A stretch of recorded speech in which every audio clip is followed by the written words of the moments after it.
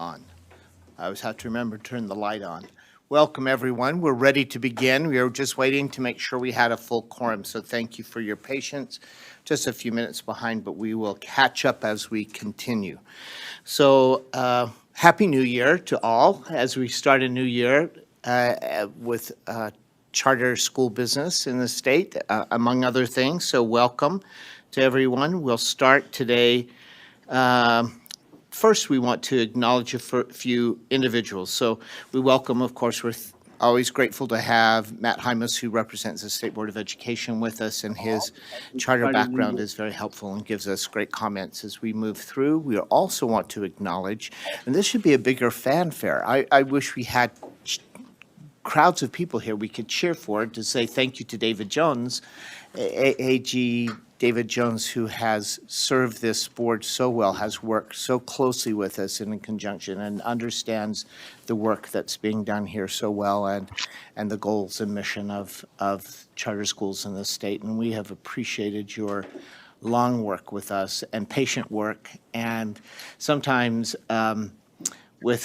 you've spent a lot of extra time above and beyond that on work for this charter school board and charter schools in the state, and we really appreciate your service. This is David's last meeting with us. He's retiring in February, so we wish him very well. Maybe at a break, we can each take an opportunity to individually acknowledge that, but we appreciate you and wish you the best in your retirement as well. Thank you for your kind words. Thank you. Thanks. Sitting to David's left, we have Kevin Olson, and Kevin will be stepping into the position that David has held, representing the Attorney General's office and helping to support the work we're doing. He said already he's met with the staff and is eager to be here. He likes all of the staff so far, so we'll see how that continues and goes along. So hopefully that will continue and he will enjoy the work as well. Thank you, Chair. Appreciate it. Thank you. All right, we will continue then with our business. If you know that, of course, in this January, we had an election last November, so there will be some changes in the State Board of Education. So we want to congratulate new Utah State Board of Education members who will be sworn in on Thursday. Of course, that's why we're meeting on Tuesday, because they have a big meeting this Thursday. As part of that, the new members will be sworn in. Also, there's new USBE leadership. If you haven't already seen, which I think most of you have already, Jim Moss, who used to be a member of this board, is now the chair of the Utah State Board of Education, and we wish him very well. Molly Hart and Jenny Earl are as vice chairs, the two vice chairs, and we wish them well. In addition, especially because this is the month on January 17th, we opened the Utah State Legislative Session, and that's always a time in which folks spend extra time and are engaged in helping to support the work that we do in the state for all of the children in the state of Utah, so we really appreciate that. I'm going to start, though, right now with a Pledge of Allegiance, if you will join with me, and with that pledge.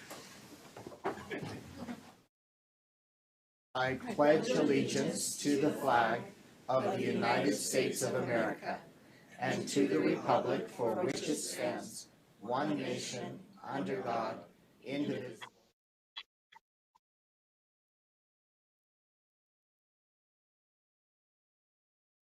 Thank you.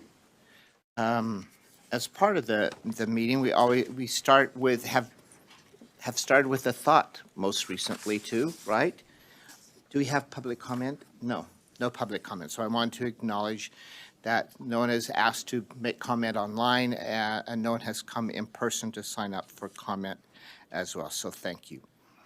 But we have also worked to have a little bit of a thought, and this is my turn, and others as we go along.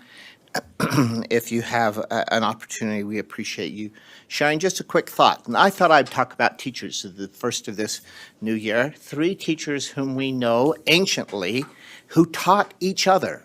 One was the direct teacher of the next, and that's Socrates, who taught Plato, and Plato, who taught Aristotle.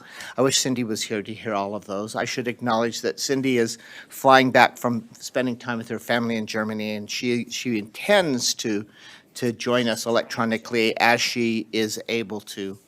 So she will if she comes, and I should acknowledge that Member Spiker will be here soon. She knew she'd be a little late, as did Member Cisneros, called to say the same thing, and we're glad she's joined us, so thank you.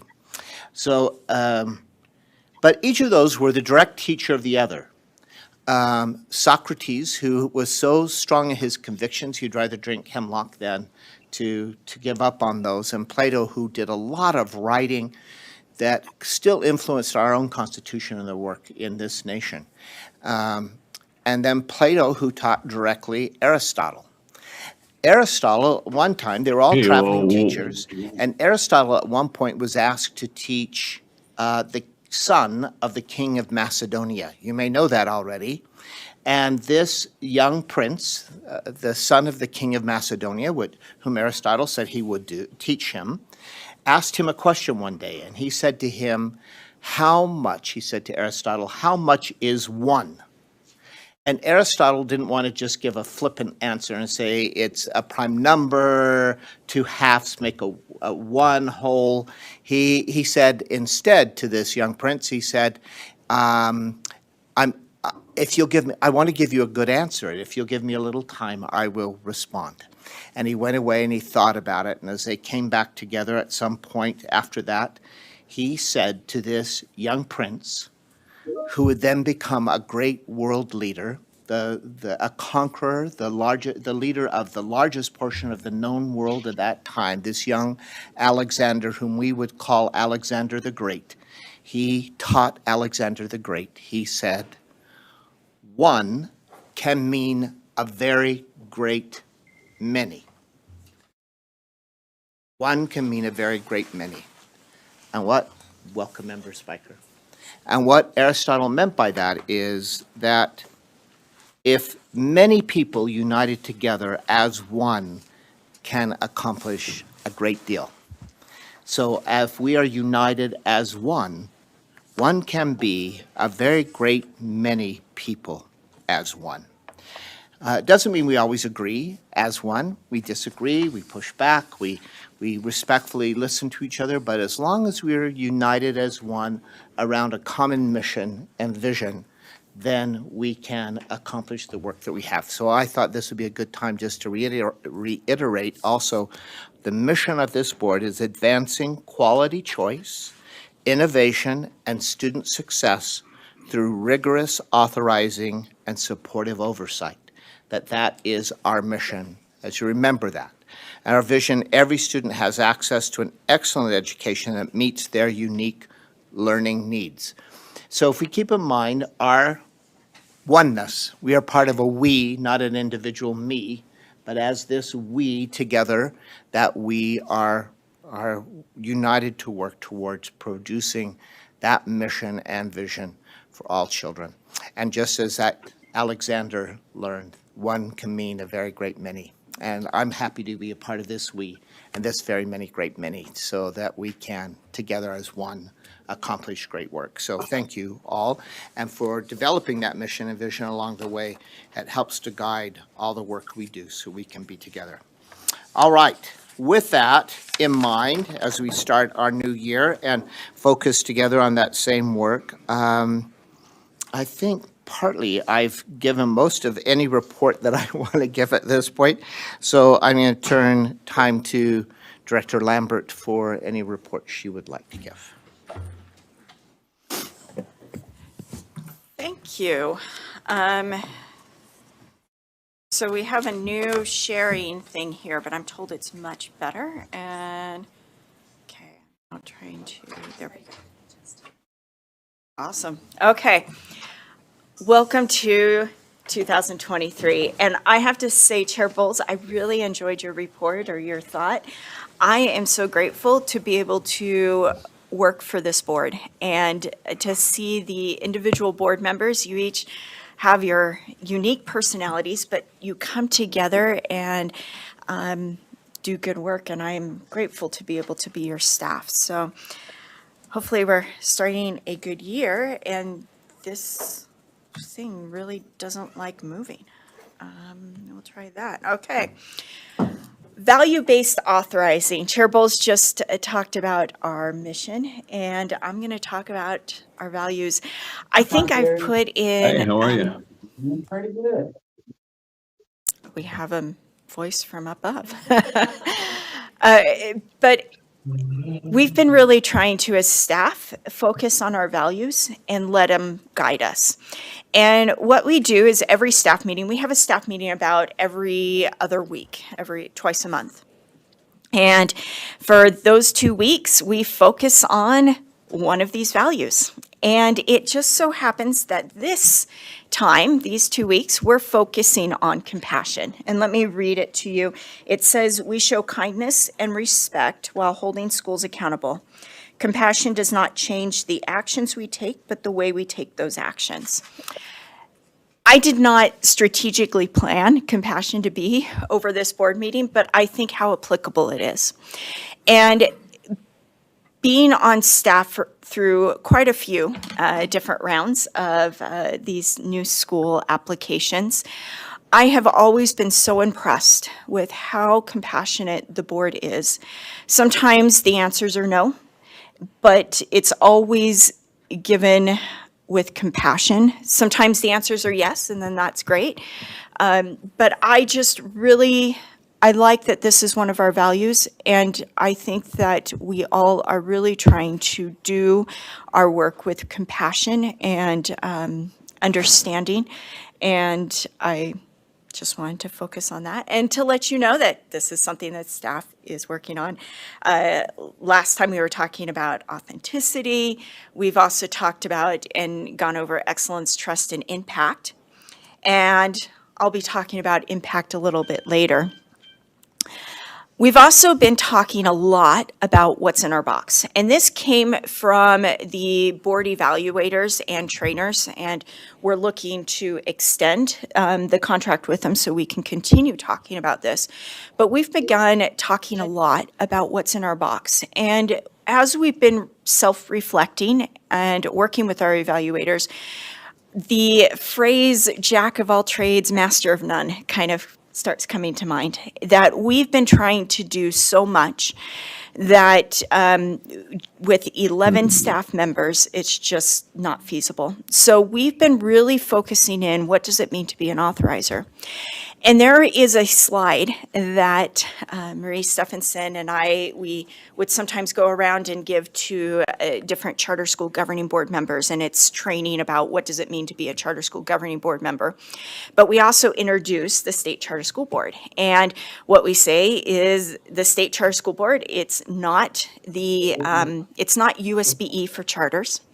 It is not charter schools' own governing boards. We're not an LEA for, like a district office for charter schools.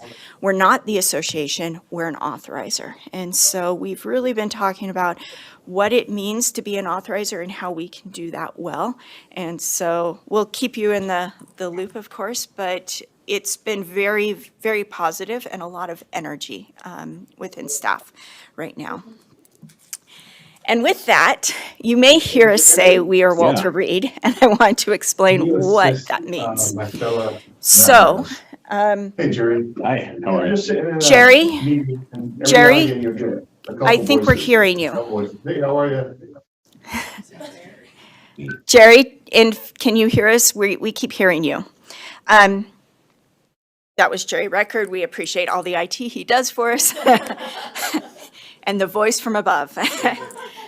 But what do we mean by Walter Reed? So as staff, we occasionally read together books and we discuss them. And right now we're reading a book called Better by Atul Gawande.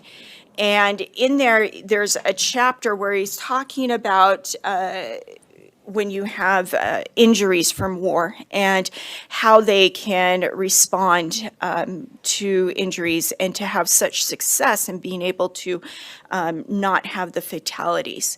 And as we were reading, so Walter Reed is the hospital, and what they do is they have a very sophisticated triage system where they triage the most important things and then they just send it on. And it took a little bit of getting used to that. A lot of times people that were on the front lines, they wanted to continue and fix stuff and not just, stop the initial bleeding. And as we realize that, a lot of times, we also want to take over and be like the first responders, and we're just not. Walter Reed is the long-term care. It's the hospital when they come back into the States.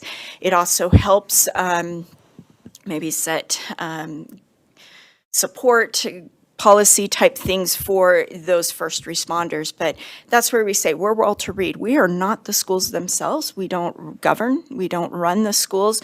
And so some of the things, while the campaigns, that can be very useful, it may have been overstepping a little bit of what where we're getting into the weeds and maybe taking on a little bit too much of what school governing boards can and should be doing. So we've been thinking about how can we support those governing boards to do the work, to be those first responders, and how we can then step back and make sure that we are Walter Reed. Talked about impact and also excellence, and this also has to do with your board goal. So a year ago, you set some goals, and one of them was to create an LMS that would support governing board members and provide that training. It only took about a year to get the contract in place, but it is. It is in place, and we are so excited to be able to start this. And what is going to happen is by the end of this fiscal year, so June, we're going to have a micro-credential system that is where all the governing board members of the schools that we authorize, they will have access to this. And at launch, we're going to have at least 10 micro-credentials, and then by next year, we're going to put additional 20. And so what it allows is our governing board members to be able to get these micro-credentials of tools and things that they need to be better governing board members. And so we're providing this. We finally have contracted with that vendor there, and we're on track to meet the originally scheduled deadline. The other thing that I want to talk about, this has been going on for a little while, but we just thought today is very relevant. So the pre-proposal training, this is maybe a real life picture of a pre-proposal training. Those that are going to be involved today probably know this very realistically. Our pre-proposal training was 3 hours long, and it really was just a lot of information thrown at them. And as we've been looking at the applications that have come in and the desire to maybe wanting to grow more community-based charter school ideas, we've been thinking about how we can change things up so we can get the kind of applications that we want to be approving.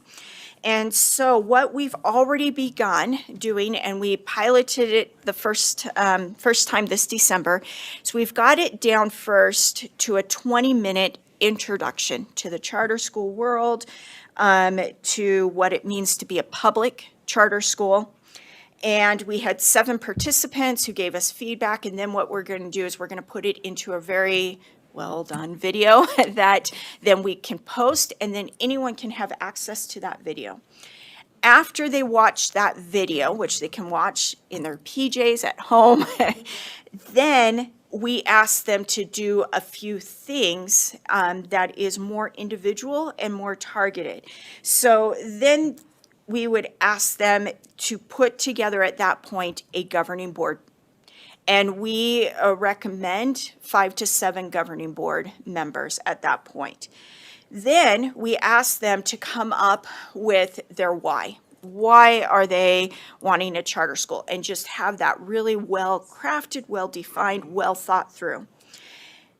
Then also develop at least 10 questions that they have at this point, and that they send us that why board members, the questions, they send that to us, and we schedule with them a one-on-one meeting where we can work with them one-on-one, help answer those questions because we've got them beforehand. If we have to search out the answer, we can do so. And we just are so excited to be able to have these one-on-one meetings. We think that they're going to be significantly more meaningful than just a blast-out generic type of training, and that we'll be able to spend time with them to help them prepare and put together a really good proposal and application. So impact, also excellence, and this is what, in just a short while, what our values-based authorizing has been able to help us think through and accomplish. Thank you so much.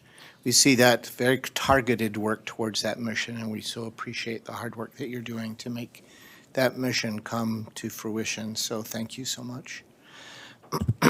Excellent work. I'm excited for those micro-credentials that we've been looking for such a time. So thank you. It'll be fun to see those all in place. All right. Thank you for that report. And let's move through our agenda. We have a consent calendar. Let's look at that item is next on our agenda. As a reminder, the consent calendar contains items which board members have had opportunity to look through individual items. We don't usually discuss, but board members obviously have the opportunity to pull any of those if you believe that any of them need more detailed discussion before a vote is taken. So at this point, I'm just looking for a motion relative to consent. Member Smith. I'll move to adopt the consent calendar. Motion to adopt. Is there a second to that motion? I'll second that motion. A second from Member Bassett. Any discussion about any of that consent? That motion? All right. Seeing none, I'll call for a vote. All those in favor of passing the consent calendar, passing that motion, say aye. And any opposed, nay. All right, so I'll rule that passes unanimously. The consent calendar passes. And now we have an opportunity to move to our agenda items. The first is, this is an important meeting because this is when we look at potential new school applications and have a discussion about those. And keeping that mission and vision in mind as we continue, so important to us as we do that, we'll move forward. And we'll ask Dr. William Evans if he will introduce that for us and talk through the process for us. And we'll have an overview. Should I also acknowledge that Sam Gibbs, who's one of the external readers, is also here in the audience, and so if you have questions. So Sam, why don't you come up and take a seat up here right now in case we have any questions at this point, and then if we do, we can ask for those as we continue. Thank you so much. Okay, Dr. Evans. Thank you so much, Chair Bowles. Just before I jump in, I want to explain, I gave each of you a few handouts. The first one are the combined reader feedback notes for each application. Those were emailed to you last week, so you do have digital copies if you'd prefer those, but I did printed just in case. And then the second set of handouts are potential questions. And so we do have assigned questions and a set of a few questions that we want to make sure get asked to each applicant. But then we also included some potential other questions based on the reader feedback. And so you have those notes in front of you in case you'd like to use those. I did, and I will ask her permission / apology of Member Spiker, because Cindy was not here. I assigned you a second question. I hope that's all right. I already feel like I'm in the hot seat. I'm very sorry. Dr. Evans. Dr. Evans. This is what happens when you live in North Ogden. It was a lot of traffic. No, just just wanted to joking. say I'm honored and happy to do that. Thank you. You're welcome. I'm now with you, Member Spiker, because Matt Evans has Matt Hymas. Hymas, sorry. Evans and Hymas. Anyway, Matt Hymas has had to step out for a moment, and he asked if I would also read his questions. So we get a double dose of both of us. Thank you, Member Smith. And we're both tall as well, so it's very easy to confuse us. So I recognize that. Thank you. In the past, with some of the presentations that we give, we do open it up for a lot of interaction from the board members. For this one, I would ask that any questions you do have, hold on to them until the end. We've got some opportunities built in for question asking, and that way that will allow us to get through all the information that we've got, for today. For our agenda for today, I just want to give a brief overview, both for the board's benefit, also for the applicants and for any members of the public who are listening, just about kind of what the process is that charter schools go through to get their applications to this point. I'm also going to share a little bit of the reader background of the individuals who we had help us go through all of these applications. They did a wonderful job, and we are so appreciative of both their expertise and the time that they dedicated to helping us get these applications to this point. Then we'll jump right into Peak Academy's application. They're our first capacity interview for the day. Our second one will be American Principals Academy, and it's not reflected here on this agenda, but at that point, that's most likely when we will have lunch. And then we'll finish off the day with Elevated Charter before we then jump into some time to discuss, and then we'll make any recommendations there. For the application process, this is really integral. So charter school authorizing is one of the main things. If you listened to Chair Bowles' message at the beginning of the meeting, we are about rigorous authorizing and supportive oversight. So those are our two main components of what we do. And we want to see school choice increase throughout the state. And this is how we go through this process. This looks a little bit different this year than it did in the past, and I'm going to talk about that. So the first thing that we had, there we go, training. Training for new school applicants starts in November of the previous year. So in most cases, in the two cases we're discussing today, they started in November of 2021, and then one of our applicants actually was November of 2020. They've been coming, they're returning back. So this has been going on for a really long time. And during this extensive period from November to June, the boards or the groups really should be gathering their most advanced board they possibly can. They should be developing their idea for what the school is going to look like. They should be gathering as much community buy-in as possible. At this point, nobody's been invited to actually write an application, but I think it would be fair to say that if you're waiting until the actual invitation to get started on any of this legwork, you're going to find it very, very difficult to accomplish that in such a short amount of time.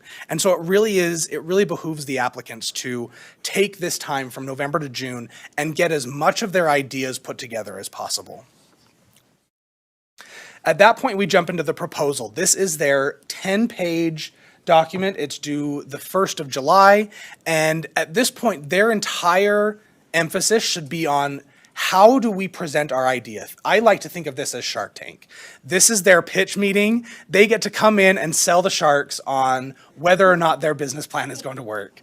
And that's what we have in August. That's our August board meeting, if you'll remember that. This is their pitch. They come in, they share their idea. And really the point of this, if you'll remember, was you as the board went through and you said, we really like this idea. We're buying this, we're the sharks, we're buying this. And those groups, anybody who made it through that proposal, they were invited to attend a day-long training. And this is where we have some difference from what we've done in the past. In the past, this training was outsourced to other groups. We decided to take this on ourselves this year. And we, during the proposal phase, while we were reading all of the applications, staff wrote very, very copious notes and feedback on what is going to make the application successful, how can we get the best schools possible, and we were prepared that very first day to give those schools, anybody who made it through that pitch meeting, we were prepared to give them all of that feedback. And so we had 5 schools pitch. 4 of them were invited to come back, and they all came to this day-long training. And they got to sit down and get one-on-one feedback on their proposal, on their application, any advice they could possibly get. The other thing about this meeting is that they were introduced to a representative from every single USBE department. That person came in and they shared the top things, according to that department, that applicants need to be aware of in writing their application and how to really make it the best application possible. They were also given a contact person from each USB department that they were able to reach out to over the coming months to ask any clarifying questions. And then their applications were due November 1st. At this point, we gave the applications to the readers, and they spent time, so both our external readers and the USBE readers. Now, at this point, our charter applicants can essentially take a nice big breath because their job is done until January.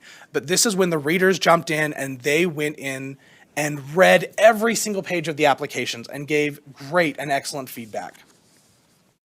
And that brings us to today.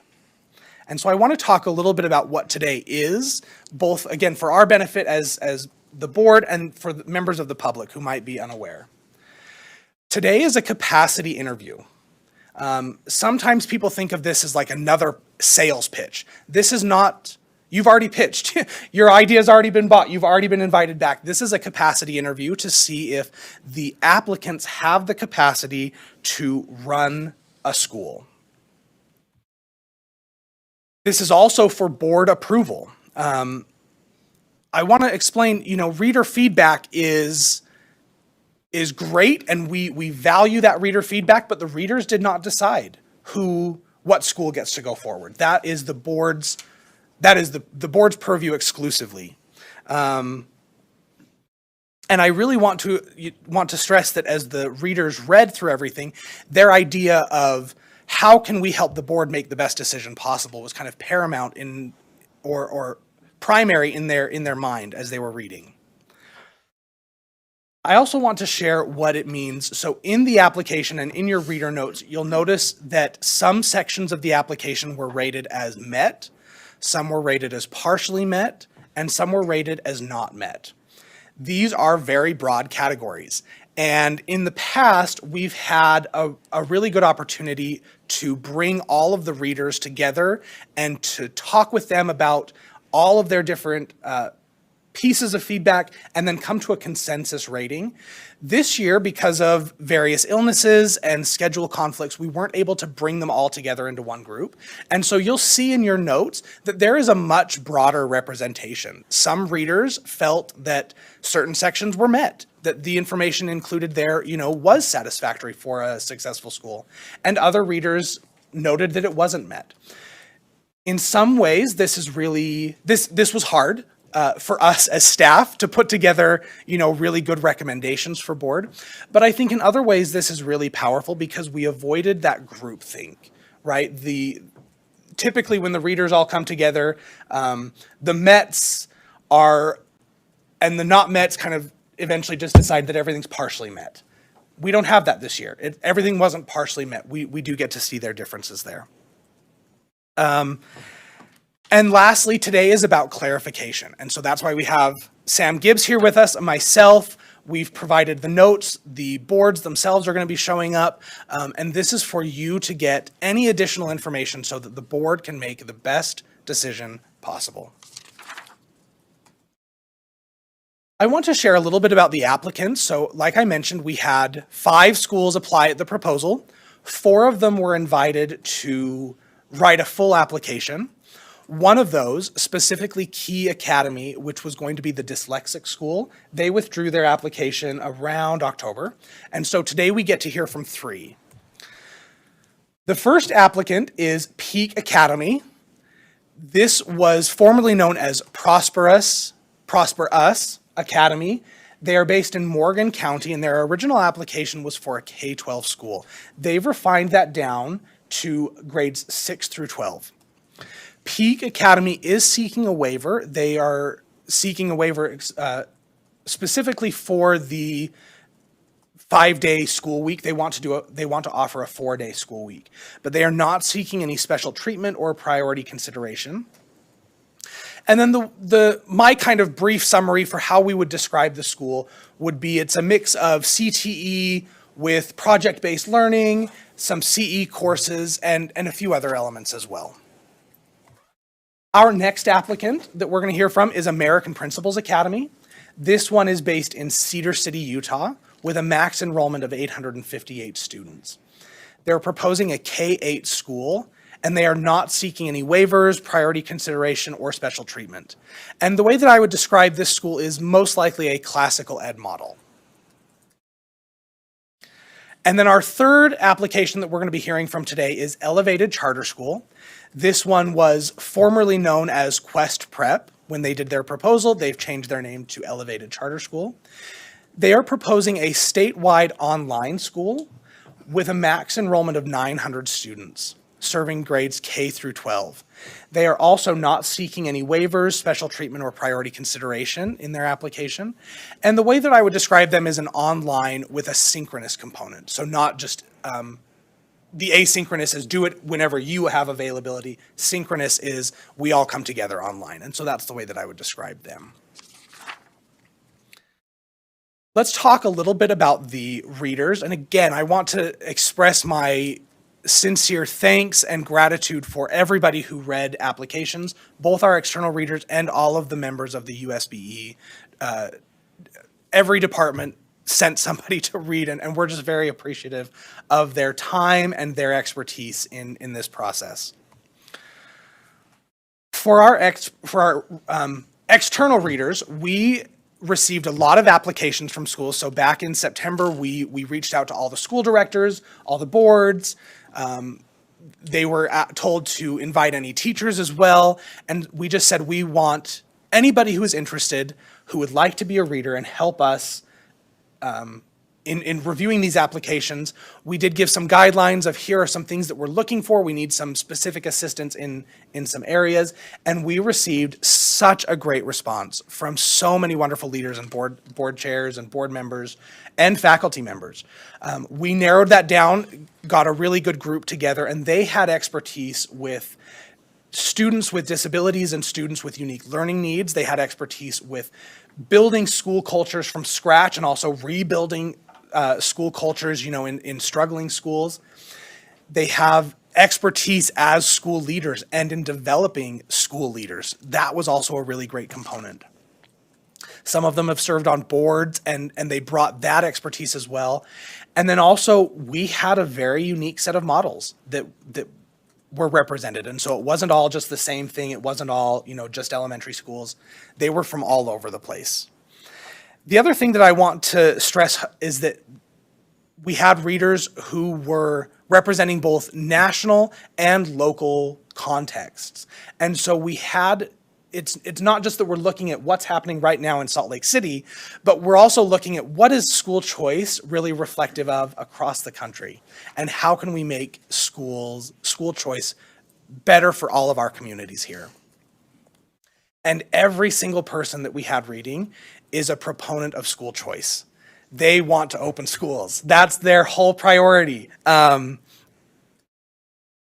next group were the USBE readers.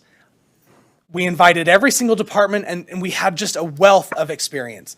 I do want to say that because of, again, sickness and some really difficult scheduling conflicts, some of the people who were providing feedback were not able to give us as much feedback on all of the different sections, and so they really focused in on the area that they were where they had expertise in. We are very grateful for the time that they dedicated, and we are hopeful that we can revise how we work with them in the future so that we can get more of their good thinking.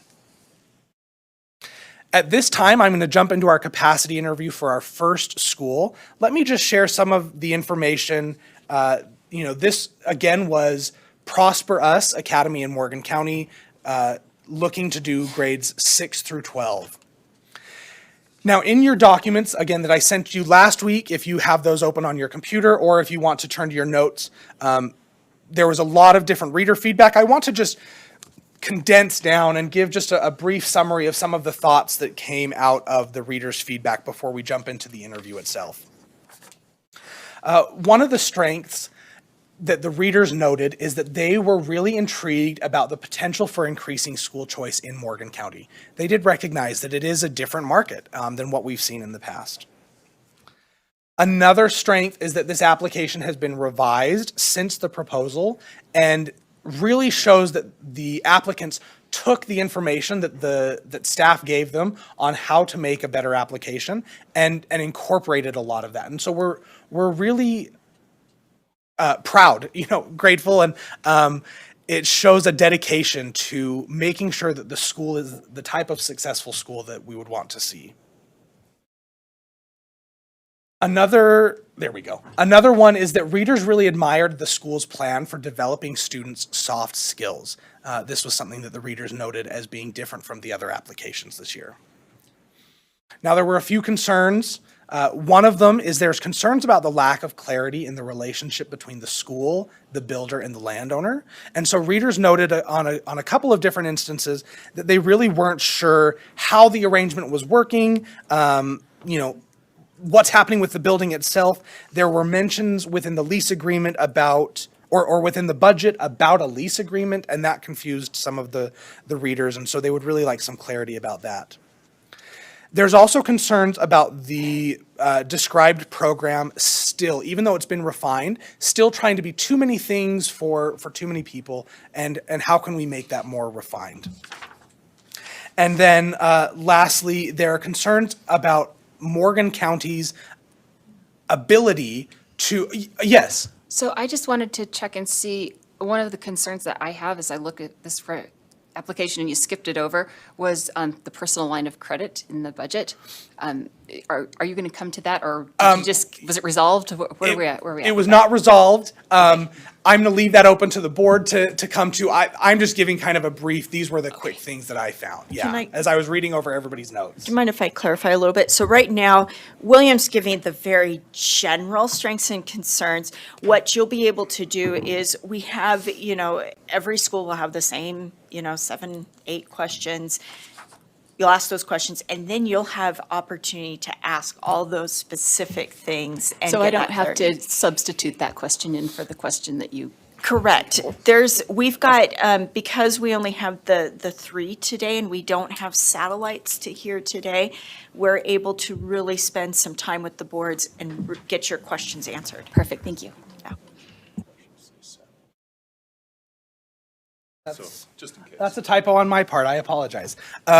Member Olson just made clear to me that the questions that I included said satellite. So when I copied and pasted, I was not as mindful as I should have been, and I apologize. Should say new school. Questions are still the same, but yes, they're my apologies on that.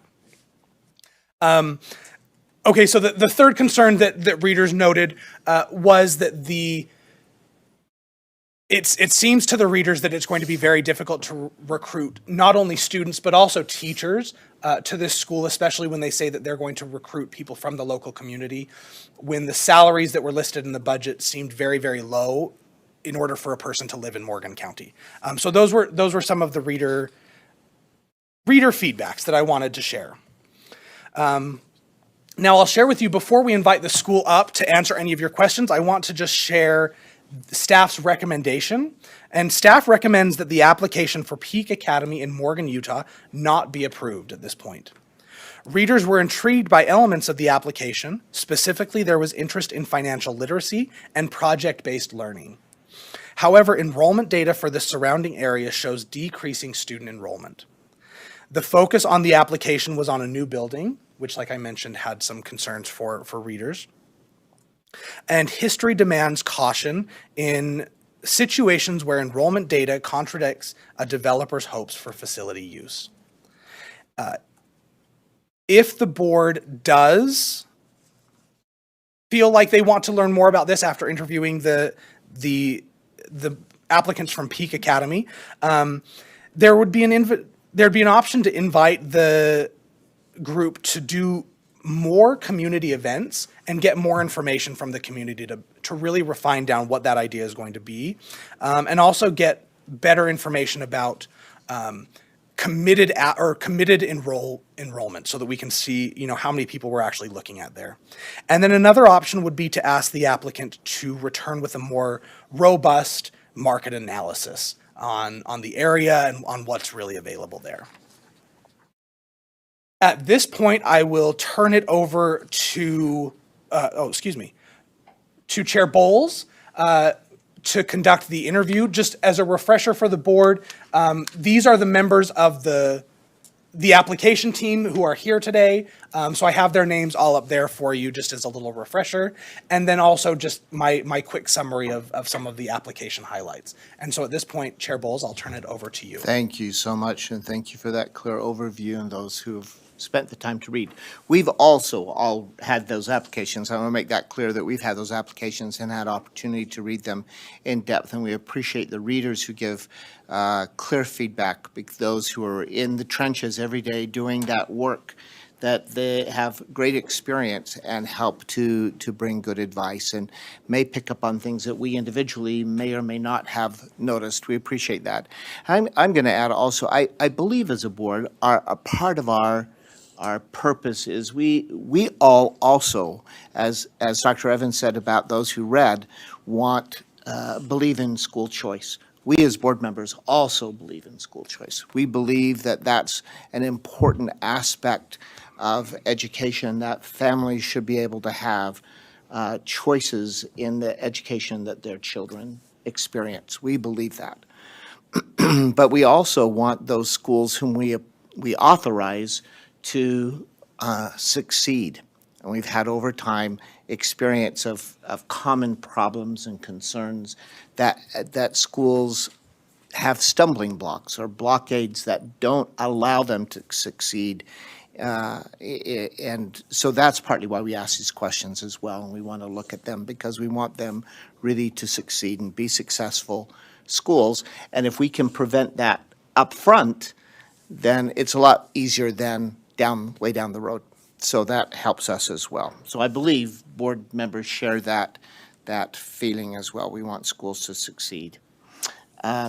Therefore, let's talk with Peak Academy. So all the board members who are representing Peak Academy, would you come up to the table if you would like to do that? We'd love to have any of those of you who would like to represent your school to come up. And I don't know if we'll need to find additional chairs, or if we've got enough. We also have Oh, for fillover. Director Lambert points out that second table back there is also, if they're not enough at this table, that table also works well. And you'll have opportunity for a mic back there. It's mostly so we can hear your responses. You can hear us, we can hear you. And anyone who's online can as well hear. So, board members, I'll reiterate what Director Lambert already reminded you, but we have a set of questions that we're going to ask consistently of each school. Then, you, in reading applications, may have additional questions that will help you to make a decision about how can we make, is this a school that can be successful? What can we do to do that?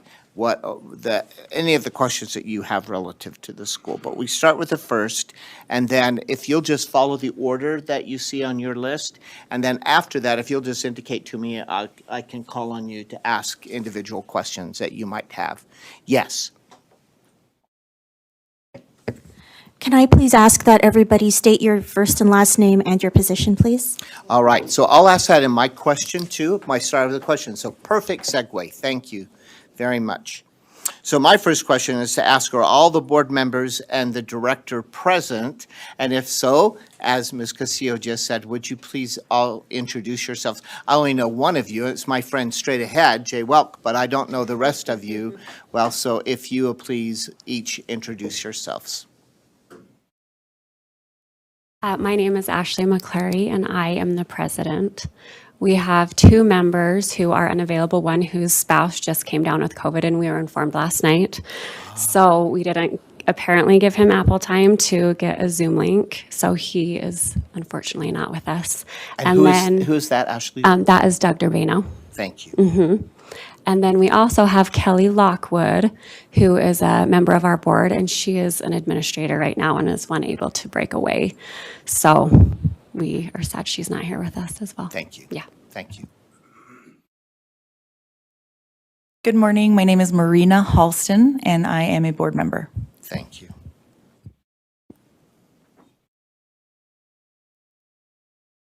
Morning, my name is Jay Welk, and I'm also a board member. My name is Crystal Nielsen, and I am the co-chair. Hi, I'm Julie D., and I am the secretary. Gavin McCleary. I'm spouse to Ashley, the president. It's, so not on the board, but a co-founder. And it's wise to be here and be supportive, right? That's right. That's exactly right. I would be doing the same thing. All right, next. Hi, I'm Vanessa Durbano. I am a spouse of Nathan Durbano, who's the financial coordinator. He's on the Zoom call, but he's having technical difficulties of not maybe being able to be heard. So he's been emailing the IT, trying to work it out. Thank you so much, because we want him to have that opportunity as we need, so we'll do that. Okay. So a couple of on Zoom, yes? Oh, great. Oh, great. Last but not least, Mark Hadley, Director of Programs for Davis Technical College. Happy to be here. Thank you so much for taking the time to meet with us today. Thank you so much, Mark. All right. Thank you so much for all being here, taking the extra time, the work that you've had preceding this, as well as being here today. We appreciate it. All right, let's just proceed with our questions then, please. Ms. Spiker. Good morning, and thank you all so much for being here and for your passion. So to begin, and Member Smith, I don't know if this question, just take a listen. I think it might allude to a little bit of where you were going earlier, and if not, we can always expound on that later. Do any of you or anyone who has worked on the application have any financial interest in this application? Member Spiker? I think that question really is actually an excellent segue into the questions that we're all going to ask later about the finances. Would it be okay if we inserted them here? Do you know, if we can still follow that order, knowing that that connects, as you've just indicated, we'll do that. Thank you so much. Wonderful. I can bring clarity to that. I think bringing this piece to the table will solve a lot of the questions you may currently have. What we, in procuring a location for the school, there's not a lot of commercial areas in the county. There's a central part of Mountain Green that is currently owned by two different landowners. So we've had discussions with both of those owners. Both of them would love to have the school there on that piece of property. The arrangement with one landowner, and we're talking adjacent lots or neighboring lots, one would like to build the school and own the school and lease the school to Peak Academy. On the other piece of land, and that would be the land that Peak would prefer to do, would be to acquire that lot and have Peak be the owner. That being said, we would still have the building be owned by an entity and still have a lease agreement between the school and the owner of the building. The potential financial interest is there are a couple of members of our board, myself and Ashley, that would like to be part owners, not 100% owners, of the piece of land if we were able to pull that off. And not having an approval or an official school yet, the conversation with banks has been difficult to say, without being a school, so we're juggling that, but prepared to go either route.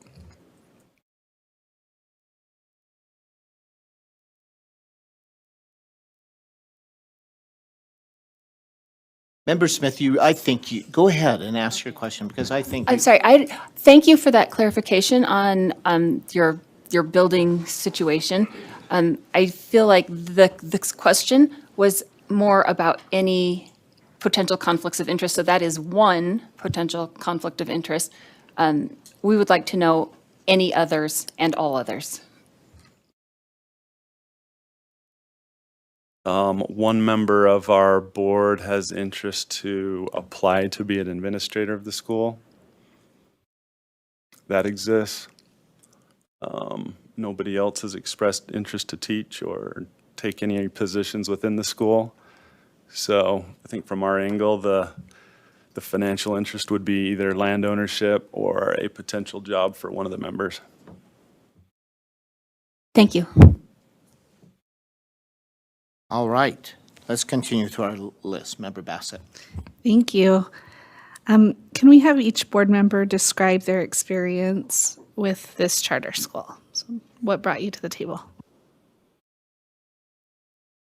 Thank you. I'll go ahead and start with that. This charter was founded on a need. We have a desperate need in Morgan County for options in education. There's the one high school.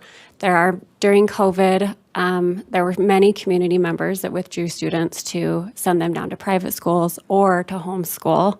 So I do think that is shown in the decreased number of student enrollment in Morgan County.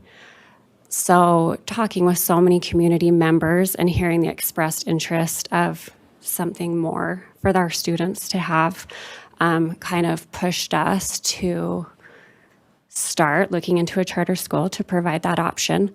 I homeschooled my kids during COVID and for a couple years after, and I found that they have a love of learning, but a disdain for school.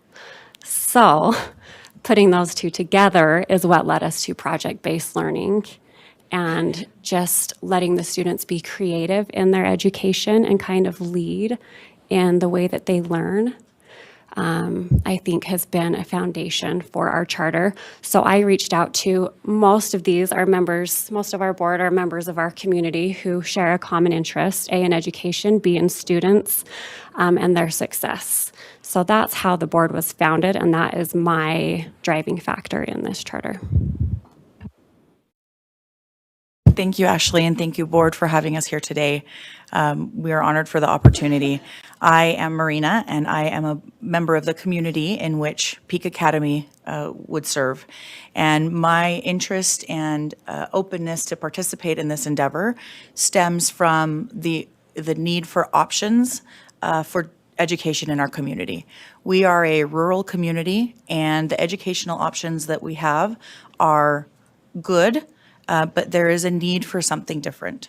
And specifically within our rural set, most children are having to go outside of our community to find that option or to find that that difference in educational diversity, I guess. So that's something that really struck near and dear to my heart as well. We have a fantastic community. In fact, I joked with my board members last night, we'd like to invite you all for a field trip if you'd like to come visit sometime. But we do have a really neat community with a lot of really capable and amazing students that their needs just aren't being served in the public school system. And we feel like it would really benefit the community. One of our board members early on said, when the tide rises, all boats rise. And certainly we feel that that would benefit our public school colleagues and students, as well as the students that are attending our public charter school without having them to seek elsewhere. So I do have 2 school-age children and 1 coming into school. And I, like Ashley, saw that the appetite for learning is different than the capability right now. And certainly we're doing the best that we can with what we have, but the need for diversity is there. So we appreciate the opportunity. Again, I'm Jay Welk. I do not live in Morgan County. And I was asked to be on the board by Mark Hadley. And Mark is a director of programs at Davis Technical College. I just retired on June 30th I was the Director of Career and Technical Education for Davis School District, which is the second largest district in the state of Utah, second largest employer in Davis County behind Hill Air Force Base.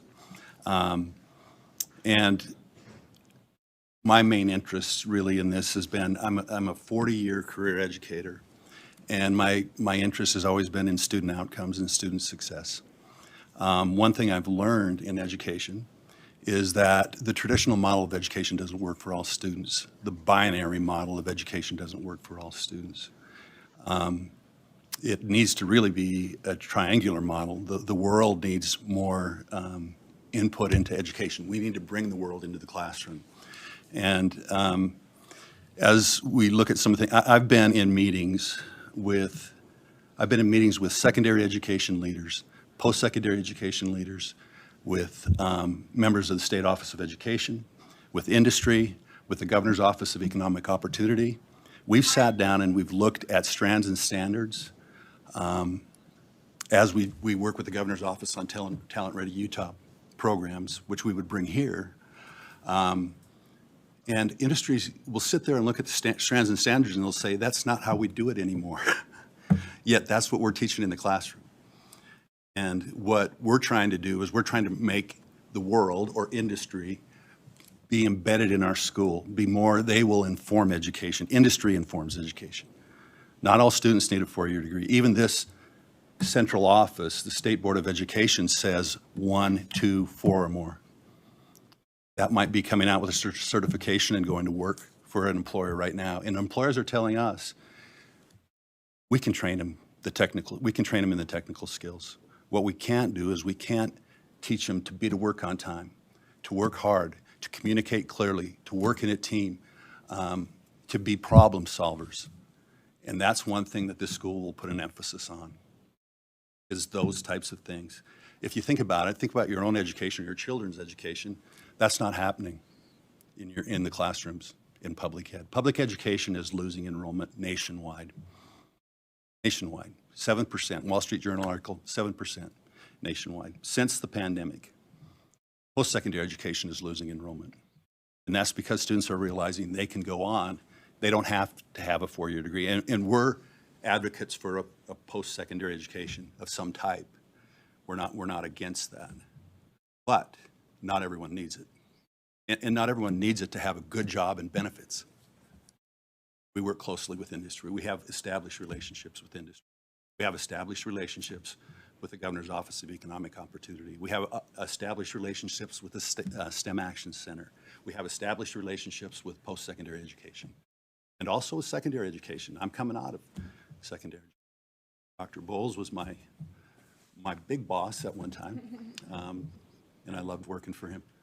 No, I didn't mean that. No, but I think we're all on the same page in what we want, whether it's charter school or public school, is positive student outcomes.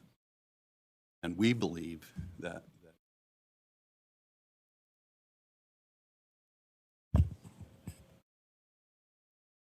I am a member of the community as well and have a passion for education. I was a teacher at a charter school in Bluffdale North Star Academy, and from the get-go, I have had just a love and adoration for charter schools and for what they're able to provide to students. I feel like their ability to educate and incite the desire for positive learning is amplified in a charter school. And so when the prospects, the rumors started going that things were talking about having a charter school in our area, I wanted to be a part of that as far as being able to put my input as to what I think our children and our community are lacking. As Jay has so eloquently stated, a lot of times what is taught in our schools can be amplified through the use of industry and project-based learning. And I feel like the model that we have formulated definitely has been revamped, as William has indicated at the beginning, we started with something that was different as far as our whole. We narrowed in our scope of who we wanted to target. Initially, all of our ideas have gone through lots of different revisions to come up with what we have now, and we are very confident that we can provide the students in our community with the education that they deserve. Unfortunately, I feel I have 5 children, and I feel like their desire to go to school is very, very lacking. And I feel like our desire is to make school a place where our children want to be. We want to incite that desire and that intrinsic motivation to own their own learning and find what passion they have in life and to pursue it. And we want to be able to give them that zeal and that boost to allow them to reach anywhere they want to go. Hi, I'm Julie D. I am also a member of the community. I was not one of the founding members. I actually came to this board when one of the first surveys they sent out assessing interest in a charter school, and it was the first I had heard of it, and I had expressed my interest through that survey. It also told them through that survey that if they wanted additional help, I would be more than willing and would really appreciate the opportunity, which they have offered me. So I was not there for the initial creation, but I have been there to see how it has progressed, and I think that we have a wonderful group of people creating a school that could really benefit our community and students throughout, not just within our county, but outside too. I am a physician. I grew up with public school education in the traditional manner. I knew I wanted to be a doctor my whole life because my dad was a doctor, but I did not actually get to do anything doctor-like until after I graduated high school, 4 years of college, and 2 years into medical school. It was my third year of medical school when I actually got to do something clinical. I mean, I had done shadowing and things. And I think what we're trying to create here at Peak is hands-on opportunities, real world problem-solving opportunities for students to experiment what they want to do with their lives. If I hadn't had a dad that was a doctor, I wouldn't have known what I wanted to do. But I feel like there's so many opportunities out there that we are not, that our students are not having the opportunity to experience. I have also 3 children at home. One of them just entered high school and is not being challenged. I have a 6th grader who they're just not being challenged. I think we have great potential within our within the students of our community, and we just need to tap into that potential. I love the vision of the charter board, the Utah State Charter Board, that we want to create new and innovative learning experiences. That's exactly what we want to do. I also have a son with special needs, and I feel like the opportunities for special needs education is lacking. And I feel like at Peak Academy, we are going to do something great. We are going to take these students who have great potential, and we are going to be able to challenge them. And we're going to be able to use that drive that they have to really benefit them and benefit our community. Thank you.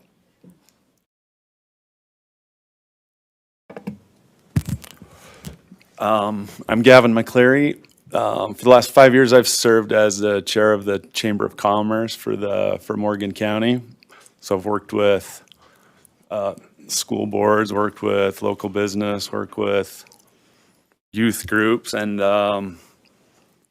I've had a unique vision on the county and for what its needs are, and also hear live what the people are wanting.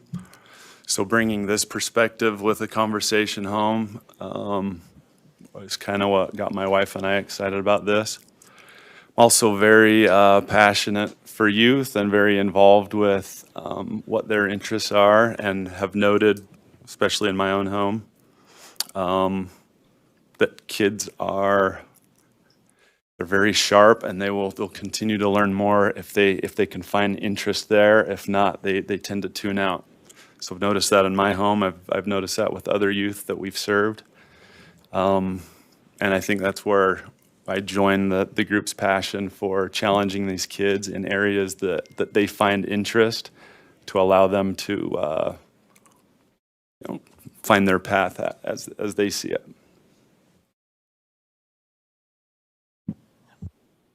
So I am Vanessa Durbano, and we take our children to a private school outside the canyon. I have a daughter who who's very gifted and has some special needs in a case. And we did the public school and it didn't go well for her. And I looked for other options. And the only option I could find was outside of our community that would serve for our needs. So when I was approached, I was really excited about this because I would love to have something closer to home for all of my children and for my children's friends to participate in, because I see that I was lucky enough to be able to afford the private school and drive out the canyon. And I know that there are others that can't do that. So I would love to have something closer to home that can benefit all of the children. And this just like melted my heart, and I wanted to be a part of this. I just love kids and I want them to succeed. And so this was my little mommy heart was so excited to be a part of this board. Mr. Hadley, your turn, I think. Great. I'll jump in.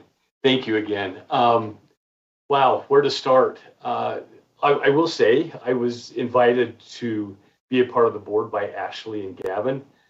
They're friends of mine. And they knew my passion for youth. I've been involved with youth groups for all of my life, and especially up in the Morgan area. I had a real passion for them. I also am a product of CTE. And so I've got a huge passion for CTE and seeing the advantage that it brings to youth. I appreciate so much Jay for coming on board. Jay and I, if I want to say this, and this is not in a bragging way, but we were a dream team for CTE. We were both passionate about it, and we were thinking outside the box. But I do want to say this, that this is in no way a reflection of Morgan High School. I have a passion and a love for that school, and the programs that we have from Davis Technical College at Morgan High School are very, very successful. And I've seen the success, and I knew that through this academy that we could provide even more success and more programs that could be available to them. I am a thinker outside the box when it comes to CTE, meaning that there are ways of bringing CTE to so many different students. At Davis Technical College, I've had the privilege of starting 4 different programs in the Davis School District through Jay and his passion to bring 3 programs to Morgan School District and to bring a program that was available to the Weber School District as well in our diesel program. And I felt like that CTE needs to be, to Jay's point, needs to be more options.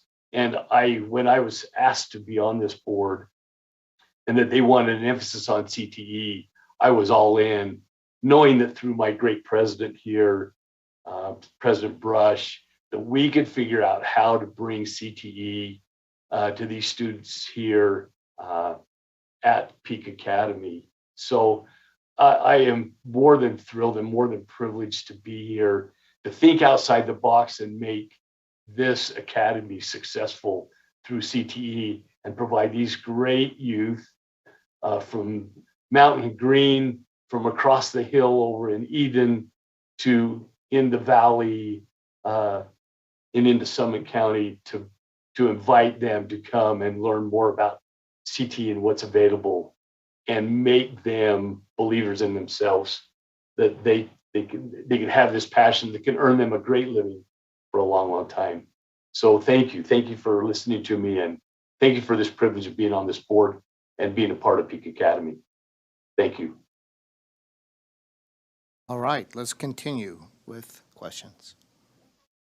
Sorry. Can I just speak to the members that aren't currently here? Absolutely, thank you. Would you like them addressed? Sure. So Nate Durbano was brought onto the board for his business experience.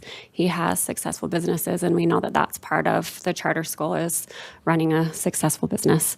So that is his contribution. Doug Durbano is he also, like Jay, speaks for himself and and Mark and all of their experience and his degree, his law degree, which is also something that we need on our board. And Kelly, we saw a gap with an administrator. So she came to our board after our boot camp. We were very aware of that big gaping hole. So Kelly has graciously accepted a position on our board and has brought a valuable insight. So thank you. I think you have spoken pretty well to this question, but I would just like just a little bit more specifics. If you could each speak to how did you come together? How did you meet each other? How was the the recruitment to your board? What did that look like? I will take that one again. Thank you. So I think it was very important for me. Gavin and I had discussed the passion for education in the community, which is what started the charter conversation. And then I think it was important for us to have members of the community involved. I thought that showed support and is necessary, especially in a small town, to assess the community support. So that is where the outreach for community members began. Marina was invaluable for her marketing and her people skills, so I felt like she would be a good asset to the board. She graciously accepted. Am I answering this appropriately? Is this what you're going for? Okay.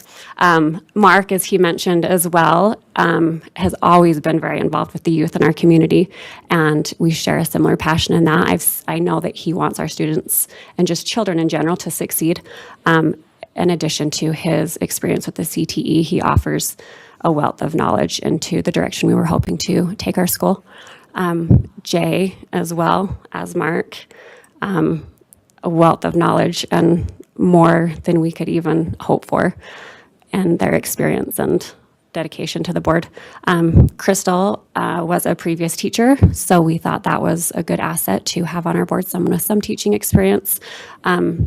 I don't want to say that we tried to stay away from a lot of teachers, but I do think a teacher was sufficient for us to incorporate a lot of different perspectives and avenues and approaches to education. Julie, again, also very driven, very motivated, a get-her-done person, and brilliant. So who doesn't want that on the board? Brilliance is always a benefit. And then Nate, as I mentioned, his business experience, and Doug for his law experience. Is that good? Thank you. That's really helpful. Yeah, thank you. I have a question. Nate is in my ear and wants to see if he could talk speakerphone through my phone. Is that okay if he wanted to add something? He just can't get his mic on the TV to work. Is that okay? Yeah, Okay. Yeah, right. absolutely. Just put that close to the mic and we can hear that. And Okay. Great. Hopefully you guys can hear me. we can. Thank you. I'm traveling internationally from business, and there are some restrictions on Zoom for trying to connect out of the country, so it will not let me connect. I've tried piggybacking onto one of my office computers, which is good, so I can see the meeting that's happening, but that computer wants to use the microphone and camera there at my office and not the one here on my laptop in front of me, since I'm just mirroring my computer there in the States. So I apologize that I'm not there in person and not there via Zoom, but I did not anticipate that there would be a block in place by the administrators of some sort from Zoom. So, I think what we have to maybe tie up the question that you had asked is we have a very unique group of individuals that either live in the area and that are passionate about the ideas of having a additional option for schooling. And then instead of filling the board with members of the community that are just husbands and wives and parents of children that'll be in school that have really good goals and really good ideas, we recognized early on that this charter school is still a business. It has to be ran as a business. It has to be ran successfully. It has to work financially, or it will fail, no matter how good the students are or how good the teachers are. So we decided to diversify our board and brought in some of our community connections and friends that have roles and responsibilities in all different areas of industry in our community. I think we have an extremely passionate board about the school, about business in general, and the need right now in our community for an option. And that need is only going to continue to grow as more and more homes get built and more families move into the Mountain Green area and out of the Canyon or Morgan area. So we felt that diversifying this board would provide a great advantage to us, and I believe that it has. And I'm very proud to be a part of this board and the creation of this charter school and the future success that it will have as a unique and additional option to the traditional public school system that in most cases is years behind what it should be and years behind what it is in other states. So we have a lot of work to do, and we want to get that done right here in our community. And we think we've got the members, the backing of the community, the backing of the USCB, we hope, and that we'll get our license and we can get going on constructing the building and creating a state-of-the-art school and state-of-the-art education system that is desperately needed in our community and many others in Utah. Thank you. Thank you. Okay, now I'm putting on my hat as, get the name right, Hymas, Matt Hymas. Today, his role will be played by me. I really want to commend you for the excellent job that you have done in creating a diverse board and pulling from many aspects that sometimes schools neglect in their initial excitement to get a school out the door. The recognition that you are a multi-million-dollar business is really important to your success. And so commendations to you for addressing that. That said, no group is perfect. No group is without some gaps in their expertise or knowledge base. Do you feel like there are any gaps left that you would like to see filled? What do you see as the, so to speak, weaknesses? Not that your board is weak, but everyone has weaknesses. What do you see as places that you could improve and strengthen your board? Thank you for that question. That's something that we have thought about at length and had conversations about as a board. And something that immediately comes to mind is certainly we are diverse from a professional background perspective. We are diverse from a expertise perspective. We all bring something a little bit different. However, you can clearly see we are not racially diverse, nor are we socioeconomically diverse. And that's something that because we live in the same community, we are very similar in that regard. That being said, this board has done a phenomenal job, and I really need to commend Ashley, our president, on this, that when we identify a gap, we reach out proactively to correct that. So initially we knew we needed an administrator on our board once we started talking and once we received some of that initial feedback from our initial meetings. And we immediately identified that opportunity to fill that gap with an administrator who had that experience. So something that this board does very, very well is identify and address as far as some of the gaps. Certainly we are not all educators. We have some experts who are, and while we each have our own expertise individually, there are some things, and certainly that will come up as we go through this process, that we learn, hey, maybe none of us are really great at that, and maybe we really could use some outside expertise and input, and certainly we will be proactive to seek that out. Does that answer your question? I feel like it does. Are you all satisfied? Thank you so much. Nate had an addition to that, if Oh, thank you. you will allow. Thank you. I just wanted to add as well to what Marina said is this board is in no way saying that hey, we are the experts and we are the professionals and we're going to be the ones to run this school. We think that we will be able to hire much better, more qualified and brighter minds to be involved in the day-to-day operations and the administration of the school, and that this unique and diverse board of individuals from different industries will really just provide that unique view that you may not get if you fill a board full of lifelong educators or lifelong administrators. So we think that we can add to those positions by hiring the right people that will be able to care for the day-to-day operations of the school and the students and the teachers. Because in the end, we can have the best board members in the world, and if we don't hire the right administrators or the right teachers,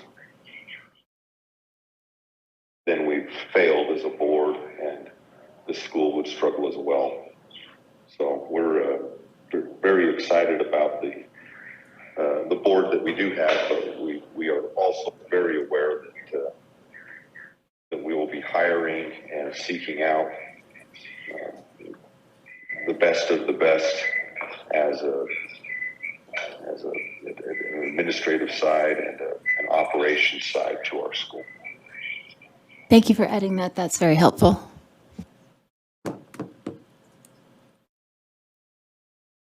Good morning. How did you come to choose this educational model and curriculum? And were there other, I'm going to guess the part's yes, since you were large and streamlined, but maybe discuss that process of streamlining? Because the question says, were there others considered? We know there were. So instead, would you tweak that a little bit to how you streamlined and settled on what you settled on? Thank you for the question, and board, feel free to add into anything I might overlook or miss. So in the initial conversations about the charter school, we actually had talked about doing an immersion program. However, upon research, we know we don't have a demographic for a true and successful immersion program. My kids had been taking language. There's a desire for second language speakers in Morgan County. We've actually had multiple members of the community come out, and that's something that we've talked about on our Flex Friday, is offering language courses in a few different languages. Back to the charter though. So then it went back to researching how students learn. Once we went away from the immersion program, we learned that would not be successful for where we were and what we were doing, but it kind of spoke to the different options that we need. Therefore, the project-based learning jumped out at us. CTE jumped in as well in the sense that they are similar, right? We know that, as Jay has said, that not every student needs a college degree to be successful. We wanted to open that avenue to more of our students and children in the community, knowing that not all of them will go to college and not all of them are fully utilizing the CTE courses, which are great at Morgan High. We intend to offer different courses than the high school is currently offering. The project-based learning, just through talking to community members, there really has been a lot of community outreach through this whole process, and most people have felt that their students and their children learn in hands-on settings, which is not as common in our community currently. So project-based learning seemed like a no-brainer, and the more schools that we've gone to tour, we've been to the Catalyst. We currently were down at Utah Arts Academy down in St. George. We met down with Shannon to tour George Washington Academy. Those that have the project-based model and the CTE emphasis are what speak to us and what we feel would be most beneficial for our community. There is a culture and a vibe of excitement and of passion for education, and the students want to be there, and that is a place that we are hoping to create as a place for students who want to be there. Jay has told us that the students at the Catalyst have applied to have the ability to go there on Saturdays, which I think is astounding and speaks very highly of the program they have created. And we would like nothing more than to create a place like that for our students to want to be, to feel like they are being productive and learning in their best capacity. Does that answer it? Do you guys have anything else to offer? So kind of the model that we're obviously the core classes, if we're a diploma granting institution, we have to offer math, science, English, because the state requires so many credits in that area. Although I think that needs to be revisited. What we're looking at and what you saw in the application was really based on a strategic audit we had done while I was still in Davis School District. The strategic audit was based on student enrollments, it was based on local industry needs, and it was based on data from both the Utah Department of Workforce Services and the National Bureau of Labor Statistics on their 10-year projections. So the programs that we're bringing there, they're not arbitrary. We're really looking at what are the local industry needs. We have Hill Air Force Base, which is obviously a big employer for our state and critical to our state economy. When you look at computer science, when you look at unmanned systems, drone aviation, again, the Catalyst Center in Davis School District is a completely different model. Unlike Ben Hart from the governor's office calls it the gem of Utah schools. And if you get a chance to visit it, visit it. But no bells. The industry people don't come, partners, they don't come to be guest speakers. They come to give us projects. We ask them to give us their 10th or 12th project, one that they don't know they're going to, or they know they're not going to have time to get to, and give it to our students. And then they meet every 2 weeks with our students, and they're working on, that could be app development. That could be something in business marketing. It could, but an entrepreneurial mindset is something that's really key to this particular school. Students can only take what's offered. And most schools offer the same stuff, to be quite honest with you. What we are offering at this school, again, meets local industry needs. Computer science, drone aviation, business marketing, entrepreneurial mindset. You know, we could go beyond that, but we're not Davis School District. We're a small 400-some student enrollment. Yet, that will be the thing that draws students away from Morgan High School. And with all due respect to the readers, Mr. Gibbs and I are former colleagues, and more than that, we're close friends. And what they see as trying to be all things to all people as a weakness, we see that as a strength, because we're offering things that other schools aren't offering.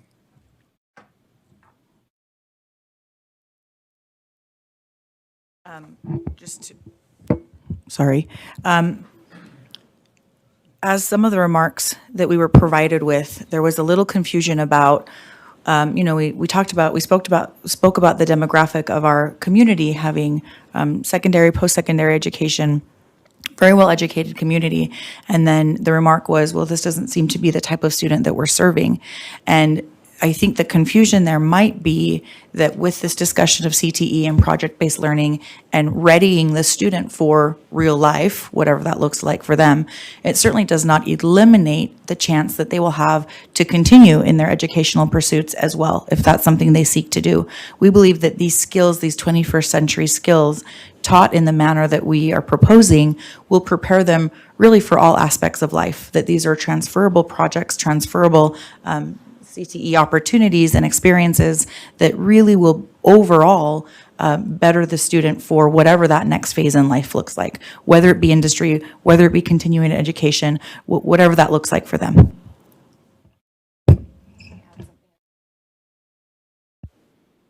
And something that as we've toured these schools that have such a unique learning idea is we've found that the student draw is definitely some of our students who are in the most need and need a safe place to land. And they come and land in a location where they bond together and create these relationships that are lifelong and build some confidence and I feel like that's something that we also want is we want a safe place for those who are a little different or who want something different to land and feel safe and that their ideas are welcomed.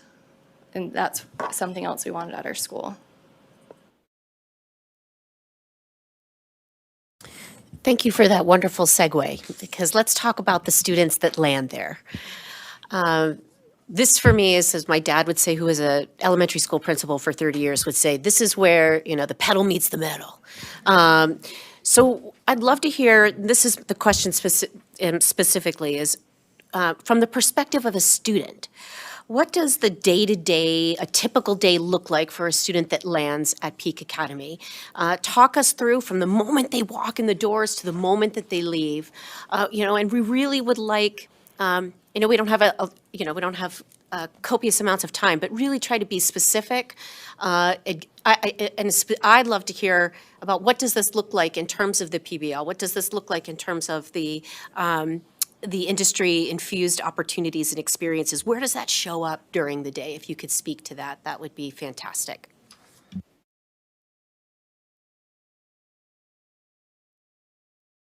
We have a very collaborative thought process on this board. We often finish each other's thoughts and sentences. So thank you for allowing us that. So basically, as our students arrive, we do have a unique, I guess you could say, age range from 6 to 12. So some of our students will be bringing themselves to our school and some of them will be brought. But once the student arrives, they will come check in, come to their first period course, and there they will be greeted by their coach, teacher, administrator, leader, that they will be working on a plan, an individualized plan for each student for their growth throughout the year, throughout that day, throughout that week, throughout that month. And once that student checks in and embarks on their course schedule for the day, for the younger children, it might look more like core courses, your math, your science, and then have that in the morning. And then in the afternoon, those students might transition to applying some of those skills and some of those learnings from those kind of traditional classroom settings into some sort of project that then will follow them. Let's say a 6th or 7th grader could continue to build upon that project as they continue throughout their schooling experience with us. So a high schooler might walk in, and the vision really is to have these children be passionate about their learning and about their path. So high school student comes to school, checks in, goes to the first course, looks at their goals, discusses with their teacher how things are going, what's the trajectory for that day, that week, that month, and they embark in whatever plan is tailored for them. And whatever project they are working towards or striving towards or have been kind of following along with them throughout their schooling with our establishment, then that's something they can work on. That's something where the Friday, you'll see we're seeking an exception for a 4-day school week.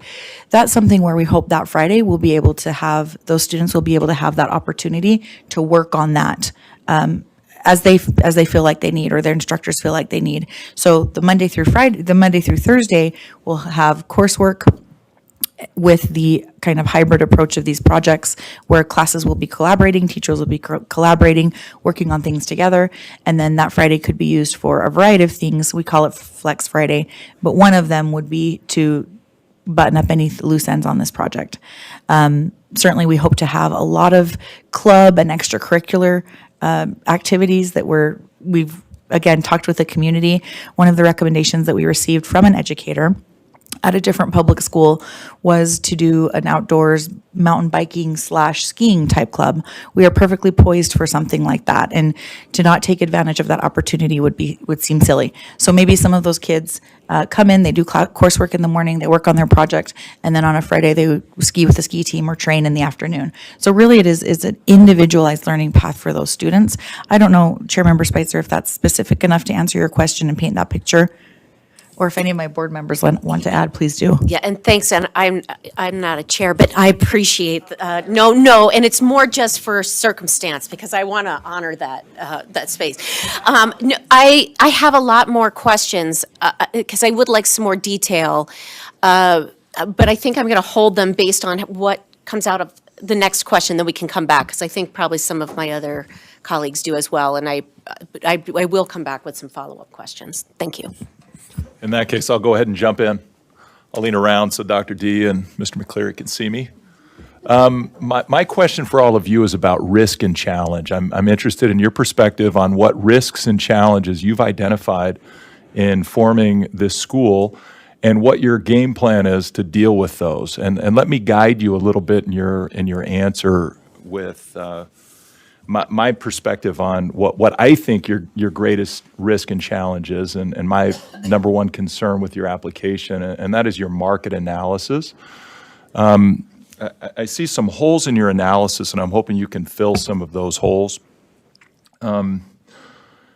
There's been some comment about Morgan High School. I think Ms.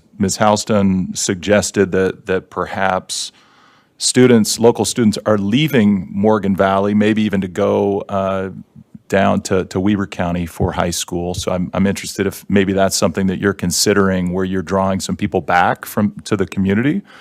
And I think Mr. Welk mentioned, and others have commented on being a choice for those students who may currently or may otherwise attend Morgan High School. So I'm interested in your analysis of that. Your application talks about the K-9 Highmark school and how you expect to draw from that school, and that might help you in 10th grade, but it's not going to help you in 6 through 9. And the only 6 through 9 plan that I see in your application is that you expect to draw from Providence Montessori, which is a K through 5 school, and that's coming out of South Ogden. So I've already rambled too much, but I'm interested in hearing more about your market analysis, your market research, and what efforts have been undertaken to meet with people locally, and not just anecdotal, but can you quantify how many people you've met with locally, what those interactions have been to be able to gauge support for your school? Sorry that was long-winded, but go for it. I'll go ahead and start with that. Thank you. And I am glad that we have the opportunity to address this and make some revisions. So as per Providence Montessori, we have been in contact with the owners of Providence, and there actually is a large group of those in our community that currently take their children to Providence Montessori. So we have talked with not only the owners of Providence, but a lot of the parents who are currently making the drive down the canyon to take their students to Providence, and they have expressed a sincere interest in attending Peak. So I do feel confident in our 6th grade class size.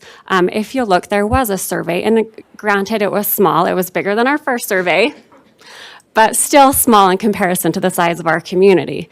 On that survey, we reached about 340 community members and received a lot of information. And one of the questions we asked is, what grades would you have a student attend if there were to be a Peak Academy?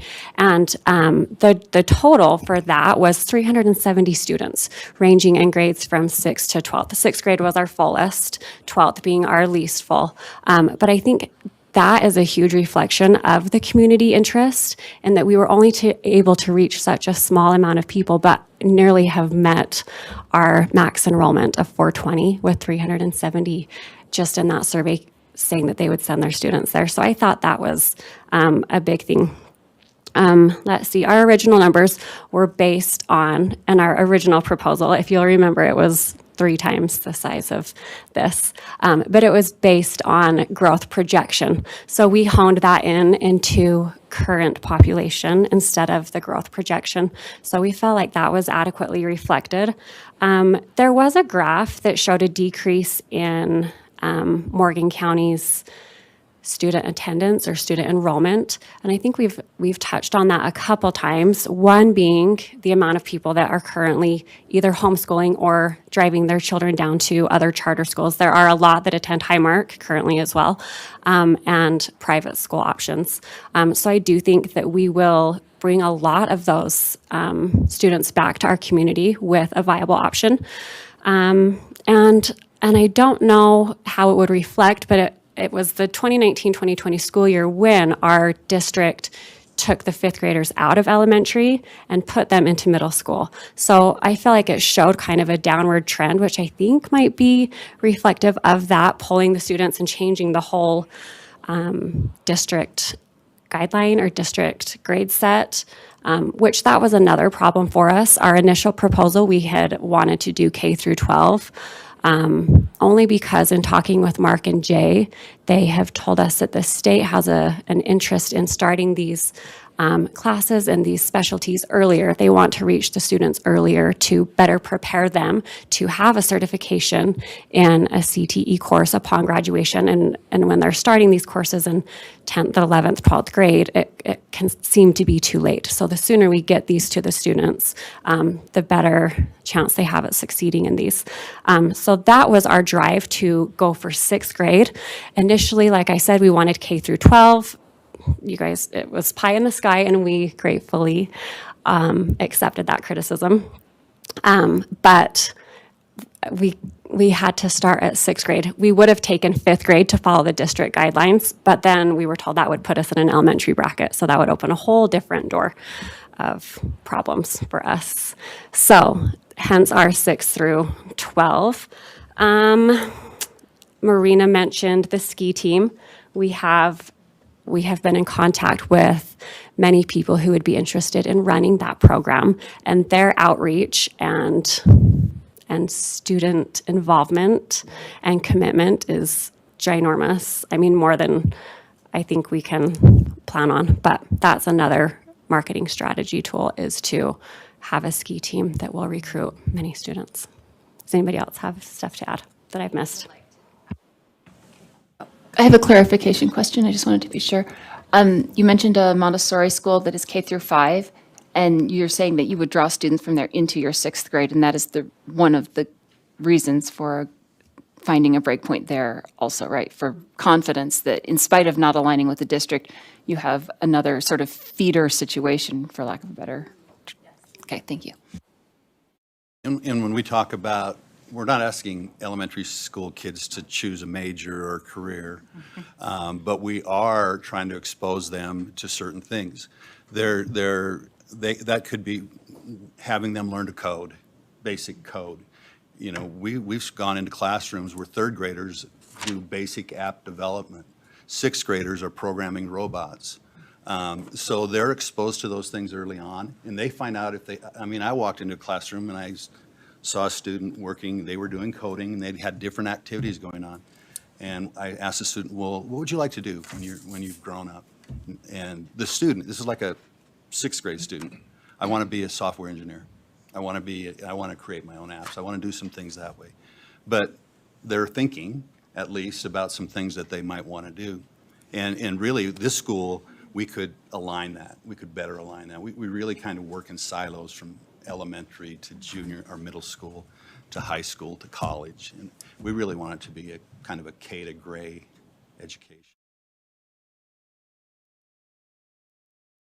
And we'd also we're required by state board rule for us to be an approved CTE program.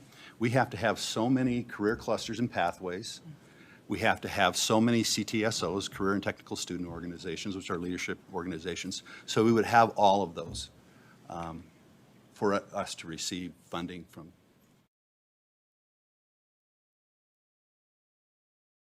Okay, hold on. Okay, this is our wait, opportunity. Could Nate add something? Sorry. Sure, Nate go ahead. wanted to add something. Okay, you're good. And just to add to the concern about the holes in the demographics, I think that the board has gotten fixated that our school is an attempt to draw from Morgan High and Morgan High alone. And that all we'll be doing is pulling students from that school. I don't think that's the case at all. I think there'll be some for sure, but we have a large community of students in the Huntsville and Eden area that are already traveling outside of the canyon to go to Ogden High or Weber High to attend their school, or out the canyons to attend their private or charter schools already. So we think we're going to draw from that area as well. And we're not focused purely on how do we get kids that are attending Morgan High to join our school. We think we'll have kids from outside of the canyon in the South Ogden, North Layton area, driving up the canyon to go to a different option kind of school that will provide the state-of-the-art education that students at, we'll say, Catalyst, for example, have. These kids are leaving that Catalyst school program with not just a foot in the door, but they've kicked that door wide open. And they are ready for industry, and they're ready for the opportunities that exist in an ongoing education or starting a profession. And they are leaps and bounds beyond the schools that surround them, the general public schools, and in some cases the charter schools that are currently available in the Davis, Weber, and Morgan County areas. And we think it can be done right here in Mountain Green, provide that opportunity for the kids in our community and the surrounding communities, not just Morgan County. Thank you so much. If I This one is our, more- sorry? I just wanted to add one more item. Yes, please. That somewhat was mentioned, but maybe add a little bit more to it. One of the things that we really emphasize at Davis Technical College, and one of the things that we really want to do, is involve our employers more. There are so many employers out there that are looking for individuals, but we want them to come and speak to our students and talk about the possibilities. I'll take Northrop Grumman, for example, who's coming in being, building the B-21, the new bomber that's going to be built in Salt Lake, as well as the F-35. Those items, for those individuals to come, we will be and are very passionate about having employers come and speak to these students about the importance of their lives in making a difference in those companies' lives. And that's going to be a real emphasis on us is having these employers come and be involved with the community of employers is a big part of our school as well, to excite students in becoming what they really want to be. Thank you. Thanks for that addition. Now, board members, this is an opportunity for you to ask any additional questions you might have. I think that Member Smith might have one. I'm seeing. Right. I love what you're attempting to do, and I think you have great plans laid. I am concerned about one of the notes from our readers in the financial realm, which is that there is in the budget, you have a personal line of credit. Who will hold this? What will it be used for? That's very unusual and perhaps not a best practice.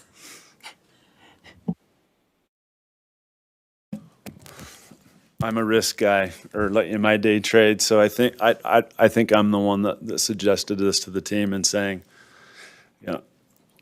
as we ran numbers and can see that a school is run tight, it's always, oh no, what about next month? Or, oh, we don't want to run out of funds and whatnot. So what things can we do? Well, we've, without having money in the bank from local philanthropy or other stakeholders in the area, without having that there, but maybe other verbal commitments of people that have expressed interest in assisting or being available to see this succeed in the area.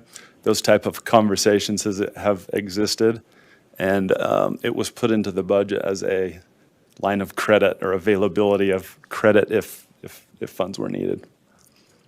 So these are community members not affiliated with the school who have expressed an interest in lending the school money? Correct. Okay, is that adequate? Or also industry interest in the budget and saying, how are we going to buy furniture? We may be able to omit some furniture purchasing by employers who have expressed interest in putting forth equipment. So this for would be students to a learn. loan to the school, not to an individual? No, not an individual, but correct. Okay. And it would be held by persons or organizations unaffiliated with the school. Correct. Additional questions? Member Spiker.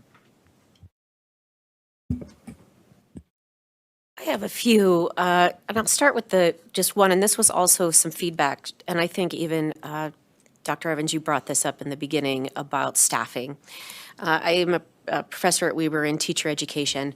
We were just notified 2 days ago about our enrollment numbers of people that want to be teachers. And I'm sure that I don't need to share with all of you, we are not on the increase. And this is a trend that we're seeing happening nationwide. And I did note the starting salary of a teacher in the school at, I believe at $49,000 was the base salary, and looking to hire 9 teachers. I'm curious if you could speak a little bit to, and I'll just quantify this a little bit. That I know that is almost half of what a master teacher is making in Weber School District. That's somebody that's coming in with years of experience, of course I know, and though you need to ask yourselves, what teachers are you going to be recruiting? A first-year teacher, or are you looking for teachers that have expertise in order to implement the program that you're really hoping to deliver? I'd like a little bit more information about that and how you choose, and how are you aiming to be competitive to bring teachers to Morgan that have the ability to live there, be part of the community, and have a salary that actually is respectful and sustainable. And then also seeing 9 teachers. Could you speak a little bit just more about, and this is just when the student shows up for the morning and they're touching base with the teacher, is that the math teacher, is that a science teacher, is that an English teacher? Are you looking to hire teachers that have multiple certifications or endorsement areas? And then if that's the case, definitely you need to be prepared to be paying more than $49,000 a year. I just would love to hear a little bit more about just how are you structuring, how are you going to staff this? How are you going to ensure that the students are actually getting the education that you say that they will get with the numbers that you have? And then the last thing I'll say is that I know that running a charter secondary school is incredibly challenging in this market.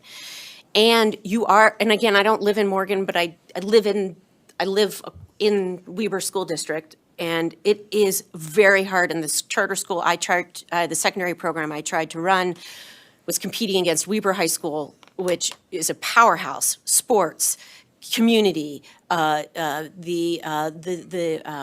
dances, I mean, the culture, I mean, you're competing against that. And how, so again, these are like lots of questions, but these are integral to your success of your school.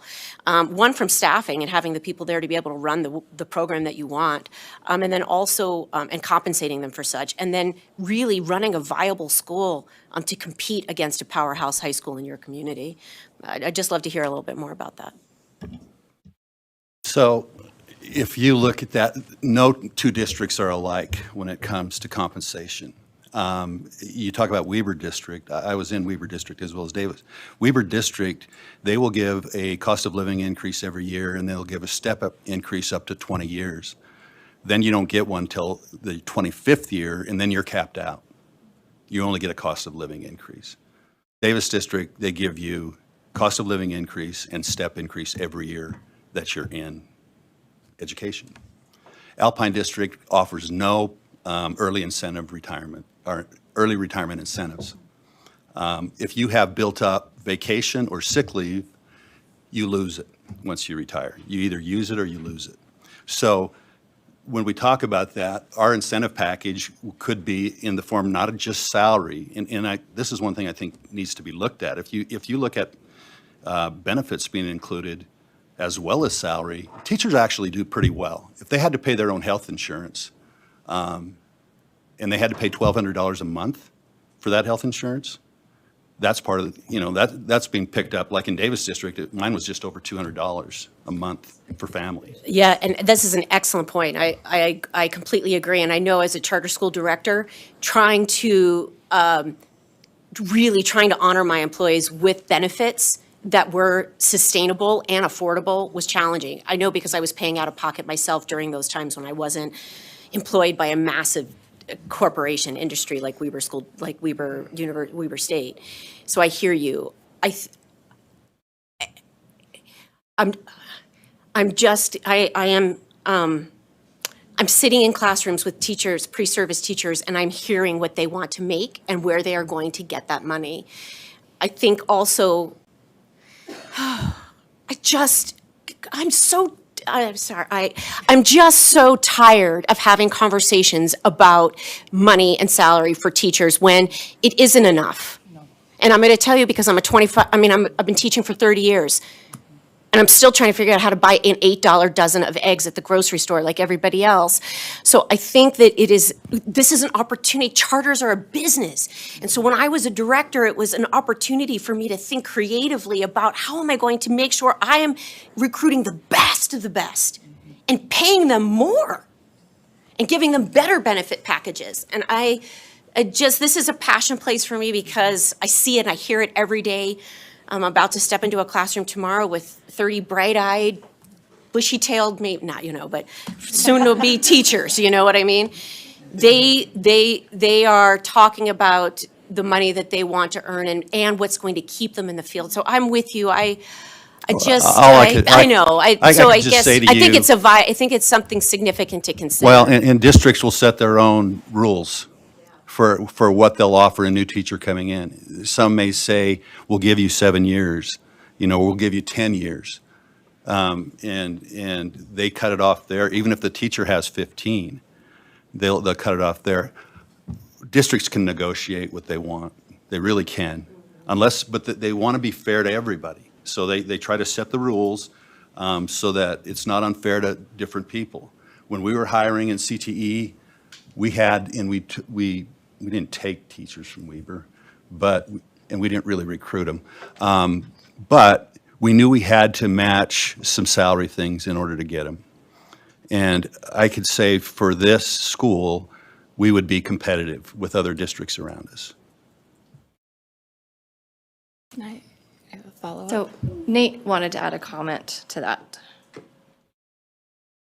What's that? I think all of the board members, myself included, have all agreed and commented many times that teachers aren't teachers because they want to get rich. Teachers are teachers because they're passionate about education. And it's a very broken system. We all agree that they should be paid more and are more deserving of what they're paid. But unfortunately, we have to work within the parameters of the funding that the state gives schools. So I would say that the burden really falls back on the state.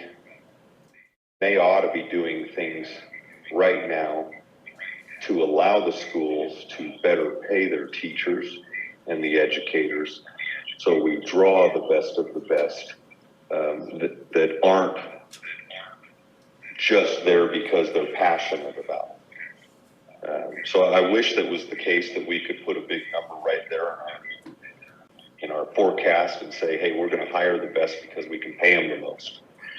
We still have to work within the confines of the state, which I think are extremely low, and it is pathetic, but we hope that in adding certain things like a 4-day waiver and state-of-the-art facilities and unique educational opportunities and for the students and the teachers, and continuing education programs for the teachers, we will create an environment that not only has students that want to be at school, but will have educators that are passionate about being part of a school that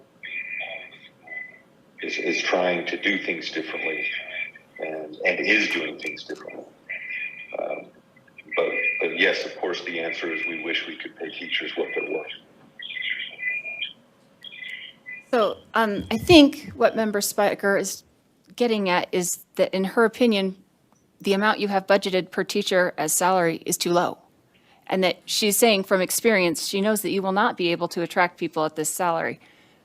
Is that basically what I'm getting at? And I think also it is not reasonable to come back and say, this is the state's problem, because it's going to be your problem when you can't attract teachers. And every other school in the state manages to hire teachers on what they have.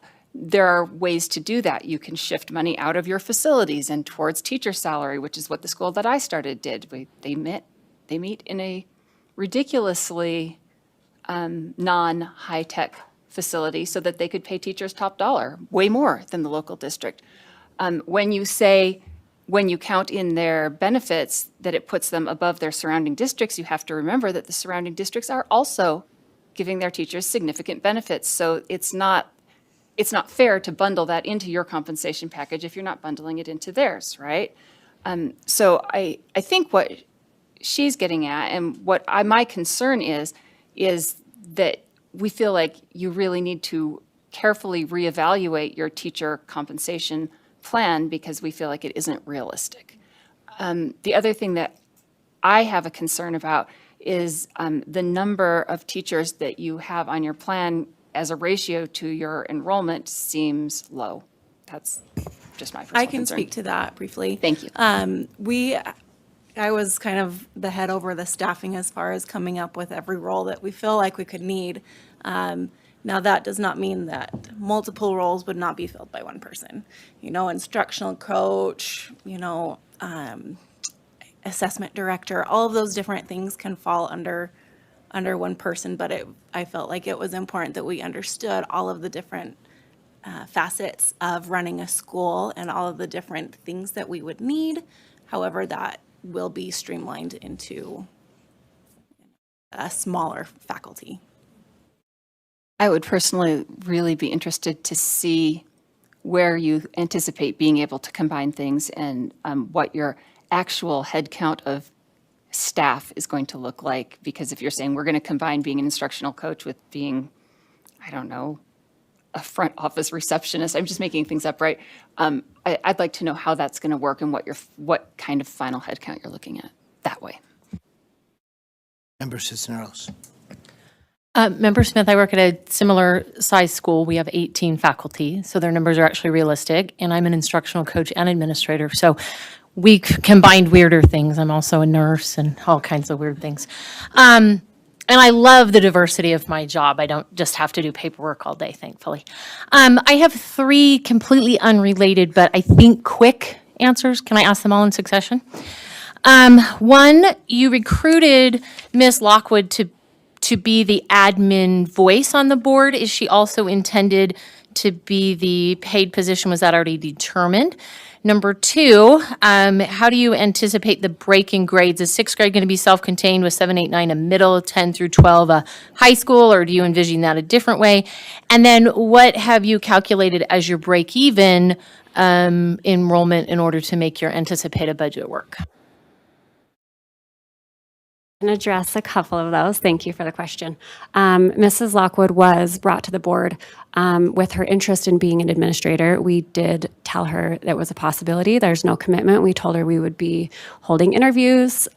We felt that having her on the board in the founding of the charter might be beneficial as we could assess her shared vision, which is something that's very important to us in an administrator position for our school, is understanding and sharing the vision that we all hold and the things we want to accomplish. So no, it was not given to her, but it was discussed. Let's see, what was the other questions? I'm trying to remember. What's her break even? Oh, that would have to be for that guy. I have the numbers back here. Our break even for the 2024 student enrollment would be 225 students, and that would be where we had slated for 9 teachers to go down to that. If we reach our full capacity of the 300 students, we have slated for 15 teachers for that school year. To add to that, just as a reminder, thank you, Vanessa, for providing those. Our plan is to start 6 through 9 in our first year, and then subsequently add a grade each year. So those students, so it's not like, that's where we would get that growth as well, with a little bit of homegrown growth from our own students who are just growing and filling those grade levels as we grow. So our initial year is Full capacity would be 300, we're 6 through 10 is what we're doing. And then at break even, we would need at least 225 students. So the projected teacher number was for that, the 220 to the 300 students. Thank you, that's very helpful. Oh, good. And sorry, the final one was how you anticipate splitting your grade configuration because 6th graders and 12th graders are completely different animals. And I use that word deliberately. They do have bushy tails. In our discussions, we had talked about doing 6th through 8th and then 9th through 12th. Okay, additional questions from the board? Just a question, comment? Yeah. I love the idea of, and one of the statements that was said is that the school, they're seeking for the school to be industry embedded, an industry embedded education. I really liked that when that came up this morning. And it just made me look back at your just initial mission, which really the focus for me looked like it was fiscal stewardship. And I just, which I can see in fiscal responsibility, but it seems like based on what I heard this morning, there's a bigger focus on industry partnerships, internships, problem-based learning. And I just wonder if that's if there's a way to highlight that more in the mission versus fiscal stewardship, but just from wordsmithing or just to really make that clear in terms of what you're hoping to do. No, I agree. Thanks for the suggestion. Additional questions from the board? Board have any questions for Mr. Gibbs, our reader? Anyone have questions there, things you'd like to know? I think you had some thorough writing as well, if there is anything. I want to make a couple of comments. I know there are some things that you can't yet do, as you know, that as Mr. McCleary mentioned, like you're building, you can't secure land until a school has been approved, and that can't happen. Yeah, I think you know also we don't approve, in this body, we can't approve a change to the academic calendar, 180-day rule. That has to go to the State Board of Education. So that isn't a sure thing. You know, obviously, that's something that you'd have to have that would be flexible for you. Others have talked a little bit about salaries as well, and kind of positions as well. You've talked about knowing things like, when I saw that you had included an athletic director, I thought, oh, that's because Jay is there, and Jay was a great athletic director too. So, but you don't, you know, those details, there's some details that I see missing in that way. Let me tell you some, academics are always really important to me, and academic levels of achievement, and to just talk about project-based learning, which I also believe in, but I'm not seeing what are the markers that I know students have achieved the goal. By this project, if they succeed in these ways, I know that now I can challenge at a higher level. Are they just all the same? I'm not seeing an academic program working. I'm seeing projects and stuff, but not goals. How are we going to have students progress? What kind of mathematics do they need? Jay talked about, I've seen first graders programming, you know, using Minecraft and others and programming robots. I've watched them do that. And so at a very early age, which I know that's not what currently is in your configuration, but they also have to have mathematics along the way in order to do a lot of that work as well. And so what are the mathematic markers in those projects? You know, it feels still a little nebulous to me, and I offer that. I do, however, see your great passion. To a person, I know you're passionate about what you believe in and that you want to have a school that accomplishes the things you talked about. And there was one thing that you talked about that I don't also believe in, that students don't all need a university post-secondary education. There are other kinds of post-secondary education that they can receive. I mean, students should have those options, and there's a broad range, that there are things in the CTE programs that students should and could have. I was on the DATC board for quite a while, not representing the Davis School District, but Weber State University, actually, when I was on it, now the DTC. I know that they have a good presence. I've toured there. I've been in Morgan a lot because I also was responsible for the Head Start program in Morgan District, but that had they had a strong presence, the DTC, DATC then, DTC now, presence in Morgan, so I know it's accessible. This is my concern. My primary concern is that I'm hearing your passion. These are the things you know that students need, that you would like them to have. And I'm sold that you believe that. And I'm sold that a lot of that, that yes, there are those things, there are students who should have those. What I didn't hear is that we're having families and community and students clamoring for that for this school, pushing for it. I'm seeing you saying, we really like this, kind of are in that if we build it, they will come mode, as opposed to we know that people really want this.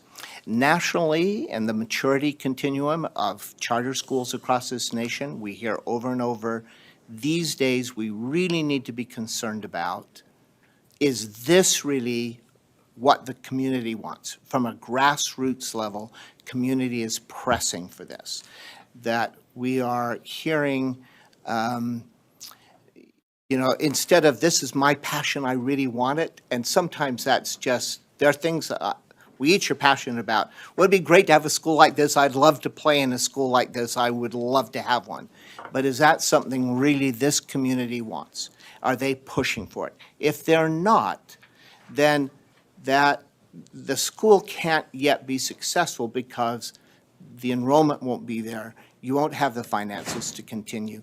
You won't have you need that market analysis that says this is what we want, not just grade configurations alone, or just that we would like to, we would support a 4-day week, or, all of that's important, but what are they really clamoring for that would say this market is there? And I'm not suggesting just from Morgan High School. Could be Summit, could be Huntsville, could be a lot of places from Davis, from Weber counties, places that people say, this school exists, we will make sure our students get there. So what is it that people are really clamoring for? I'm not at this point convinced that I've heard that the community is clamoring for this. I'm hearing your passion that you would like a school to play in like this, but I'm not hearing that the community is clamoring for that. And that's a disconnect from my view. Yes. Are you talking about parents, students, both? Yes. Because they're not the same. Students and parents are two totally different things. Of course Like they I are. said earlier, the lenses that parents look through are the lenses of their own education and the lens of their children's education. Students look through a totally different lens. Of course. And we believe that students are clamoring for this. All right. This is the difficulty, Jay. And I would say this, if we were still working together, I would say this very thing to you. But parents are the individuals who choose the education for children. They really are our market. If you don't like this piano teacher, you'll take your child to another piano teacher. You vote with your feet. Students, even if students want it, if that's not something the parents are supporting, you have to convince parents that this is what they need in order for them to bring their children. I'm with you, Jay, but parents still make the decisions. Parents still make the decisions. And so you have to have parents who say, or at that point that they say, yes, this is what we need for our children. We're ready for it. We will support it. Because if it's just what children want, they'd say, I would rather have recess all day and not have math and science, potentially. I'm not saying all students will do that, but yeah, of course the industry does. But that is the pull, not the push. You see the difference? It's saying industry would really like to have all these programs, and I know that. Northrop Grumman, we just talked about, and we had them in our schools. We were participating in that. And they want individuals who are ready to work with their hands and do hands-on work. but you also have to have a market of people who will enter the pathway to do that. Not just saying, come on, we want you. You have to have people say, we're ready to enter that and to come with you. And I'm not seeing that happen yet. I'm seeing, I still feel, I'm not yet convinced. I know you're passionate about it. I'm convinced if I heard you talking, I'd say, wow, this sounds like really a cool place to be. Yeah. All right. Okay.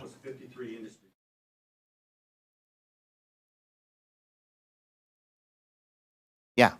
That's the kind of stuff that you need to say to that full community so that I can hear your analysis from them that they're saying, we're pushing for this. Yeah. And the Catalyst Center is it 2 years old now or 3, Jay? So it's just in their second year right now. Right. Okay.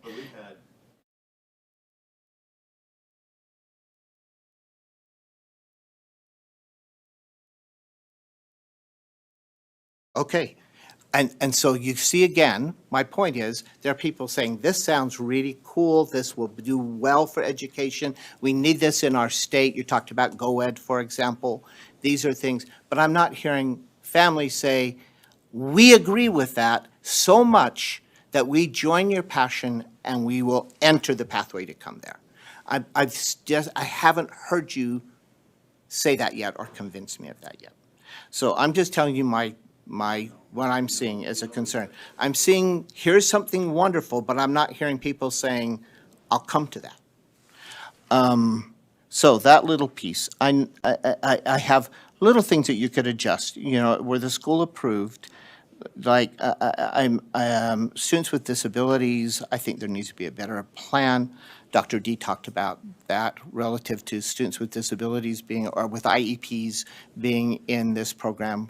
I didn't see enough of what will we do in that case. A couple of other little things like that that could be fixed and changed. I'm just telling you right now where my major concern is, just so that I don't want to, I just want to be open and honest and upfront and transparent so that you know.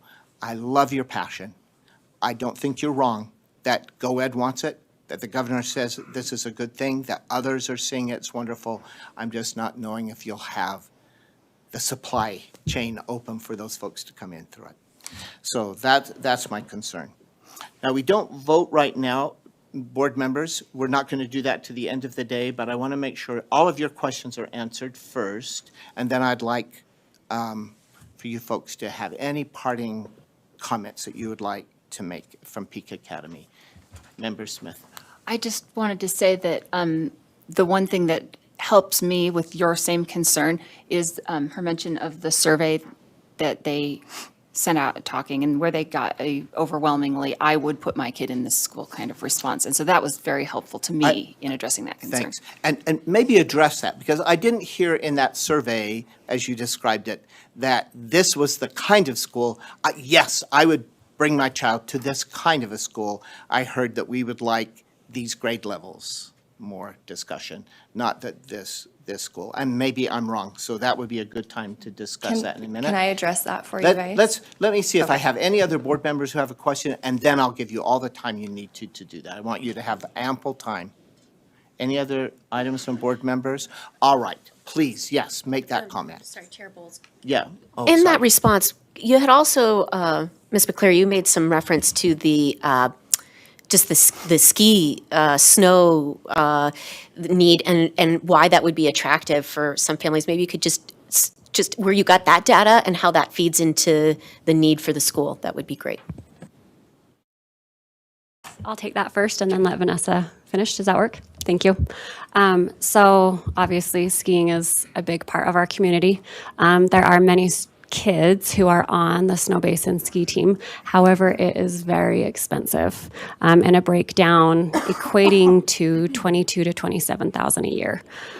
So we have local ski patrol who have started to form a group to create their own ski team, who approached us when they learned that we were endeavoring upon a charter school and wanted to collaborate, work together. So in their opinion, I'm not the ski team expert, so this is just in conversations had with those who are. It would be far-reaching in that most ski teams affiliated with the mountain specifically are quite expensive, but if you have your own and you can collaborate with the resort, then you can make it more affordable, thus recruiting more people from surrounding areas who would love to be on the ski team but cannot afford the $27,000 a year cost. 2 questions to answer. We do know that our 4-day school week, and we have submitted that waiver to the state. It is on their docket for this month for them to review. So we know that, like, we went through that process. We just didn't make it on the December before this month's meeting. So we're on there, so we know we had to do the waiver. We're hoping for a good review from them. And then as far as the marketing, I very much understand where you're coming from, and I want to give a little background. Is we've been very careful with getting our information into the community, knowing that if we needed to wait a year or if things got held up, we didn't want to get a bad reputation of, oh, they failed, what's wrong with this school? We also wanted to be very respectful of Morgan County and them, and be in touch with them about our process. And so our outreach hasn't been in your face, this school is coming, like, until we know if we're approved, because we wanted to meet with you guys, we wanted to get the best advice in moving forward. We do have a detailed marketed plan that we brought with us that if we get approved, we want to hit the ground running with outreach to our community. But the outreach we have gotten through our surveys is we have, I'm not sure, Ashley, you have that detail, but we had parents that were like, we want to be a part of this school. The amount of parents that wanted to be a part of the upcoming, and the outreach was just such a huge push of, we weren't the only ones in the community. We had parents sending emails of, keep us in touch, we want to be a part of this, we want this to come to our community. It wasn't just the numbers. I know that maybe that was misunderstood, but we had parents that were like, we really want this in our community. Here's our email addresses, what can we help with? We'll volunteer, we'll be on your PTSO. We've had teachers that, like, if this happens, we would love for you to come. Where my kids go to school, I have teachers with their students that they're like, we would love to come up to your school. We would love the 4-day week. We would love that are in Davis County. We've had a huge push. We've just tried to find that balance of being respectful to the county and also not getting the cart in front of the horse. So that's kind of where we've tried to tread lightly on finding that balance of, you know, saying that we're coming and then not getting approved, and then that being a bad omen for our school. So we've tried to find that balance of where to go with our marketing. And we do have that put down where we want to do a much more in-depth, where we're going to, and I would love to, we have papers to hand out to you guys that you can look over and review, where we have it put in place where pending approval, we hit the ground running, we do marketing, we go to schools, we do our outreach. Like, we're prepared to do that next step. We were just trying to find that line of balance. Thank you.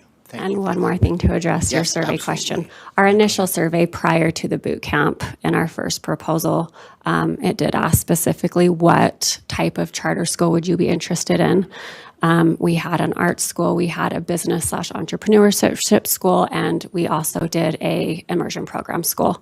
That's not reflected in this, but if you go back to our initial application, that's my fault for not including it on this one as well. But it was a primarily business-driven response. Thank you. Thank you. Thank you for that addition. And I'm going to get it right this time. Chairman Poles. That's great. My apologies. What we've done, and I can so appreciate your forward-looking approach to, we need the demand to be there so that we can ensure success. And what we've done as a board is look retrospectively, and we've said, okay, let's look at Catalyst, let's look at Utah Arts Academy, let's look at some of these schools that have been functioning in kind of a different capacity in a non-traditional realm, and we are offering the highest compliment and flattery, and we really want to copy what it is that they're doing. And they do have a proven history and a proven record of success in demand. And we don't see why that would be any different, if not heightened, in our community where that is just not available right now. So our viewpoint is certainly looking back at what's worked, what can we do to replicate that, and knowing that we don't have very much offering in our community, we think that will even add to that drive and demand. And to Vanessa's point, we do have printed marketing plans if you're interested in those. We also sent some to the board last night, but we didn't know what would be the best way to get them to you. But please know we have a very comprehensive plan moving forward, that if we get our horse and we get our cart ready, we're going to crack that whip and get ready to go. So Very hopefully good. that addresses some of that. Thank you so much. Thank you. Member Smith, you wanted to add one other? I'm sorry, I just have one other question, because my brain works this way. If you're hoping to attract teachers with an alternate working arrangement that you said, a 4-day week, who's teaching Flex Fridays? We have discussed that as well. Thanks for the question. We have just talked about having resource staffing there to supervise the students in the projects. So someone there to supervise, but not instruct necessarily. Additionally, we have discussed an option of having a rotating schedule through the teachers to take a Friday a month if that's what they seem as the best alternative. Great. You've thought through it. That's important. Thank you. In addition to those foreign languages also being offered Yeah. to be taught on Fridays. Anything else from Peak Academy you'd like to add? I want to make sure you've been able to say everything you want to before we conclude. Thank you for your time. Thank you for the time, not just today, but all of your preparation up to this point, the meetings you've attended, the discussions you've had, the work that you've done, a lot of writing to pull all that together. And I know you are passionate about what you're doing. I know that. So thank you so much today. Thank you for coming. Board members, if you want to stand up for just a minute and walk around, if anybody needs to run to the restroom, we'll be ready to start. We're a little bit behind, but I think we want to make sure each school has ample time. Board members, if you want drinks or snacks, there's some on the side if that's something that you would like.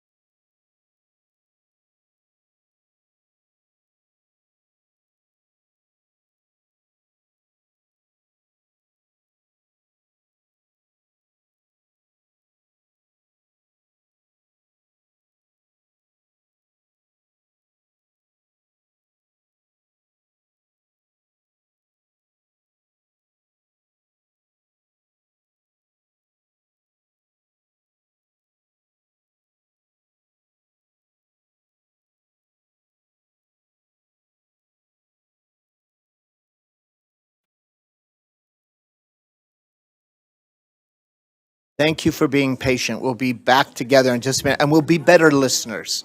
So thank you.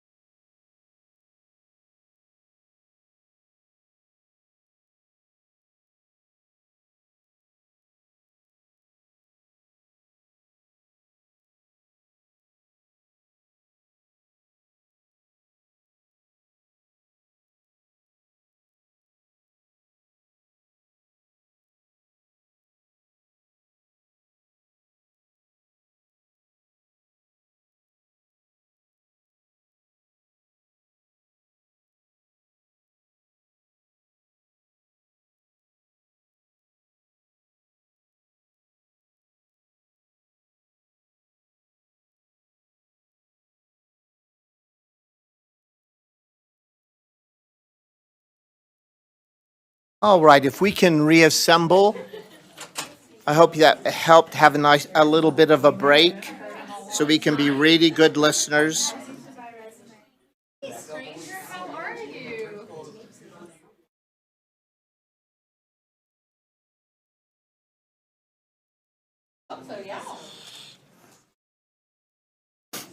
All right, we're only missing Eric. We have a couple of board members, I think, that will just step in and join us in just a minute, but I will, do you want me to start? Do you want me to wait? I hang can on do- 1 second. I'm while happy to do whatever Director Lambert you is would just like. saying ollie ollie in free from the hall, I think. I'm very flexible.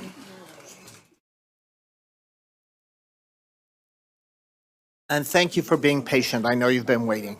Thank you.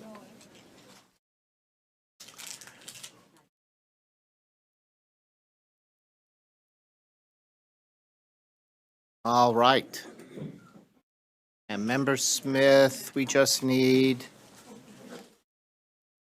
And there she is. We're good to go. And I'm looking to see what her shoes look like yet. I haven't seen. All right. Good. We've got the team.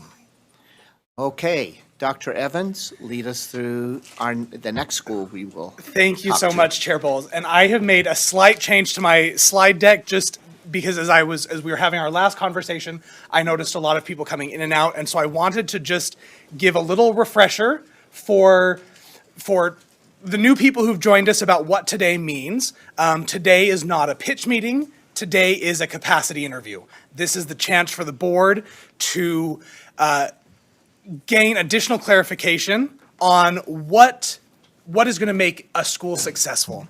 Also the board approval, the information that has been given to the board is based on all of the different reader feedback, all of the notes that they took, all of the meetings we had with them, and that within that, there's a lot of variation between the ratings of met, partially met, and not met.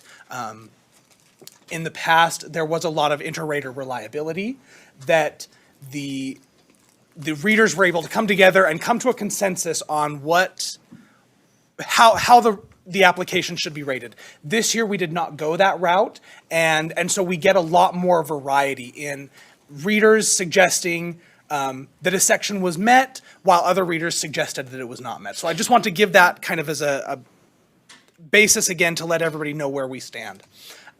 So let me jump into the very, very general strengths and weaknesses from this application.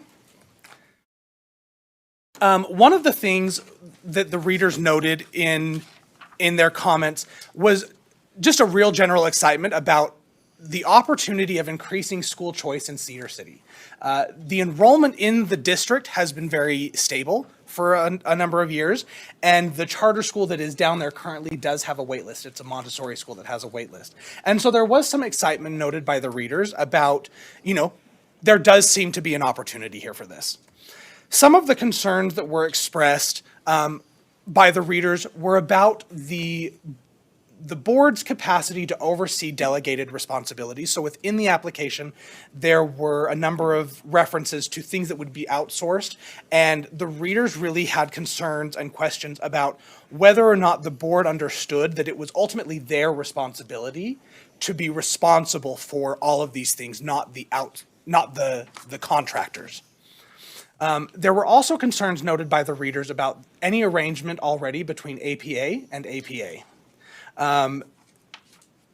They noted as they were going through different sections that it was just impossible to distinguish between the two. So there were questions there about that. And then lastly, the application includes some statements that the readers felt were verifiably false oh, that's not showing up there on there we go. Now it's there. My screens are now different, which I'm not, oh, there we go. Okay, this new system. So there were questions, and I think this really speaks to the attention to detail that the readers gave, because the readers went to almost every single link that was used as a citation. So they really did do their research and pay attention. And so they felt that there were a lot of statements that were misleading and or just verifiably false. And one example of that I'll give was a statement or a claim about Iron County School District's bond, and the claim was that the bond did not address any elementary classrooms, and yet the citation that was included, the first line of that showed that a portion of that bond actually was dedicated to elementary classrooms. So there were just a lot of questions like that from some of the readers. The recommendation at this time, staff recommends that the application for American Principals Academy in Cedar City not be approved. While the application demonstrated a potential market for school choice in Cedar City, it failed to present a compelling, and that's the word from the notes and from the application, compelling case that this model was the right fit for this market. Readers expressed serious concerns about the model's ability to meet state and federal requirements for special education. The application indicated that certain key responsibilities would be outsourced, which resulted in questions about the board's capacity to adequately govern the school. Furthermore, the application left all readers with lingering and serious questions about any relationship between the board and the education service provider. During the August SCSB board meeting, the state charter school board made a motion, or their motion advised the applicant to make sure that the new school would be an independent entity and not a satellite for other schools. Further, the board advised that that procurement be followed precisely. Readers were unable to see these types of distinctions within the application as advised during the August board meeting. If the board so if the board does feel like this is an application we want to hear more from after the after the interview, an option might be that staff would be directed to verify that this is the model that this market is looking, that this model is actually what the market is looking for. Little tongue twister there. By doing that, by hosting meetings with community members.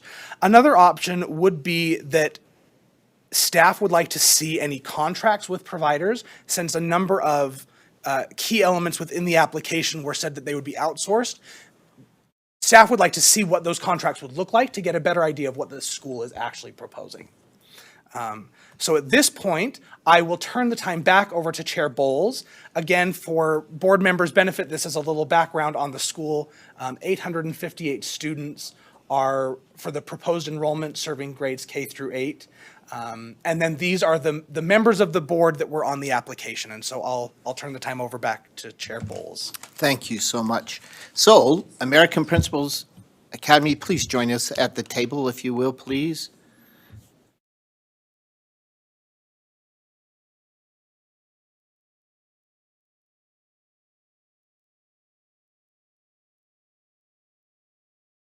We have enough chairs. Good. Oh, good. That's great. So we can see all of you. So I'll start right off with, if all of your board members are here and the director present, and the best way to know that is if you'll each introduce yourselves and we can kind of see that. Go ahead. I am Kelly Hoffling, and I am the parent advocate on our board. I'm Karen Thielen, and I'm the chairwoman of the board. Scott Herrick, Vice Chair. Hi, Matt Howard, Treasurer.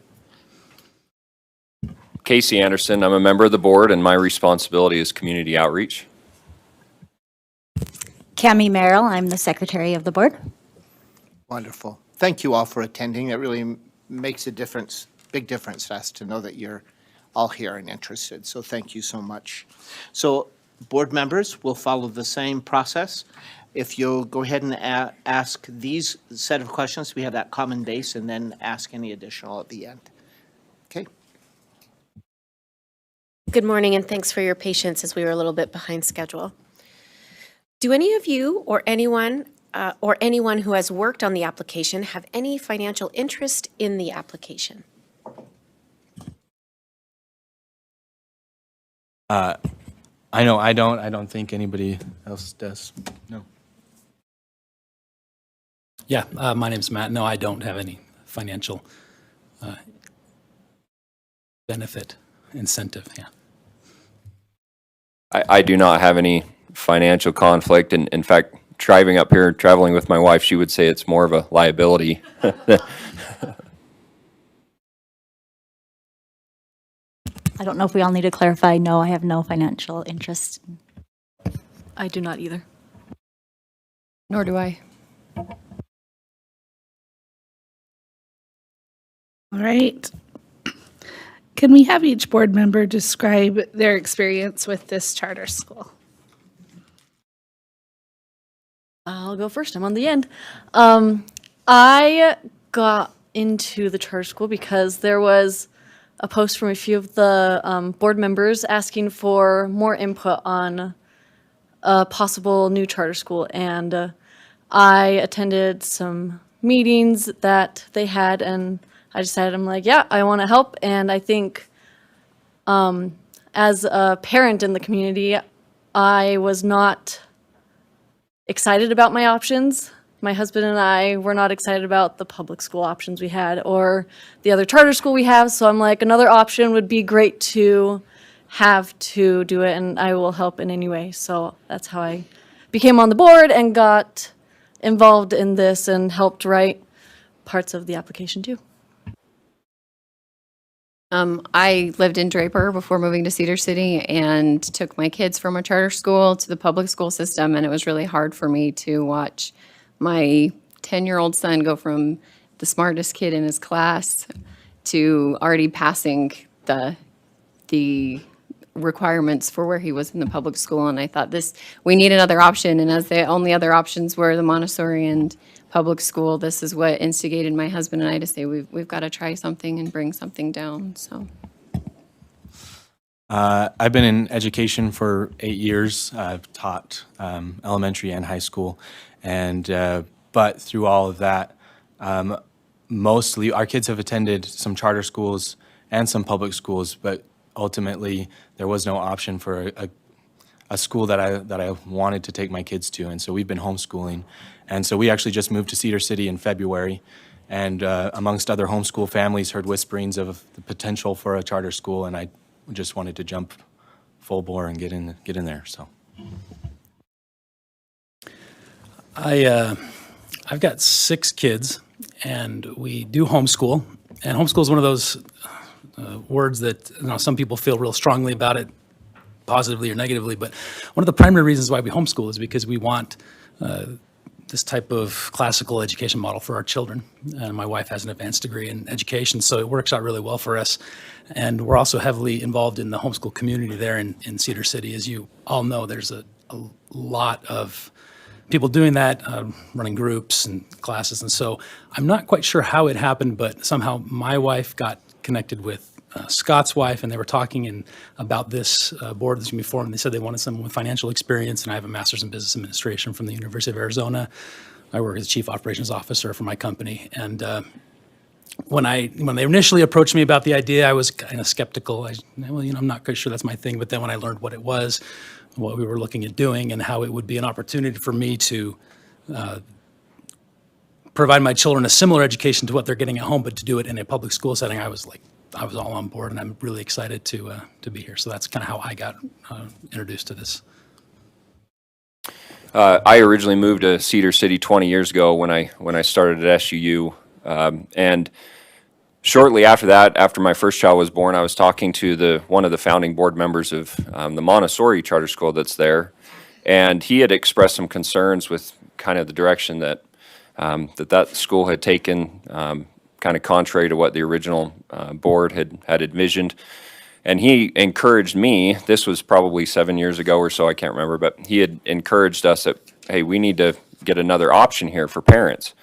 So anyways, fast forward, the first thought is that's crazy. It's too much time, too busy.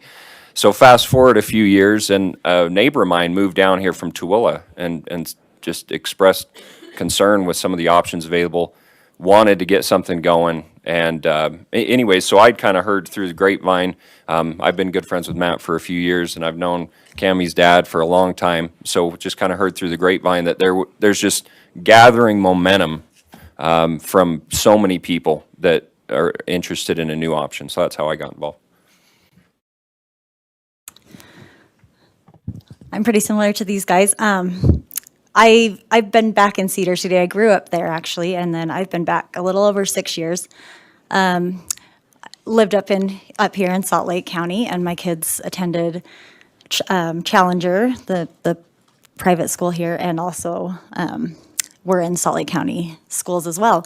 And then moving back to Cedar, they attended a classical private school there until they had to close down, at which point I began to homeschool them for a few years. And so we've had a pretty good mixture of educational experiences. I got divorced 3 years ago, and my kids went back to the public schools. At which that point, after having some different experiences, especially in the classical model, I realized my kids weren't coming home with that same enthusiasm that they were from the classical model. And so when I caught word of, and our public schools are great, I'm quite involved in them as well, so I'm not trying to put down anything they're doing. But not every child is cut to fit that mold. So as I caught word through the community that there were some talk of a classical model of school coming, I jumped on board, and I'm very passionate about that model, and just, I guess that's how I got here.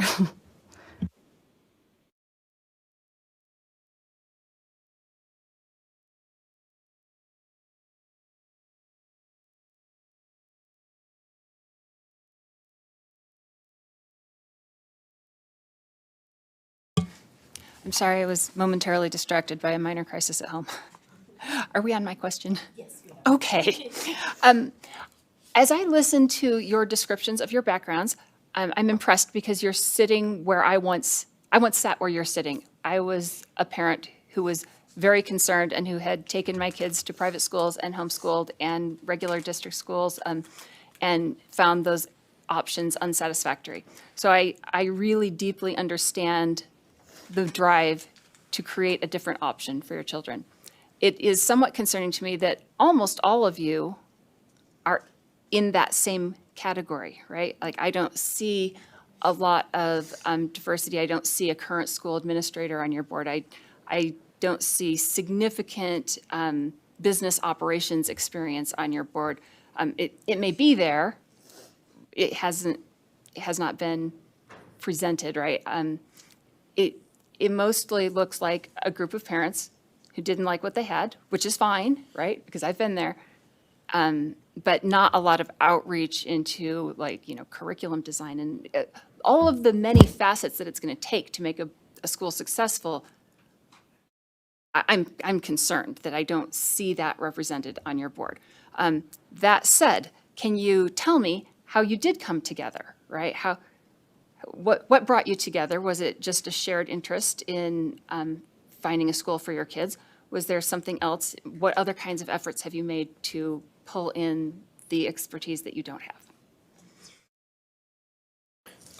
I think the reason why people reach out to me and thought I'd be effective as community outreach is because just having a lot of connections in the community as far as, I've been in Cedar City for 20 years, but I've been actively engaged with so many different partners. So when you say, why did people reach out to me? I think that they saw that benefit, that we can hit the ground running on marketing, making sure we're getting the word out. That's an advantage. But also, the people who know me know that I've been a vocational rehabilitation counselor for 10 years with the state of Utah. And what we do is we work with special education students in schools with IEPs and transition-aged youth, and just being able to go and work in those schools and see the current services that individuals with disabilities are getting with schools.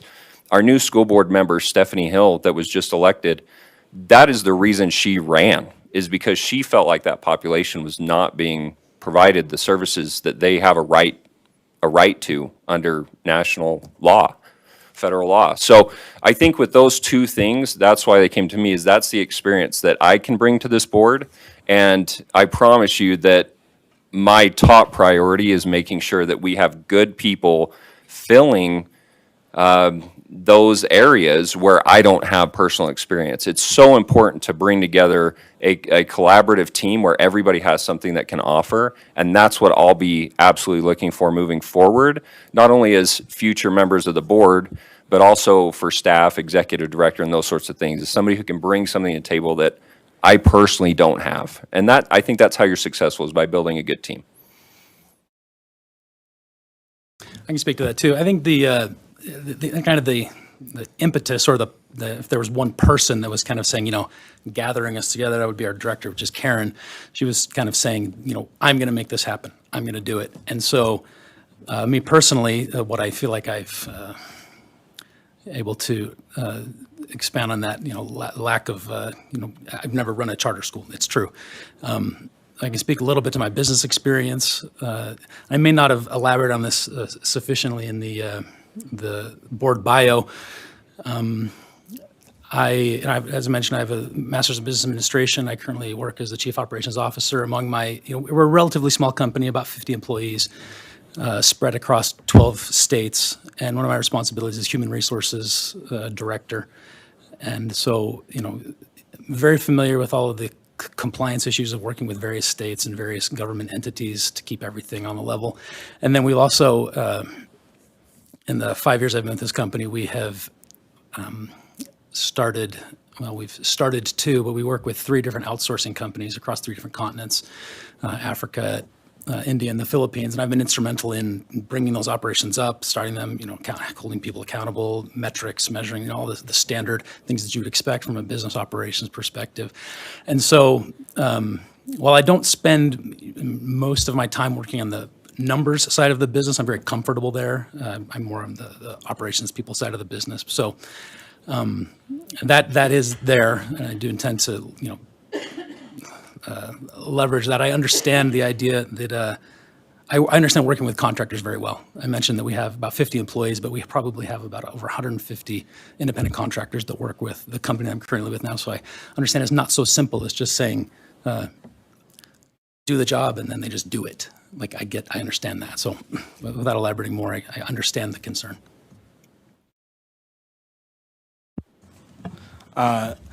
So, I mean, yes, we all have a lot of similarities in a passion for our children. I think every parent does. But we all do come from different career paths, and we all do have different techniques. My specialty is in the education and teaching curriculum and things. So I am passionate about education, not just my own children's, but other people's as well. And I know everyone else on the board is, and I don't think that's a bad similarity to have necessarily, right? But I'm really confident in the team that we're surrounded with right now. Just everyone is all out and getting things done, and they all have different skill sets that I don't have, and it's been a blessing to work with them. I feel very confident in the diversity that we have here because of all these great people and their experience. Because I haven't been in Cedar City for very long, it's nice to have Casey and say, hey, Casey, we've got a question about this. Do you know someone who can answer these questions? And he can say, oh, yeah, we've got so-and-so. I know Kelly knows a lot of people in Cedar City as well. So it makes it an advantage for us, for me, not having been there long enough to say, okay, this is where our question is, who can we go to? And we know people that can answer those questions for us. And we're not afraid to reach out and say, help us. We're new at this. We really want to make this come together for our advantage. I would just like to add something, sorry. I feel like we as a board connect into different facets of our community. I'm part of a Moms Club. It's called Moms Club of Iron County, and I've served on the board for the past 8 years that I've been a member of it. And I've gained experience through that on how to serve as a board member and we do community service. So I have different options and different people I know through the community. Also, I think something that's a real strength for our board, we know our lacks. We know where our gaps are and everything. And I think something that's really special for our charter is we have the support of our school board. And they've come and they've asked, what do you need help with? And if we have any questions, without a doubt, I know we can ask them, hey, we have a question on this. Do you know anybody who can help? Do you know anything? And they are more than willing. They are supporting us and backing us and want our school to succeed almost as much as us because they know the students and they know what is needed to help them succeed as a local state school board and to help us succeed as a charter board. Right. Yeah, and I'd be the first to admit that I don't have the experience in running a school, and but our job as the board is to govern that school, and we are obviously open to reaching out and finding the best, resources that we can in each area that we need to cover. And we have a lot of great expertise here. I'm very connected with our school district, and I feel like I can be a good person to be a liaison between American Principals Academy and Iron County School District as well. We do have their support, but we do want to have a great working relationship with them. That's important to us because this is our community and all of our kids. So.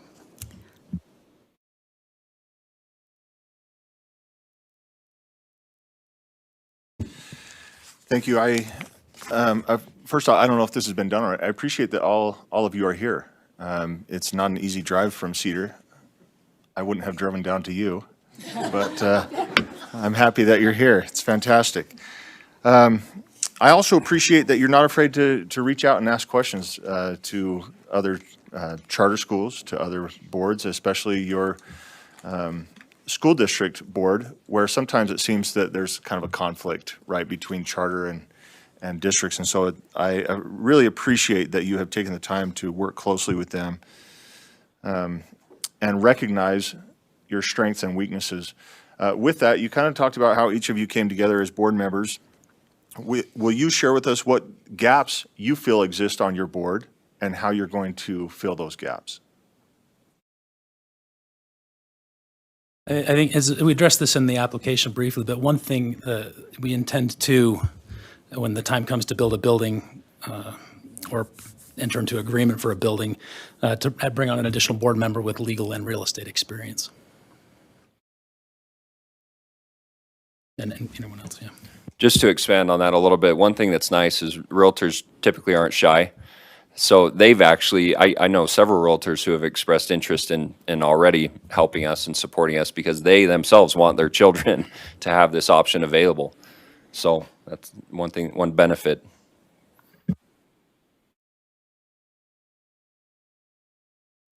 One, I want to give my sincere condolences to your community for the tragedy that you all are probably facing with as a small, tight-knit community. So I do want to take a second to acknowledge that, and especially having to come up and do that today.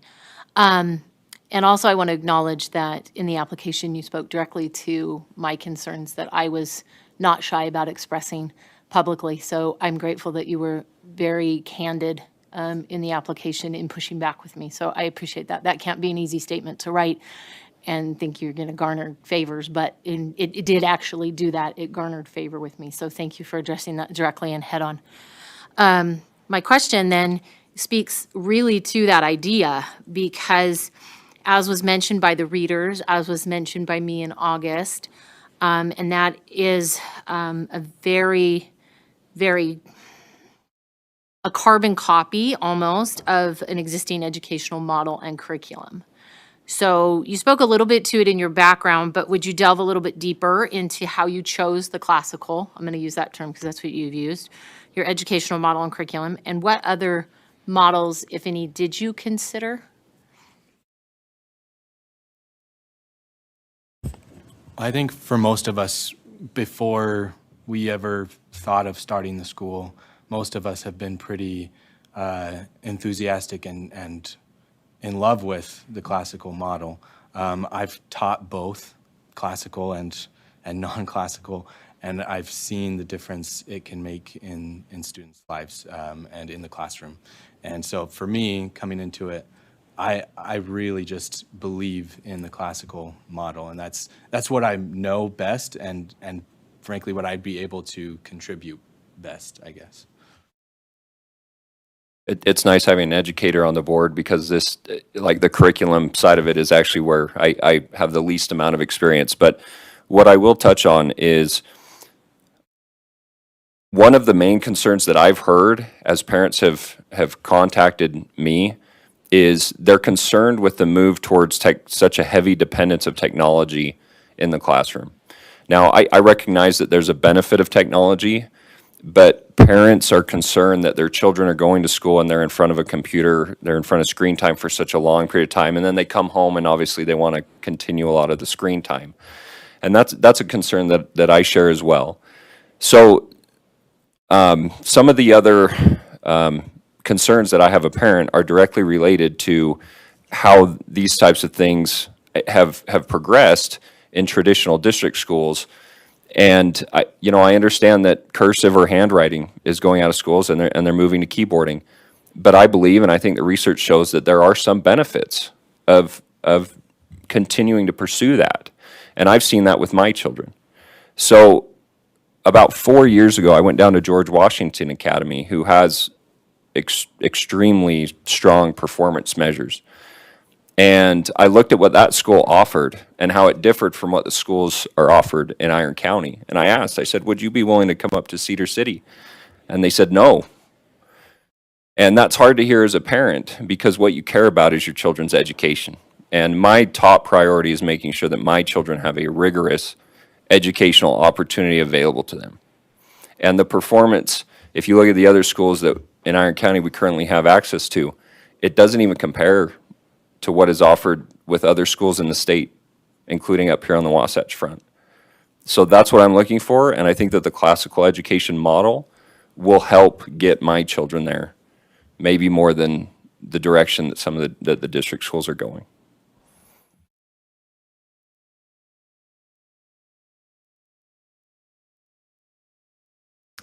So maybe we could continue that and thinking about the role or the day of a life of a student.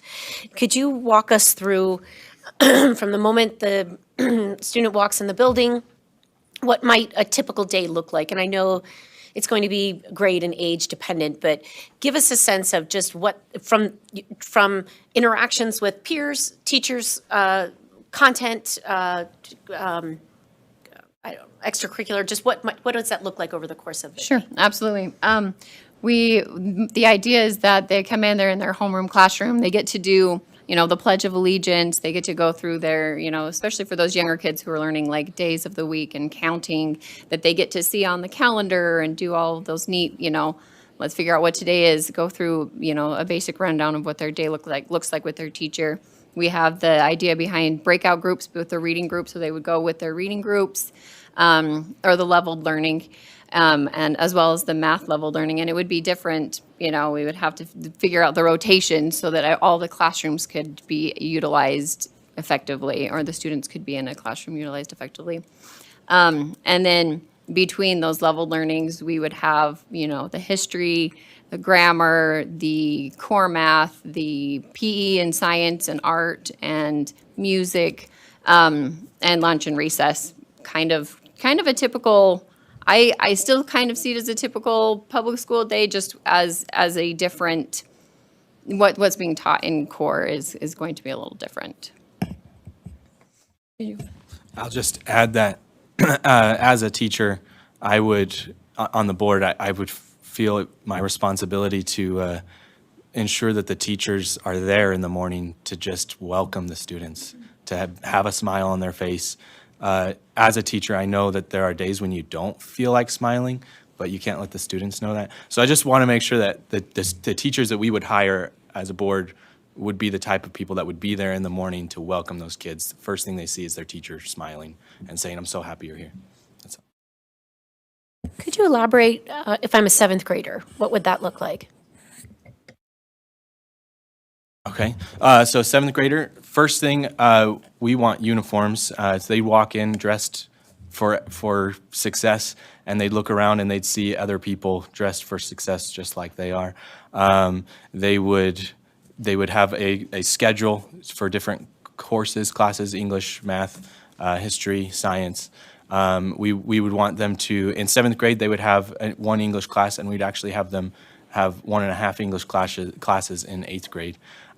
We really want to hit those liberal arts hard to prepare them for secondary and beyond. But as far as how they're going to approach their day and see their day is, I just think that they're going to, I know that they're going to feel connected to their peers and to their teachers because of the structure, the routine, and the uniforms. I can't tell you how different it is. Well, you know, many of you know how different it is to have kids looking at each other's shoes and commenting on that instead of asking about assignments or projects that are being working on and things like that. So their typical day would be really focused on their education. Good afternoon, folks. I'm next. My question for you is about risk and challenges. I'd like to know which risks and challenges you've identified in preparing your application, and I'd like your analysis of how you plan to deal with those, or how you have dealt with those risks and challenges. And if I may, as I did with the last school application, my concern about your application, or at least one of them, I have other questions I'll save for later, is in your market analysis and in the projections that you have for what will be a very large school without any sort of bubble of some kind, but filling all of your grades, all of your classrooms at capacity from year one. And so I'd like to hear a little bit more about your market study. You do mention a survey. And that survey, based on your survey analysis, indicates that roughly 10% of your population is going to come from at least an estimate of that 10% of your population will come from homeschool children. And based on your survey, you anticipate a commitment of surveyed families representing roughly 130 students, which is well shy of what you're going to need to fill the school. So if you can comment on that, and also include in your comment, I'm sorry to add one more thing. Your research, not just for parents interested in a charter school, but parents interested in your educational model at your charter school. I'd like to know what you've done to gauge that interest. Sorry, that was long. I'm known to do that. I can handle one of those aspects, and maybe the other board can think about the other parts, but specifically on the budgeting and the challenges. Commercial real estate space in Cedar City is limited, so that is a challenge for getting off the ground. We have identified a location, and depending on the outcome of this meeting will depend on the conversations we have with that property owner after this. The location we've identified is, so back to the budget, right? The budget is for, we wrote the budget for the maximum enrollment because we figured, well, that's the goal, right? So the maximum enrollment is 858. We're not under the illusion that we're going to have 858 students, fall of 2024, if only because the building that we foresee ourselves being in could fit about 270 students. So the budget is scalable. The budget can scale to the number of classrooms, the number of teachers, and then with proof of concept, and then proof of funding, we can go and secure a loan and then build the building that will house those 858 students. But it is a challenge. Like it really is a challenge. That commercial real estate in our town is not. There's not a lot of options. So that is a challenge. If for whatever reason that building is unavailable, which is unlikely, because there's not a lot of other buyers that would go into that space. But if it did happen, we would have to get very creative. Very creative. There's an old hospital that has had a school in it for some time that could be an option. So those are some of the challenges that are real challenges. I think one of the biggest risks is that you don't have the enrollment in order to meet the financial needs of the school to keep it open. And one thing that I think is great is that the work that you guys do as a board is ensure that we don't have closures of schools every year. I mean, that would just be so damaging to educational opportunities in our state. So I think it's important that we have a rigorous application and approval process for new schools. A couple things. So the work that's been done, and I realize that there's different areas of this. So I guess I'll start with grassroots. I just did a quick poll. I should have known this before, but this board right here with the 6 homes of ours, we actually have 32 kids between the 6 of us. But on top, I realize that's a very small sample size. With a master's degree in forensic science and counseling, I understand sample sizes and polling and such. But there's actually a Facebook group with 150 different households in it that are looking for new options. Now, I realize 150 in a Facebook group doesn't mean a lot, but that's actually, you have to pay in order to participate in that group. So it's a paid, and then you get invited to join it. The other thing is there's a public group with 1,000 individuals of the community that are participating in that. So the grassroots is there's a camp that goes on every summer with 150 families. The network, the grassroots, is that we are the grassroots. One of the weaknesses of our board is we don't have a 40-year administrator of a school on our board. We're the grassroots. But the other side of that is it's also important to have community leaders involved. And I don't know how many charter schools have the complete support of their local school district, the superintendent. Our county commission has written a resolution in support of new educational opportunities. Our state elected officials, our previous mayor, our new mayor that was just elected, are both in full support. It's been actually amazing to me to see. I don't view it this way, but some people view the district schools as competition of charter schools.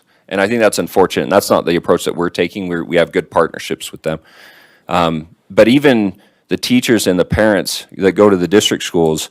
One teacher in particular, he said, you can build all the new classrooms that you want, because right now what they're doing is they're building additional temporary modular classrooms in order to accommodate the growth in the population. But that doesn't address the crowding in the hallways, in the cafeteria. It doesn't address all the other issues. So I believe the biggest risk is not having the enrollment to meet the financial needs of the school. So moving forward, what is that going to look like? If this board chooses to approve our application, this week, our board is going to make a massive effort and push throughout our entire community. We already have verbal commitments on 4 billboards that will be placed on Main Street. 200 North is kind of the other Main Street in Cedar City, and also on I-15. The main radio program that covers 6 counties down in Iron County, Cherry Creek, it used to be Cherry Creek Road, and now it's Town Square Media. But they've already committed to have us on the show talking about the new school. So if this board approves our application, you're going to see a massive community-wide push from everybody, including the district school leaders, getting people ready to support this new opportunity for parents. That's helpful. I appreciate all your explanation. Can someone just comment on the market research into your educational model being the model that 800-plus students, parents of 800-plus students are looking for in Iron County? So your question, just to clarify, is market research specifically on whether a parent would choose a classical model versus the existing option? There was not market research done with that specific question. I think we do have a form of that, not necessarily for our specific one. I know, as this board knows, American Preparatory Academy has tried to move down there, and for reasons unbeknownst to me, they haven't been allowed. But once that option was put forth, I know multiple families personally who have said, "This is what I want. I would put my students in that kind of classroom, in that kind of school, because that's what I'm missing in what they're getting from the public education, what they're getting from homeschool, is that classical model, what they want." And so we have not just copied and pasted American Preparatory Academy. We've worked with Excelsior. We've looked at a lot of different types of classical education models, and from the town's meetings that American Preparatory Academy had, we know that there's a need for this model because that is their model that they model their schools after. And so we want to bring a model. We want to bring the classical model to Cedar City that we don't have. And I think that support from the community and the parents to start the school is there.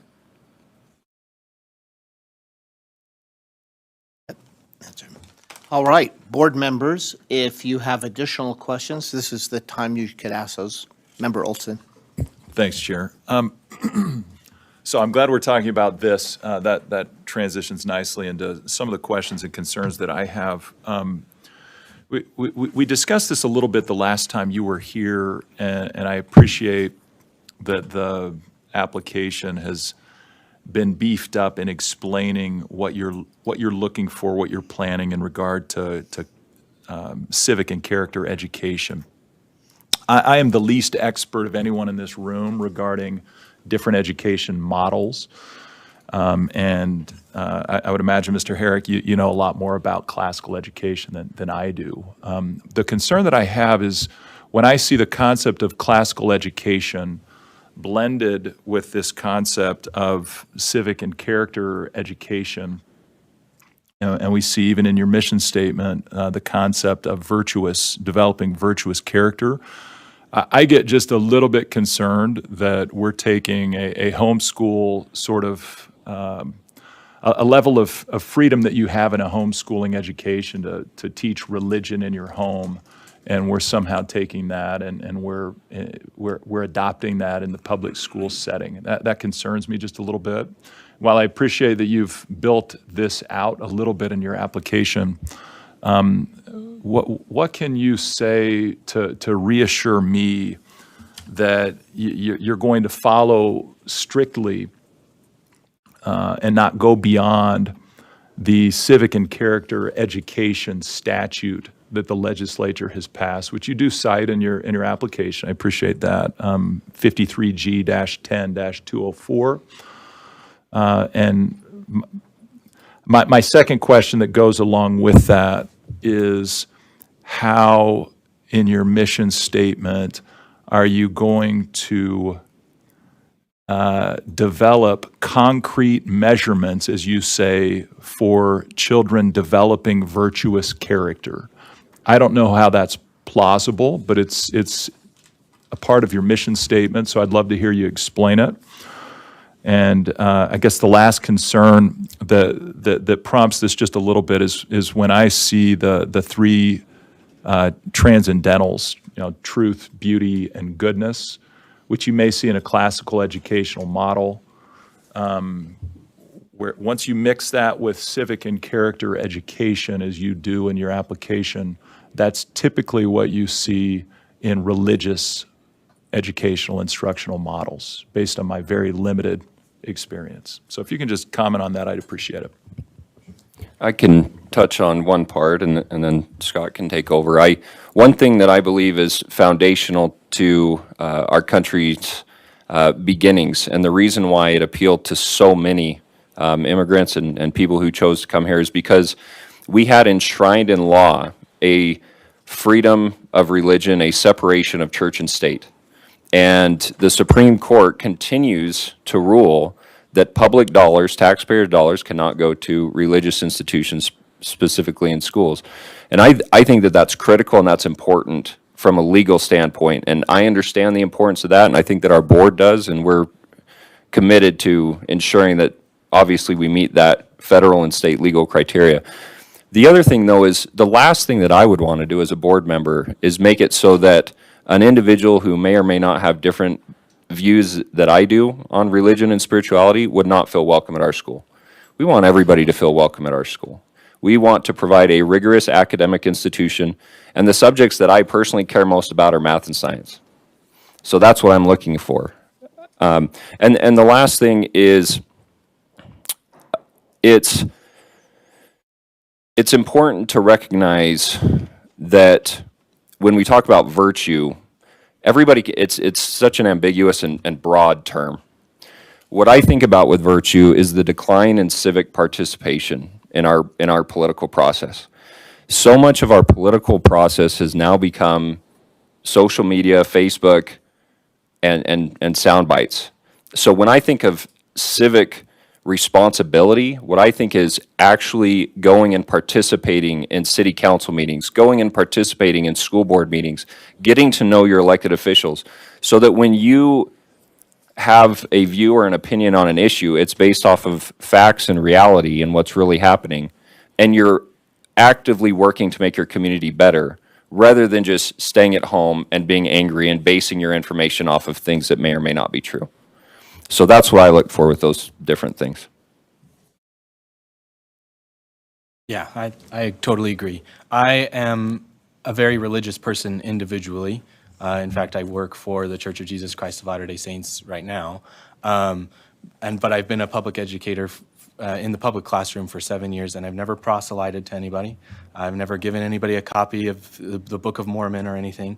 I completely respect the beliefs of other people, and virtue is a universal inter-religious term. It's not just a religious thing. It's goodness, and I think we can all agree that we want our kids to learn to be good citizens, responsible, respectful to other people, regardless of disagreements, and that's the kind of thing that we want.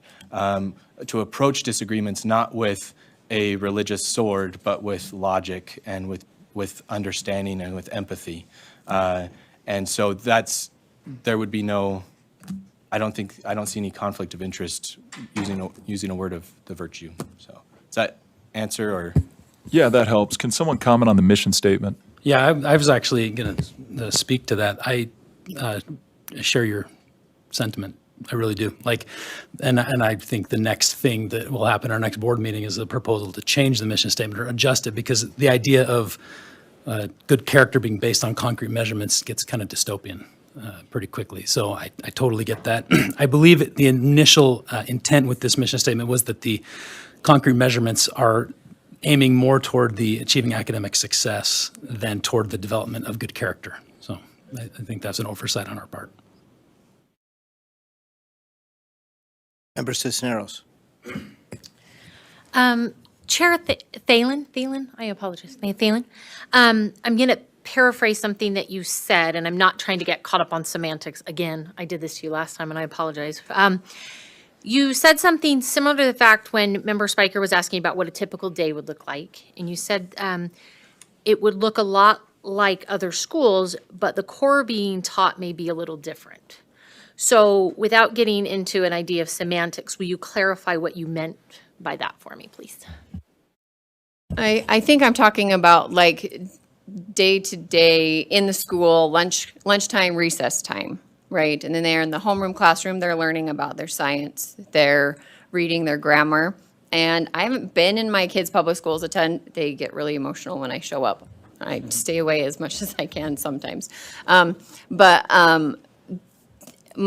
understanding is that they're learning similar things. We're just teaching it in a different manner of our classical education model versus what I know what they do on their computer by way of, math and reading sometimes and things like that, that it's going to be more structured in its overall setting. Does that answer your question? So if I could pair it back to you, you're not saying core, you're saying curriculum and methodology would differ. Okay, yes. A different question, Paul? It's addressing something that the readers wrote, and I don't see it quite as black and white like they did, but it seems to be some confusion between the terms of business manager and then a contracted provider. Are you using those terms interchangeably? Are those two people, one's hired, one's contracted? Help me understand what that actually looks like.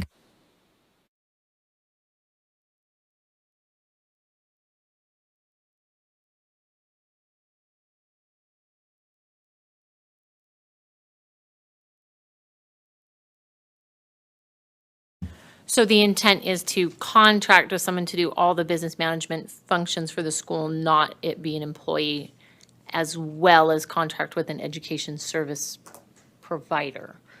Right.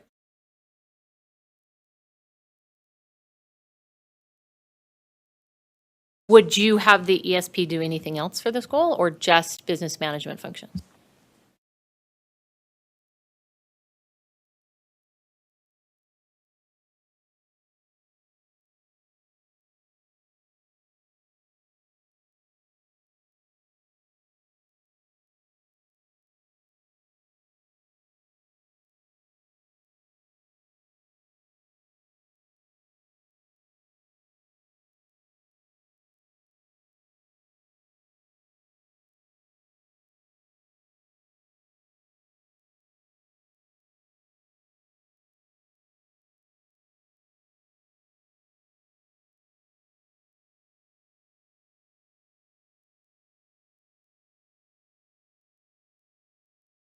Can I add something to that real quickly? I just want to make it clear that with hiring someone to help us manage it, we're not looking to get the school started and wash our hands and never do anything as a board again. We know that we're still going to be held responsible and accountable, and it's our responsibility and duty to monitor them and keep up on them and make sure that they're following our charter and what we want for the school. So we're still going to be very involved, but a lot of the management processes that we don't have experience with, we're hoping to find someone who is qualified and has good experience with that. So, and I'm looking at your org chart, and I think Member Olson to pulling that up for me. So everything that you have written in the red, you intend to hire one company to provide those, including your director and at all levels. And then, it's an interesting, you have your teachers working for the board, but you have your director working for your contractor. So this leads me kind of back to my belief that you already have an ESP in mind, you already have an ESP model in mind, you've kind of already done the procurement in your head because there's only going to be so many people who can provide that. Like, that doesn't exist in a lot of places in charter world, and a lot of places stay away from that because you're going to end up with a little bit of problem when the executive director doesn't work for you, but the teachers do. We actually have not made any contracts or promises with any management company whatsoever. In fact, it may be that it requires 2 different management companies to cover these areas. We're not set on anyone. We have not started that procurement process in any way. That would be something that we would do, obviously, if we were granted a charter. So just to be clear, no, we don't have any companies in mind. We have talked to different ones. We have obviously our idea of what we want for our school, but we have not made any, we've not reached out to procure any of those at this point. I was actually talking to a friend of mine who goes through the hiring process with the state agency, and she just kind of expressed concerns over a traditional interview process where you meet with somebody for half an hour and then you make this really like lifelong 30-year commitment based off of this 30-minute interview, right? And so she was expressing concerns about this, and she had talked about how in some other places they've implemented a whole different approach to interviewing where you almost spend the whole day with somebody that is of such importance and value to what you're trying to do. So I would like to see our interview process as a board be as rigorous and difficult and all-encompassing as possible in order to make sure that we are doing the best for our children. So that's new. I'm just throwing that out there right now. But it was such a positive conversation on what can we do at the very beginning, the interview process, to ensure that we're getting the best possible option available for our children. Member Smith. So in that same vein, I have a question for you. If you're contracting a lot, which I appreciate acknowledging where you don't have expertise, but it does require a lot of work and effort on your part to make sure you acquire the expertise you need to supervise the people you've hired, right? And so I would love it if you would speak to how specifically are you going to oversee whoever you hire to be a charter management organization? And then the second part of this question is, how many organizations are there that can do what you're asking them to do? Have you identified any? If so, how many and who are they?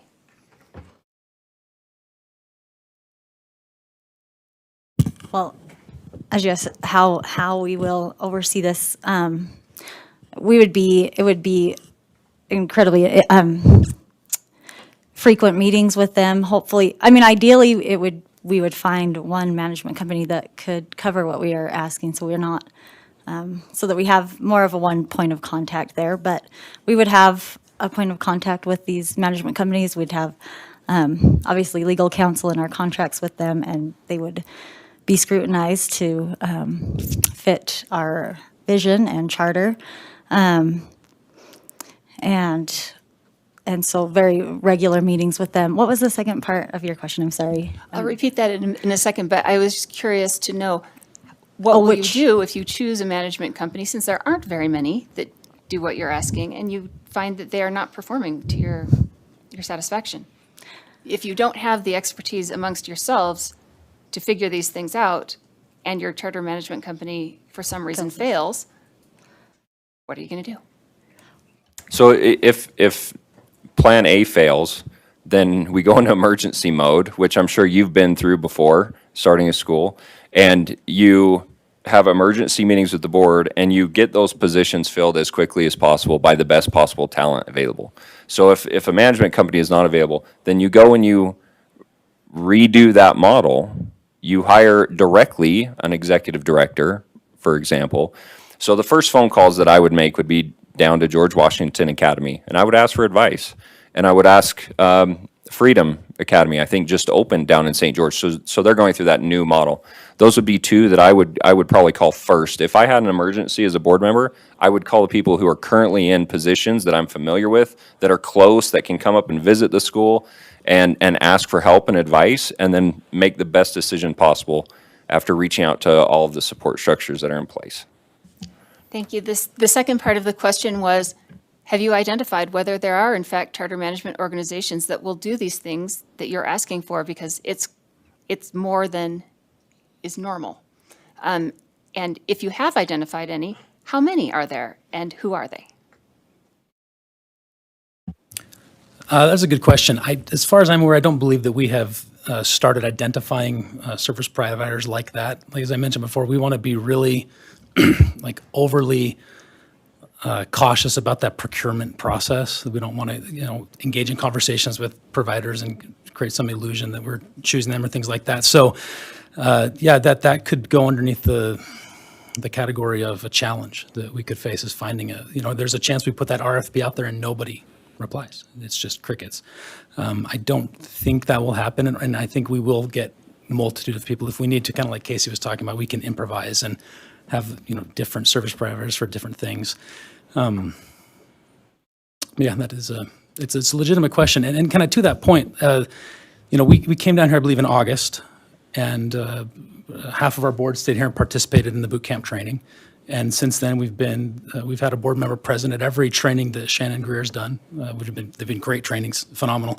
It's our intention to learn as much as we can about the charter school world as we can. It's not this idea that we'll just set it and forget it. I mean, we're talking about our own children's educations here. I mean, I hate to belabor the point, but very involved in our children's education, and the idea isn't to just start this school, send my kids there, and then just walk away. That's not at all. And I know you're not insinuating that, but we'll be heavily involved in the process and learning, involved in every professional development, every training that this organization has to offer. One of the things that gives me great pause about your application is that you mentioned that you will have board meetings 4 times a year. That is simply insufficient for adequate oversight. How did you arrive at that number, and would So you be the open to the goal, revising that? no, that's a great question, and when you see all that, it's like, oh no, they're gonna assume that. But the goal would be to meet monthly. But we didn't want to, you have months with holidays. We didn't want to create a situation where we weren't in compliance with our own rules. So the goal, the anticipation, and I think what we all want to do is to meet monthly. But we just put quarterly in there because we didn't want to be in violation of our own rules due to scheduling conflicts in a certain month. I'll just say that I personally could not support a school that had that as their rule. And just to kind of piggyback on what Casey was saying, we have every intention of meeting monthly. The bylaws that we put in there were just matching kind of the current laws. That the same thing with our board members, right? Like there's some concern that we allow ourselves to have as few as 3 board members. We have no intention of only having 3 board members. We just didn't want to put ourselves in a situation where a board member, quit and we couldn't find a replacement, and then we were out of compliance. So that's the reason for that, is explains it in the charter. But I totally feel the same way. I'm not under the illusion that we get this approval and then we meet 6 times until November, and then we have a school on our hands. No, it's going to be a lot of work. A lot of work. And I'll just add that we have been meeting extremely regularly, more than once a month, and that we've all been here, both times we've all been here. We've all made the extra effort. Finding substitute teachers and things like that for me is not always the easiest thing, but we've all been here, and we will continue to be here. Thank you. Thank you. Additional questions from board members? Additional questions? Let me just say a couple of things. And I'll tie into that relative to outsourcing a lot. Just something for you to think about. When you outsource a great deal, you give up your control. You're giving up control. When, Mr. Anderson, you talk about a different model for hiring, which is really very interesting to do, then you have control over that when you do that. But if you outsource it, you lose the control of those kinds of things. And I know you weren't outsourcing hiring of teachers, but that's just an example to use.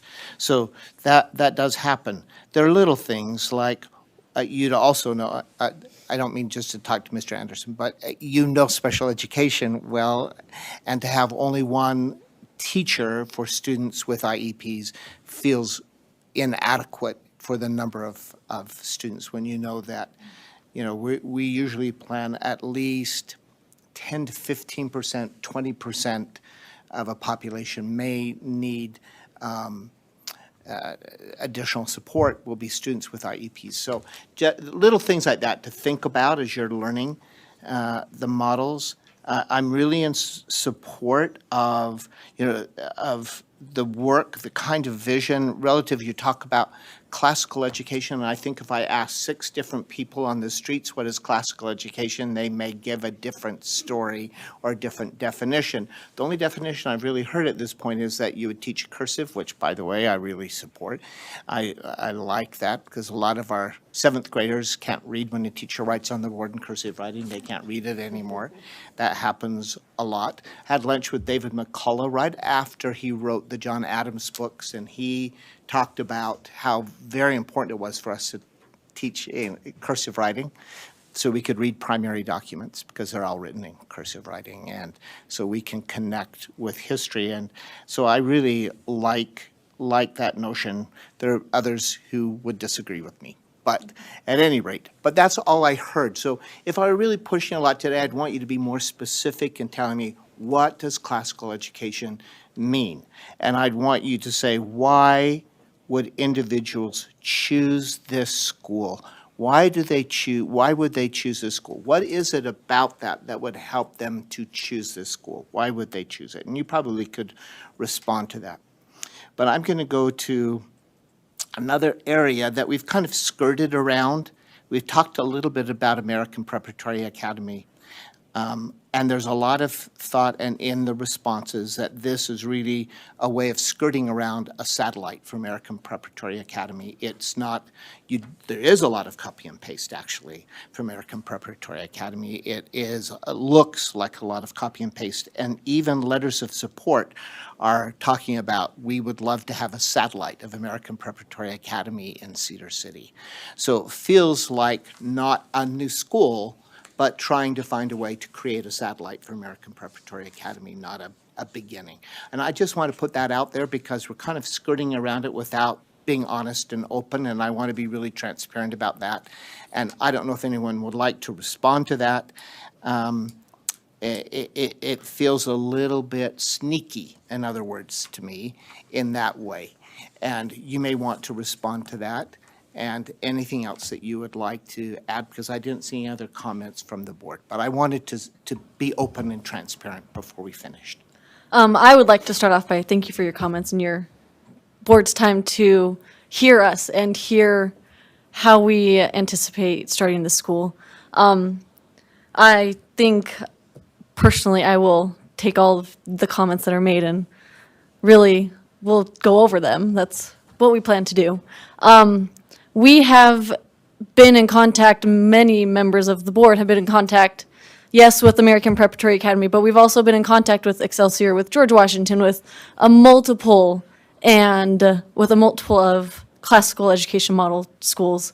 And so while yes, it looks like it is a skirt around, we love the model. We don't like that American Preparatory is connected to that name. We love the classical education model. We love the rhetoric, the grammar. We love being able to teach the students how to find truth and how to find and be good citizens, be good people, because that's all anybody really wants. You want to raise a generation of good people. That's what we're trying to do. And I think that our school can do that. One education service provider would be a dream. We wouldn't have to work and finagle all these different people. But if we need to and we feel like we can't find just one education service provider, we are open to handling, and as you can see, we are all here. We are willing to put in the work. We are willing to put in and learn where we are weak, where we need to go and how to get there. And we love the feedback. We love being able to, how open your staff is. Hey, how does this look? Give us your feedback. We want to, I know Karen's been trying to set up additional meetings for our board so that we can learn as much as possible, because we are invested in this school. We are invested in the model we are trying to bring. Any additional comments from the board members as we conclude? You're certainly welcome. We want to hear everything you need to say. When I think, and I'm not an educator, so I apologize, I don't have fancy language, but when I think of a classical education, I think of some of the literature that has been lost over time, the classical literature. I just bought my daughter's Pride and Prejudice from Jane Austen. My daughters are 11 and 9. I just bought them that so that they can read that when they want to. So when I think of classical education, I think of classical literature. I think going back to the natural sciences, I mentioned that math and science are my two biggest priorities. And I just think focusing on that, focusing on those subjects, literature, science, math, that's what I view as classical. When it comes to this school, the feedback that I've heard and that I also saw when I went to school, which was longer ago than it looks, is uniforms. Teachers I talk to like uniforms, but I also feel that it addresses the bullying pandemic issue that we have in our schools. Youth suicide is something that hits really close to home, and I do feel like that uniforms help with that. It creates an aura and environment of we're all in this together type of a situation. So when I think of classical model, that's what I think of, is those traditional subjects, math, science, literature, classical literature, and then also the culture, the environment of the school where we're all in this together, we take this seriously, and we're going to work hard and have a rigorous educational institution. I'll just add that I'll be open and honest, and I've said it before, that I have been an employee of American Preparatory Academy. That's where I started my teaching career. So I do have that connection to them, and that's where I learned to love the model. If APS decided to put a bid in and wanted to manage the school and they were the best option, I would not turn that down. And maybe that will lose us some votes. I don't know. I know there are strong feelings on that, but I know that they do a good model. They might have other problems, but I know they do a good model. If George Washington Academy came in, my kids also attended there. I would be so happy to have them manage my school. I just want this model there for my kids. And I know it's going to bless their lives. I know it's going to bless the lives of other people's kids too. So I've heard repeatedly that model, we might have to hire multiple, or contracts, we might have to get multiple management companies. Is there a reason why you believe a management company is required, or why that's the board's preference as opposed to just hiring employees? As part of the trainings I attended with Shannon there, we talked about this. There were a couple of them that were dedicated just to this particular topic. And the general feeling I got walking away from those trainings was that most charter schools hire different variety of service providers to meet different needs. And that's fairly customary. And part of the reason why why this board in particular is looking at hiring an educational service provider for those things is because we don't have the academic and the charter school administration experience that we would need to run those things. But we can operate as a governing body. That is our intention, to be here, to govern, to hold the ESP accountable to the charter. You know, we're really dedicated to the charter. This is kind of it's what we will be granted this charter on or not will be the charter, and so that will be the standard that they're held to. And it'll be a challenge. It'll be a lot of learning along the way. As I've mentioned, we've done a lot of the trainings. We've been here. I feel like every thing that has been asked of us, we have done. And I'm optimistic that that counts for something, and that it's an indicator that in the future we will continue to do what is asked of us to achieve those outcomes, to provide the educational choice for the families in Iron County that they don't have right now. Thank you. That's a great finish to that, unless there's someone else who wanted to add something else. Thank you, board members, American Principals Academy, for not only making the drive, which when you live in Cedar City, that's kind of what you do. I think sometimes people who live on the Wasatch Front think it's a lot farther to Cedar than Cedar folks think it is up to Salt Lake. So and plus a wonderful place to visit. So thank you for your time, not just today, but all of the work you've done in preparation, attending the trainings, being a part of all of the work and the writing and thinking about the school. We really appreciate your energy and your passion in doing that. So thank you so much. Thank you. Thank you. Thank you. Thanks. All right, board members, we're just a little bit past the time we would break for lunch, but you're all fast eaters. Teachers have to be fast eaters, right? Because you don't go to the bathroom, you have 5 minutes to eat, and you got to be back because you got to pick up your kids. They're done. But we still have till 1:40. Can we try to be back 1:37, Director Lambert says 1:37, so we can get back on schedule again.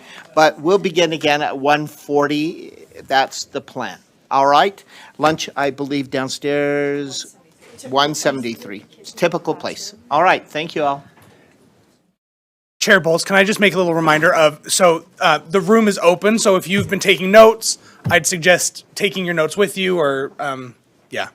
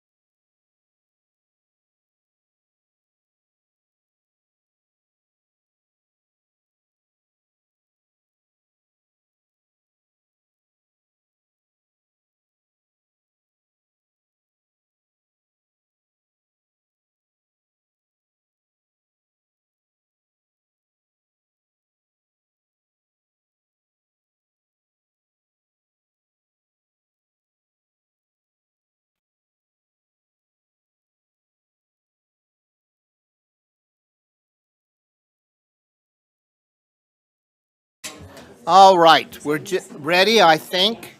And going by T-Mobile time, we are a minute behind. So let's gather and we're ready to begin. As soon as Dr. Evans is I'm so close, I promise. ready, he will move us forward.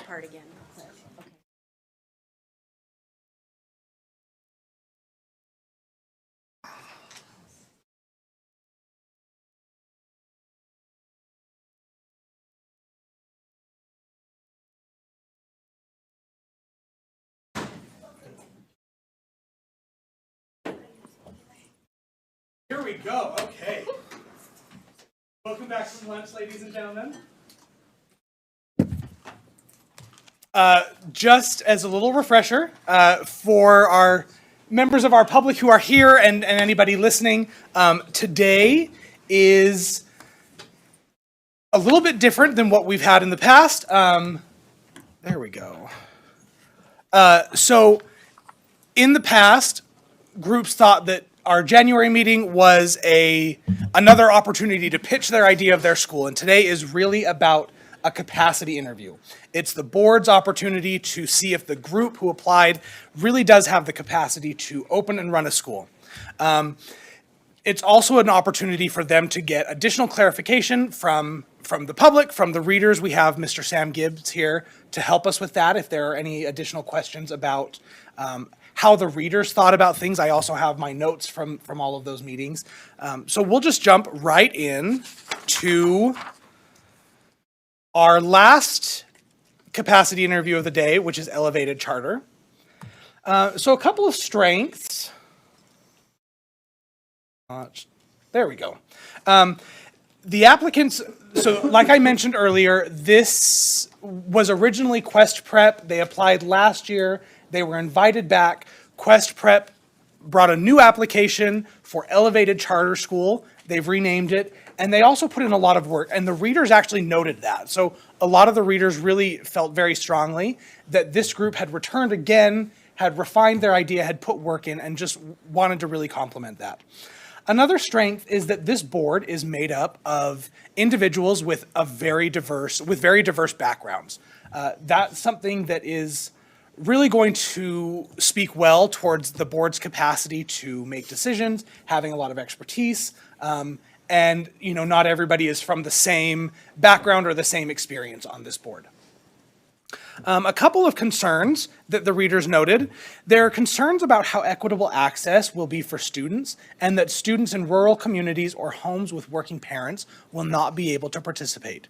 This was a concern during the primary application. It was addressed in this application, but readers still felt that there wasn't a clear answer, or there wasn't an answer that really made it clear how students, especially let's say K3, are going to be able to participate without a parent by them.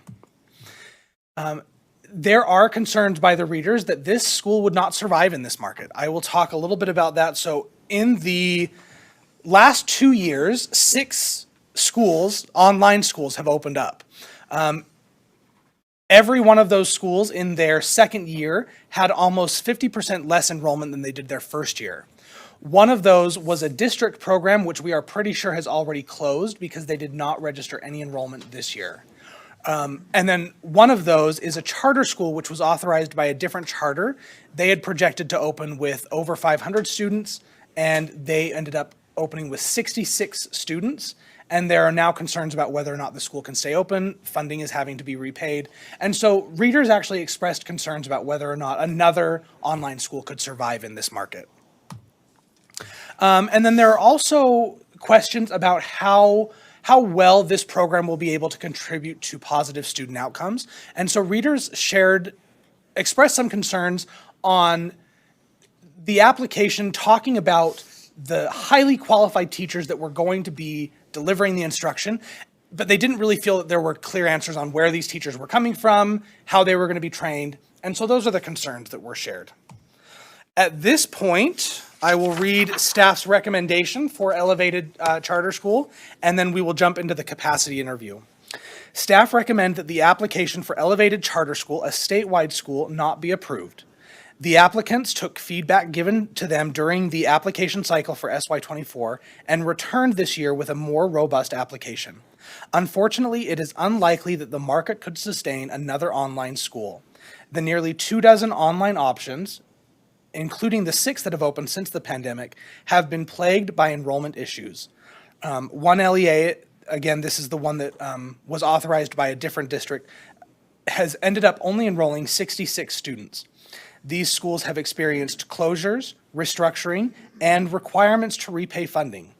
In light of this market, the application failed to demonstrate that the school could be successful in drawing away students from an already dwindling enrollment group. Now, after this capacity interview, staff have, if the board feels like there is still an option for this, there are a couple of options or opportunities that the board might want to consider. For example, a statewide school might not be the best option, but rather something that was site-specific, confined to one geographic area instead. There also might be an opportunity to consider looking at either a smaller enrollment or a restricted grade band rather than a K through 12 doing just a 7 through 12. So those are some of the options that exist at this time. And I will now turn it over to Chair Bowles. This is, again, our information for the board members that were listed in the application, and just some other details about the school. And so Chair Bowles, I will turn it over to you. Thank you so much. So elevated charter school board members, please come up and join us at the table. Thank you.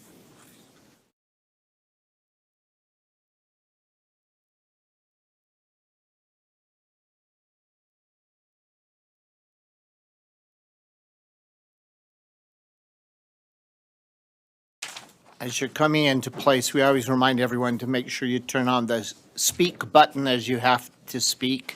That little red light is meaningful so everyone can hear.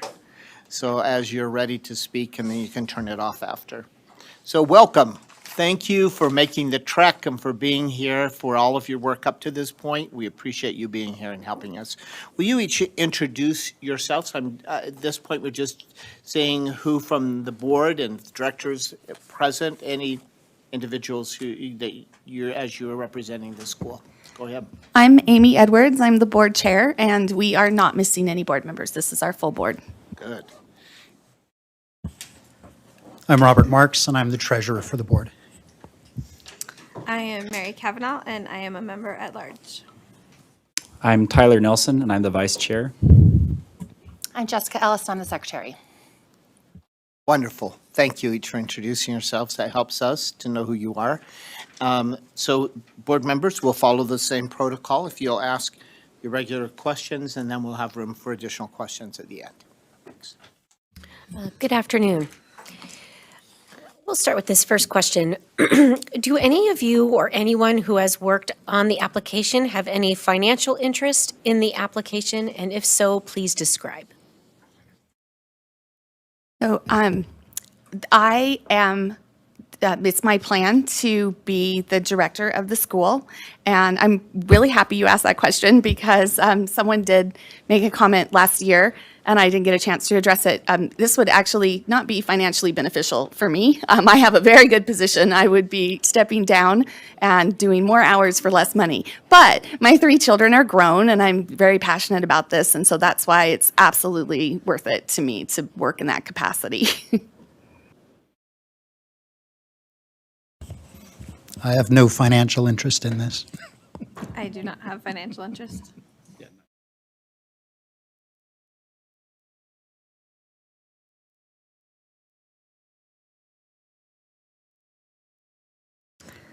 Hello.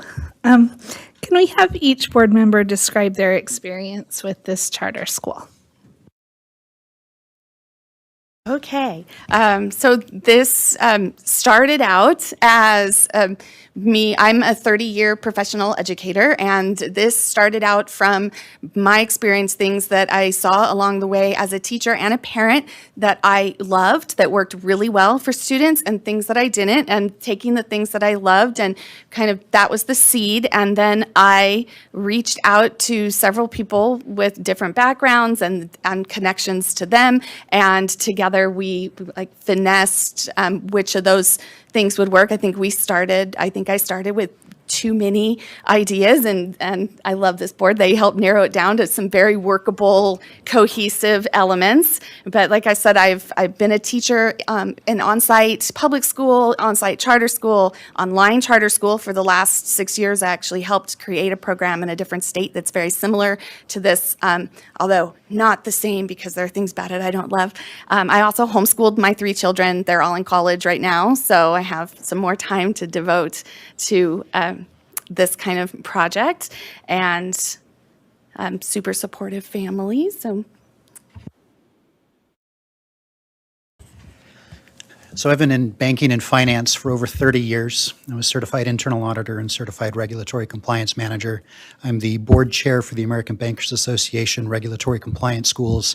I've been on that board for 12 plus years and on the faculty for 10 of those, 11 of those. I have 7 children, 6 of whom I raised, not alone. My wife did the work, trust me. We've had our children in public schools, in charter schools. We did homeschool. I grew up in the military, so I've lived in different countries and different states, all within the Department of Defense education system. I was at one school that had a graduating class of 31. That was very, very small, the smallest school I had been in. When I received a phone call asking if I would be interested in assisting with the board, I said, absolutely yes. I'm looking to be able to give back to my community. I'm looking to give back to the next generations. I have skills with finance and business planning, controls, governance that I can bring to the table to help make sure that how are things actually being done? It's one thing to have a great idea. It's another to do it in a compliant fashion. It's an entirely different matter to do it in a way that is sustainable. So I bring that to the table, and I was very excited when I received the invitation to join the board. So I have worked with kids for 26 years, whether it be teaching in a public school, charter school, private school, or now I run 3 daycares. So when she came and asked me to be on the board, I said yes, just because working with, somehow working with kids eventually, hopefully. And so I do management, and so hopefully that will be a part of it in the long run. And just getting to work with Amy again was also a plus. My background's not primarily in education. I'm a physician, and so most of my experience has been from the student perspective. I've had many years of education, but I am currently serving I actually work as an assistant adjunct clinical professor with Rocky Vista Medical School in Ivins, Utah, and so I have that experience. And growing up, my father served on our local school board. I have 5 kids that have gone through, they either have completed or most of the way through their education here in Utah. And I've served on both our hospitals board. I'm currently serving on our board of managers of our physician medical group. It's 180 physicians. And so I've worked in leadership positions as in the hospital and in our and from a business perspective. And so I bring that to the table. And that's how I've gotten involved and hope to contribute. Hi. So my background is, I was called alternative education. I was a director of a Boys and Girls Club, and I also worked for a nonprofit that taught computational thinking and programming. And what we taught was teachers how to teach it. And I've gotten to do that on several different continents. And I have a real love for alternative education. I have seen many kids flourish when they are offered something that's not kind of the standard that works for everybody. I happen to raise children who all kind of fit the mold. And so I really love the opportunities. I've also worked with a lot of really socioeconomically disadvantaged and English as a second language population of kids. And I feel like I understand some of the difficulties that are unique to that population. I came to the board, I was aware that Amy was thinking of doing something different and offer something different in Utah, and it was really important to me. I actually had a son at the time who had graduated from BYU and had a totally remote job. Like his first job out turned out to be totally remote.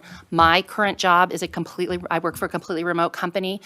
And then I watched, the honorary nephews and nieces as they came out and often were getting these remote jobs and started talking about, yes, we love living in Utah, but they kind of see marriage and raising their kids a little differently and with a lot more flexibility. And my own son has said to me, I would love to live in a community I love, but if I can take my kid during the school year to Washington, D.C. for 2 weeks, I don't want him to miss 2 weeks of school. Like, how do you do that?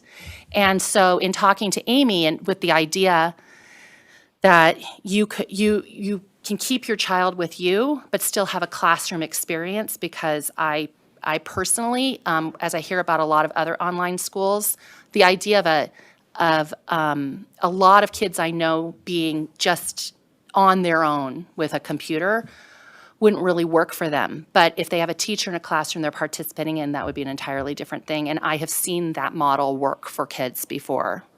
That's my experience. Thank you.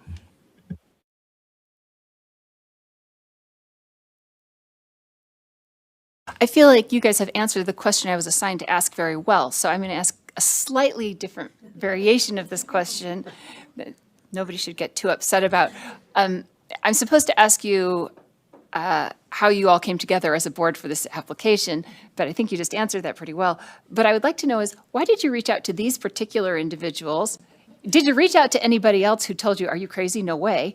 And like, what I'm drove actually those- also interested if I'm her fifth choice. Yeah. It was a little bit of a chain reaction, actually. So one of the benefits of getting older is acquiring people, acquaintances, connections that have diverse backgrounds and that are experts in different areas. And I feel really lucky. Some of them I know very well. Some of them are friends of friends. My husband recommended I invite Rob. I said, we don't have a business. Like, we don't have a compliance financial business person. And my husband's like, Robert. And I'm like, oh yeah. But I knew he was really busy with his job, but he said yes. So I did ask a couple people who didn't have the time to do it. So there were more invitations, although this is my pick of the litter, so to speak. So I'm super happy how it worked out. When we first came in, we also had someone from California who had administrated a school, and he was very helpful with a lot of governance questions in general, like best practices, but he had no intention of moving, and we didn't want to create a California school, like recreate a California school. So we all decided, and he completely agreed, that he would step down as we moved into the second year, fine-tune some things, and focused very much on our governance seemed to be fine, so he had done his duty with that, and we really needed to focus on what Utah students needed, and he knew that wasn't his area, so he has stepped away. But I got really lucky, actually. Thank you. That was entertaining and informative. You talked about one of the gaps that you filled and took care of. What are other gaps, if any, that you feel are on this board, and how do you intend to remedy those? Start, and then the rest you have to talk. I since it is statewide, one of the other things that I looked for to continue answering that was a variety of geographic locations. So I have Provo and St. George, and right outside Salt Lake, and also right outside. I'm better toward the middle and I'm in Springville. But I would love to have more representation going forward with northern Utah, because we are missing that. And there are some rural areas out there that are in need, would really benefit from a school like this. So I think the areas of expertise are covered, but I would like to see people recruited from more corners of Utah, since it's a statewide and we want to know, what do you need in your corner? I have someone from Blanding in San Juan that we're trying to, if we move forward, try and course, because that is the corner. Yeah. Well, also, if Amy applies for the director position and moves on, then I think we would all agree we would want someone with a lot more formal education experience to join the board. So that, yeah, obviously she'd be busy.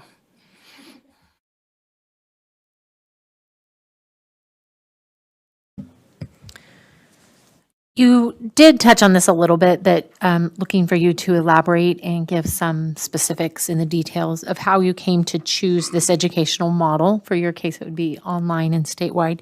And then specifics to the curriculum that you're contemplating, making your own, buying, et cetera. And what other things educational models did you consider? So the educational model, I will say that as we read like the reader's report and stuff, my experience reading that was this model is already successful in other places. So there was a lot of questions of like whether something could work. For example, there was a question about whether elementary school kids could participate in a live online class without a parent sitting next to them. And so for me, I have actually watched that happen successfully several times. And so I think this model came about, that it really did start off with a whole lot of ideas and we, brought it down. But there is nothing in this model that at least a couple of us don't have an experience firsthand of seeing work totally successfully.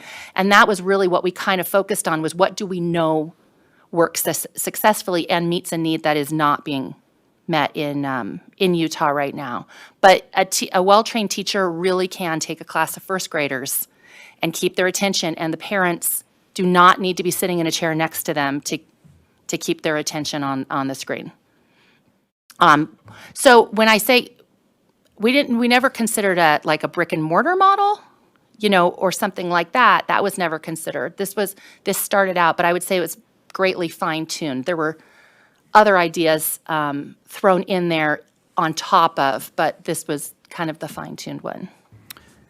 I think another thing we considered early on was, does it need to be synchronous learning? And I think as we thought through it, we wanted to recreate the classroom experiences as closely as possible. We want the teachers to see the students, to see, if it's a blank stare or if they're smiling.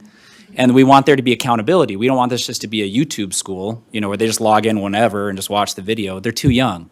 They need to have that interaction. And so those are things, but we talked about it. At first I don't think we were sold from day one that was what we were going to do. But as we discussed it, I think we came to that conclusion that we want this to be a classroom, not just a tutoring model, or some sort of supplemental learning.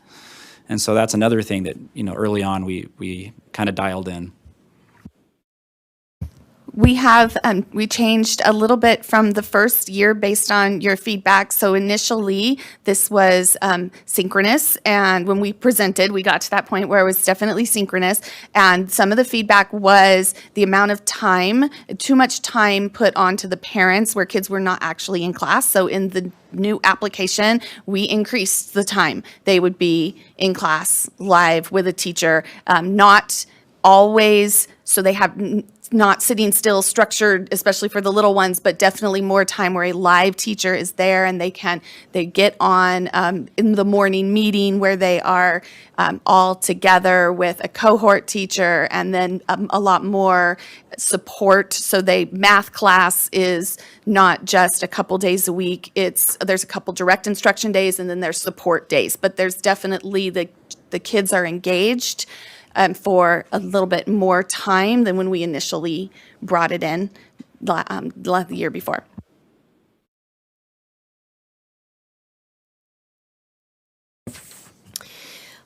So knowing that that has changed since the last time that we heard from you, or from last year, could you talk us through the typical day of a student with these adjustments and what that would look like for maybe a third grader, let's say? Could you walk us through that?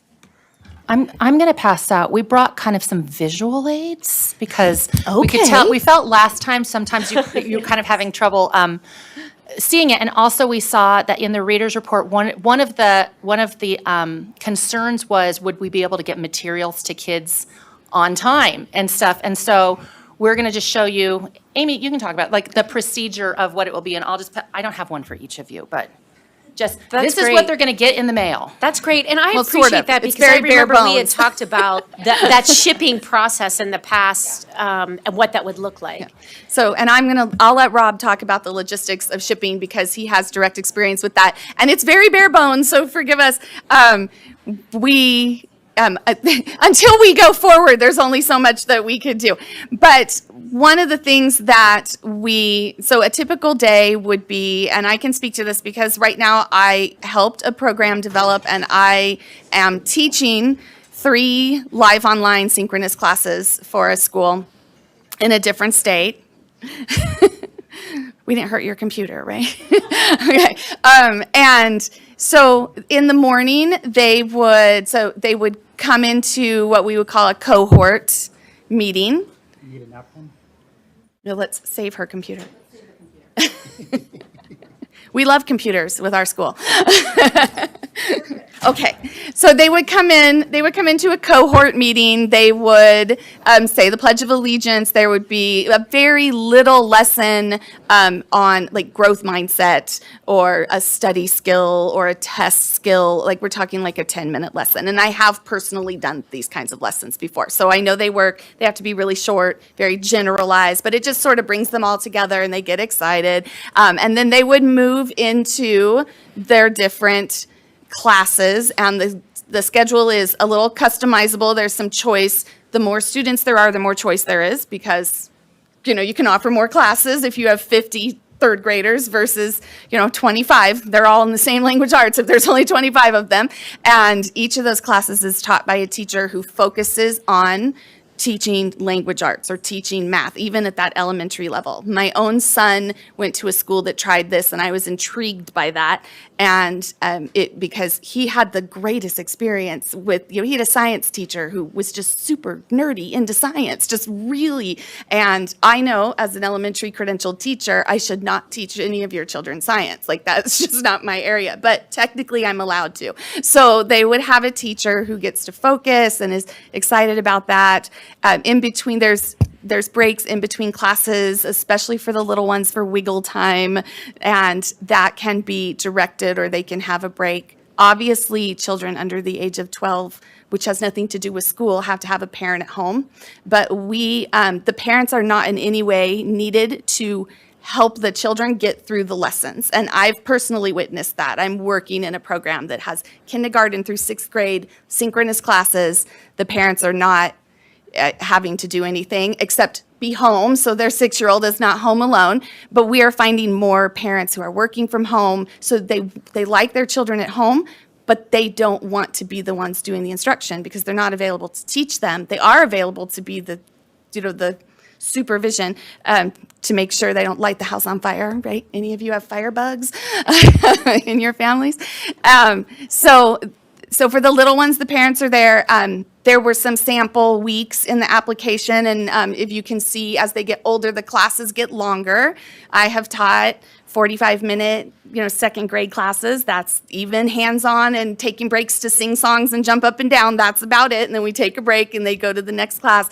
But I've also taught hour-and-a-half 6th grade classes where they can stay as long as it's very interactive and engaging, which is the other part of having it be synchronous that I like, that it can be interactive. It's very, very hard to get a kid to watch an online asynchronous video for even 20 minutes. They tune out after about 5 minutes and then they can't pass the quiz. I've had so many students have that happen to them.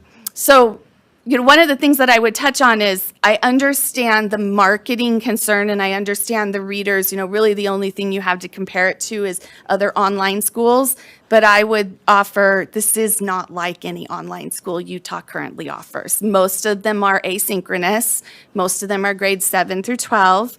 And the ones that are synchronous, a couple of them are outsourced and the teachers are not licensed or they're contractors. They don't work for the school. All of our teachers would be invested in the culture of this school and these kids and building that whole synchronous.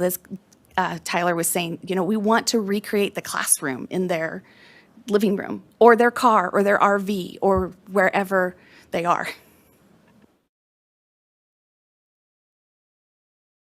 So the concern about things being shipped on time, so one of the things that actually to kind of build excitement about the upcoming month would be that they would receive their boxes. They would look just like this. They would receive their boxes 3 weeks before a new month begins. And one of the things that the teacher would do is say, today, tomorrow is going to be unboxing day. And the kids they open their box. There's a checklist of everything that should be in there. They check it off. The teacher asks to hold up each item, age appropriate, right? So that everybody makes sure they have everything in the box that they need. If there is, for any reason, something missing, we have more than enough time to get that to them because we do Unboxing Day way ahead of time. And so that's the idea. And then we do anticipate, of course, there'll be some fooling around with something they found in the box or something, but that's just about learning. Like that's, about learning, okay, put it aside now and don't use the red construction paper because you need that later. And really learning all those lessons. In addition, at the beginning of the school year, they will receive a box that is their ongoing, like annual supplies that, if they need scissors, if they need rubber bands, if they need paper clips, like whatever they're going to need, or their folders that they're going to do, everything will come at the beginning of the year or of the semester. That might be a 2 thing. They tend to run out of tape pretty fast. So, but because also we will be sending monthly boxes to everybody, if there is something that an additional thing that they need, they will be able to put them in the boxes. But we won't ever have a kid in a situation where, well, the boxes all got shipped out on Thursday and they need it on Monday. We're not going to, to risk something like that. So that's our plan. That's what the boxes will look like. And we think the kids will be very excited when they arrive. And our instructions to them, well, you can't open it until Unboxing Day. And all the items are consumables, I'm assuming then? So you're not expecting to get these items back? Right.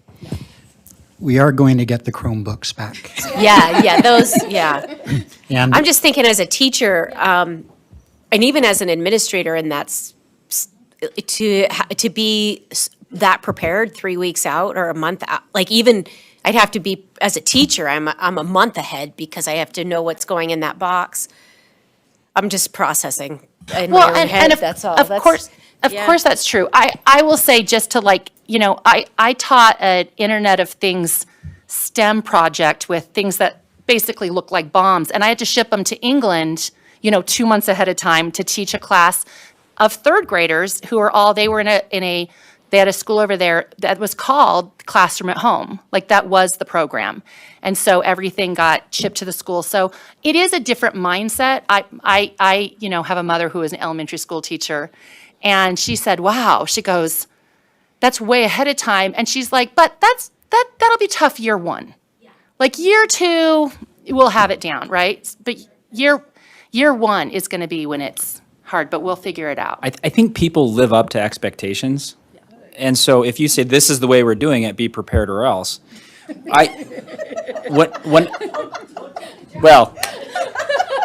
I was in grade school, K through 12, I'd have teachers postpone tests, cancel assignments. I was so frustrated. Then I get to college and the whole semester was lined out. I knew exactly when my midterm was going to be. I knew every homework assignment and they didn't change.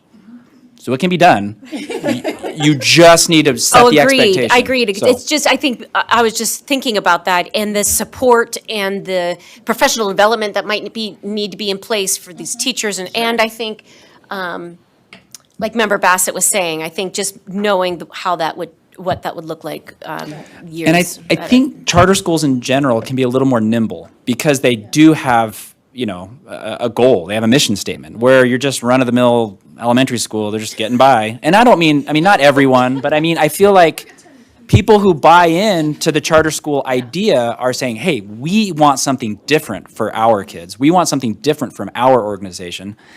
And I think you can make changes quicker. Because the school, rather than a school district of 70 schools or something, it's like we're the school, and it's much easier to make changes and set expectations. At least I believe. I would love to share with you. Yesterday morning, I taught 2 synchronous online classes. I taught 6th grade ancient history. We're doing ancient history. First day of ancient Greece, they're supposed to color in their map. We start with geography, and 27 kids online. One of them hadn't printed out the map, and I had a link ready, but her printer doesn't work. And one of them was in a car. They were on their way going somewhere. And you deal with it. And I just acknowledged that. And I said, that's okay. The class is available. The class slides and the key to the map are all available after the class. And I said, just stay with us, learn all about the geography of ancient Greece. It's really interesting. And then, so you will need to color your map after class when you print your page. And that happens with every ancient civilization I teach. There's at least one kid who didn't print out the map. But they still, you know what? every single time I've gotten that map turned in, it took them an extra day. So I have dealt with that personally, and it works, but it doesn't work perfectly, and there are hiccups. But you train teachers to roll with that and still engage them, and it's still interesting. You get to see slides of what ancient Greece looked like, and it's still fun. It's not just now color blue, now color. It's it's a different platform of teaching. It does take some training, but it can be done. And they can learn a different way. Having taught both ways, I don't think one is harder. I just think they're different.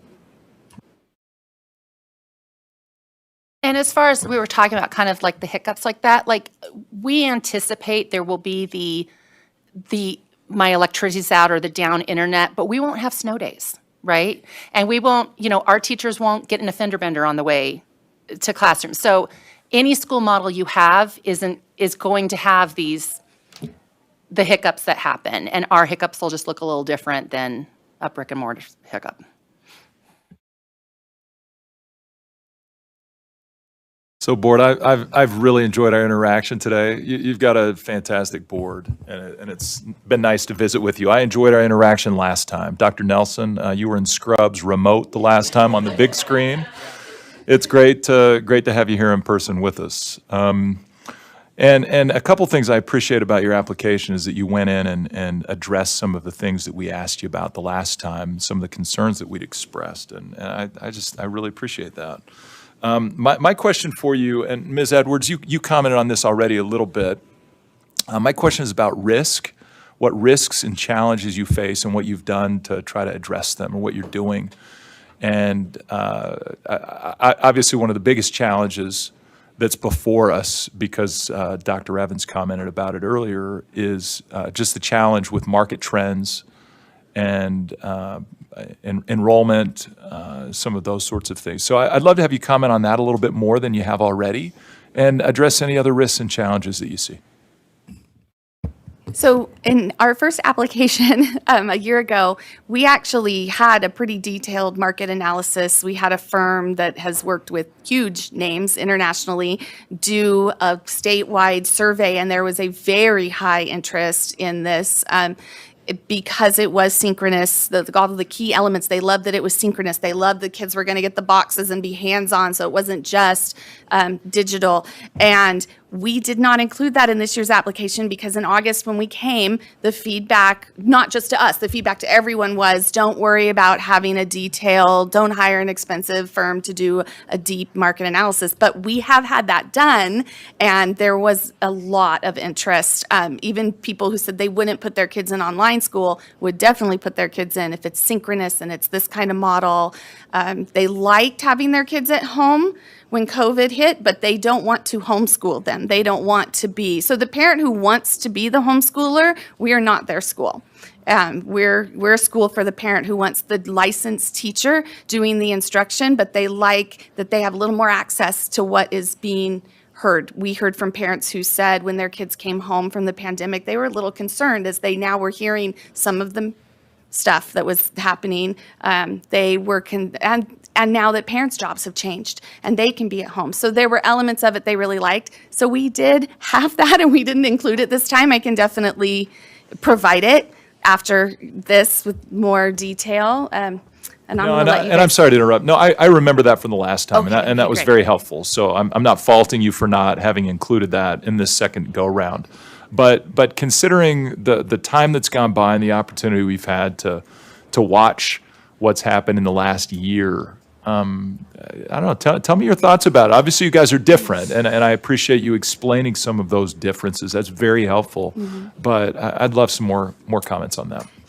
The idea was not a response to the pandemic. So the idea was hatched way before the pandemic, actually, not way before, months before. It was not in response to the pandemic. I feel the feedback I've heard from parents is that a lot of the online that happened in the last 2 years was in response to the pandemic, and it was a lot of teachers who were not specifically trained to teach online. They just had to do what they do in the classroom online because of what was happening. That is a very different experience than what we are proposing. We're proposing putting teachers through, there are programs at various universities that specify and certifying for online teaching. I went to Google Camp last summer. It was actually really fun, and they do it every summer for educators, and they give you all the latest technology and instructional tools and train teachers on the best methodologies. So I think some of sending the kids back to school trend that we're seeing, what I hear from parents is, well, it was not good at home, what they did. It was, my kids were bored or my kids weren't engaged, but that's not what we're proposing to deliver to those kids. And when we have described what we're proposing, parents have been very positive about wanting that. They've brought up issues of bullying. They've brought up issues of wanting to travel and not having to have their kid miss 2 weeks of school. I have a student who I work with right now who's going to go to Boston and Washington, D.C., but he's not going to have to miss any classes in order to do that. And his parents are excited. I've had kids who are sick still be in live class, and even though they're not as engaged because they don't feel good, and then we give them permission to turn their camera off, at least they're hearing the instruction firsthand rather than having to try and catch up with a packet later.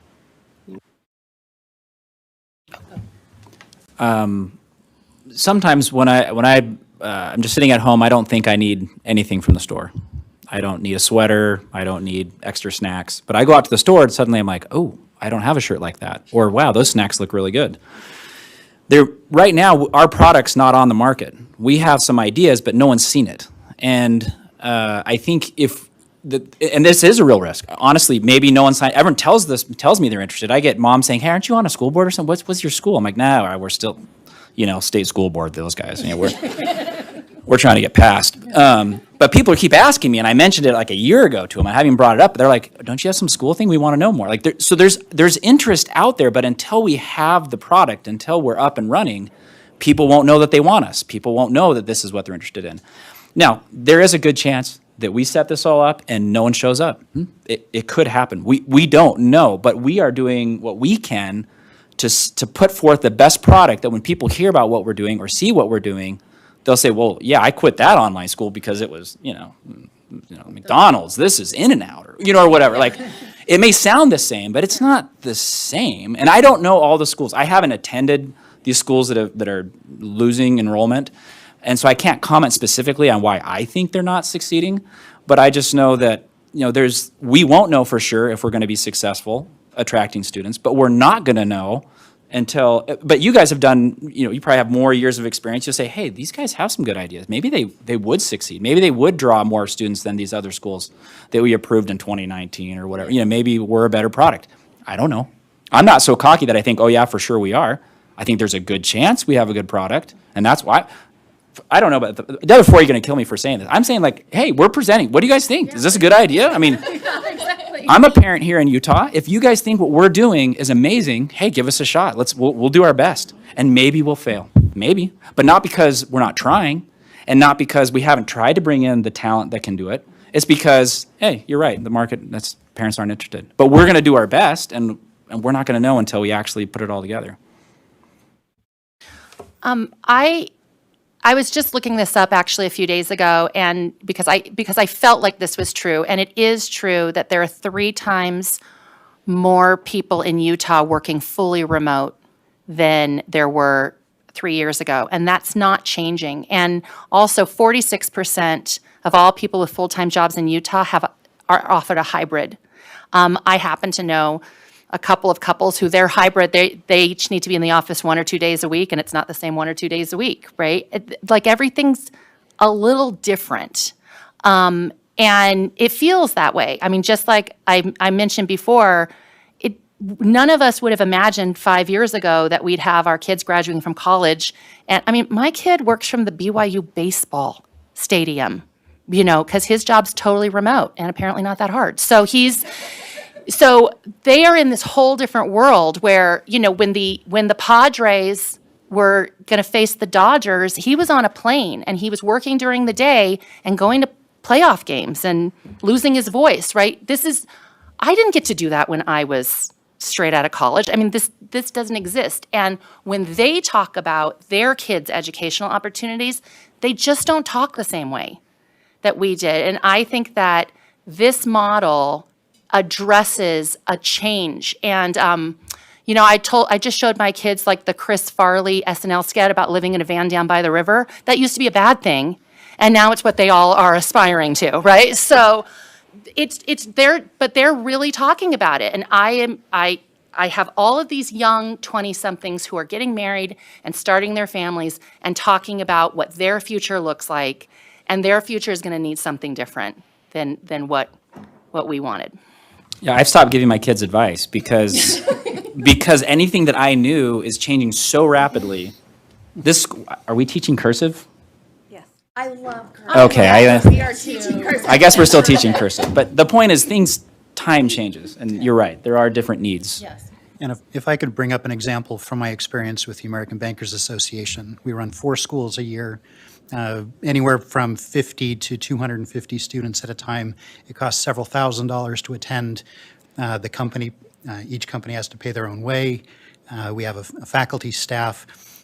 When COVID hit, we flipped from a 100% in-person to a 100% virtual and did not miss a beat. Now that things are being lifted, we're moving to, some schools are fully in person, well, combination of in-person and online, and then some are 100% virtual. And there is a very strong demand for both. From a professional perspective, it's one thing to take off an entire week, but in seat, learning about the most exciting thing you can think of, bank compliance regulations. 8 hours a day. It's like a cruise, though, because you can eat all day long. There's snacks all day long. There's no clock on the wall, so you don't know how much time has gone by. But you're in there for 5, 6, 7 days. There are some people that cannot get away from their jobs for that long. So they were excited for a virtual option. Here, we are not, for this school, we are not everything for everyone. We are not the anti-public school. We are not the unschool. We are not the homeschool. We are not the check the box to meet the minimum requirements so that my child can get a diploma. This is taking the best of in-person and recognizing that there are those individuals that have a need and some a desire for synchronous virtual learning. This is what we can meet, and this is what we are presenting to you.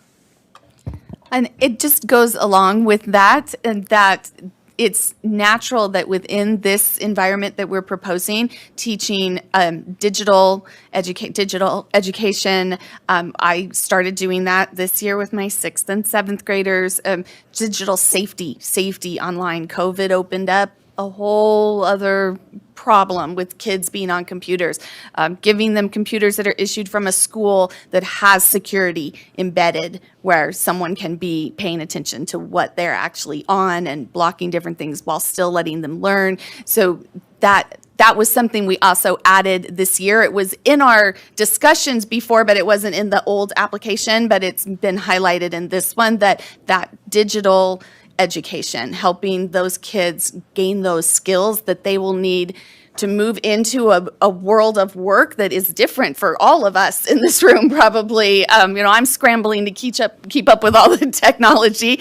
Jessica's not, she's our tech person, but teaching the kids that even starting in elementary school. And for example, my 6th graders, they get something they can print out, but there's always a digital version, a link, so if they want to do it digitally, and then by the time they get into 7th, 8th, and then high school, definitely, it moves much more digital. Now they're doing digital presentations. They're engaging more in the digital. So their boxes get a little smaller because more of their work is digital. So that being able to do that, which is also one of the reasons we want to start earlier. We don't want to start with 7th grade. We want to start younger than 7th grade and be integrating all that.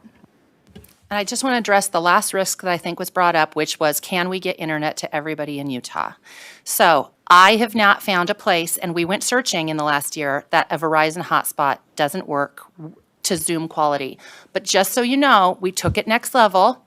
I have a brother who is a geophysicist who has been to Dead Horse, Alaska, all over rural Montana, places much more crazy than anything we have in Utah.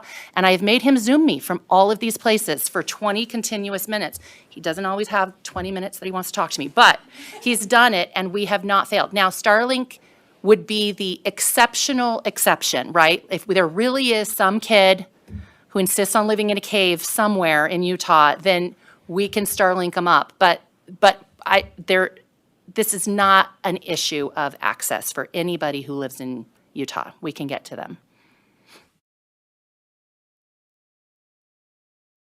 All right, board members, this is an opportunity now for you to ask any additional questions you might have that have come up as we've discussed or that you had reading the applications, haven't had answered. Member Smith.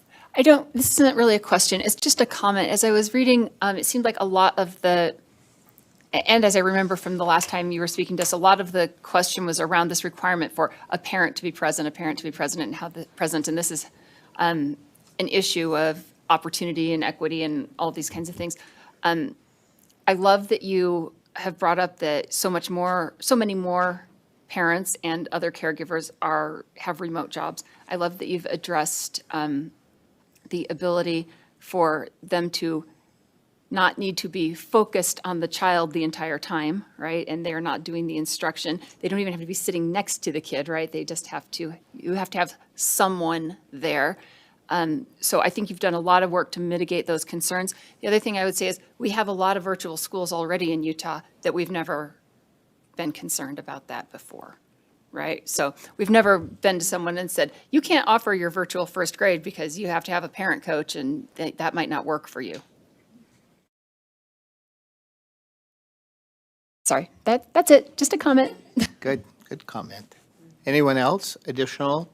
Can I ask I probably asked this last fall again too, just because the academics are so important to me, but can you talk to me about the curriculum itself? We've kind of talked about how it will be delivered, quite a bit about how it would be delivered and how students can access the work, and that you said in the first year or so it's going to be more difficult getting the boxes out and things like that, or eventually being able to access electronically. But what is the curriculum? Okay, there's a reason we didn't answer that. No. Honestly, the program that I teach for right now, I am allowed to create all my own lessons. I create the slides. I choose the videos. I like that as a teacher. I'm that teacher who wants to do that. There are 25 teachers in that program teaching K through 6.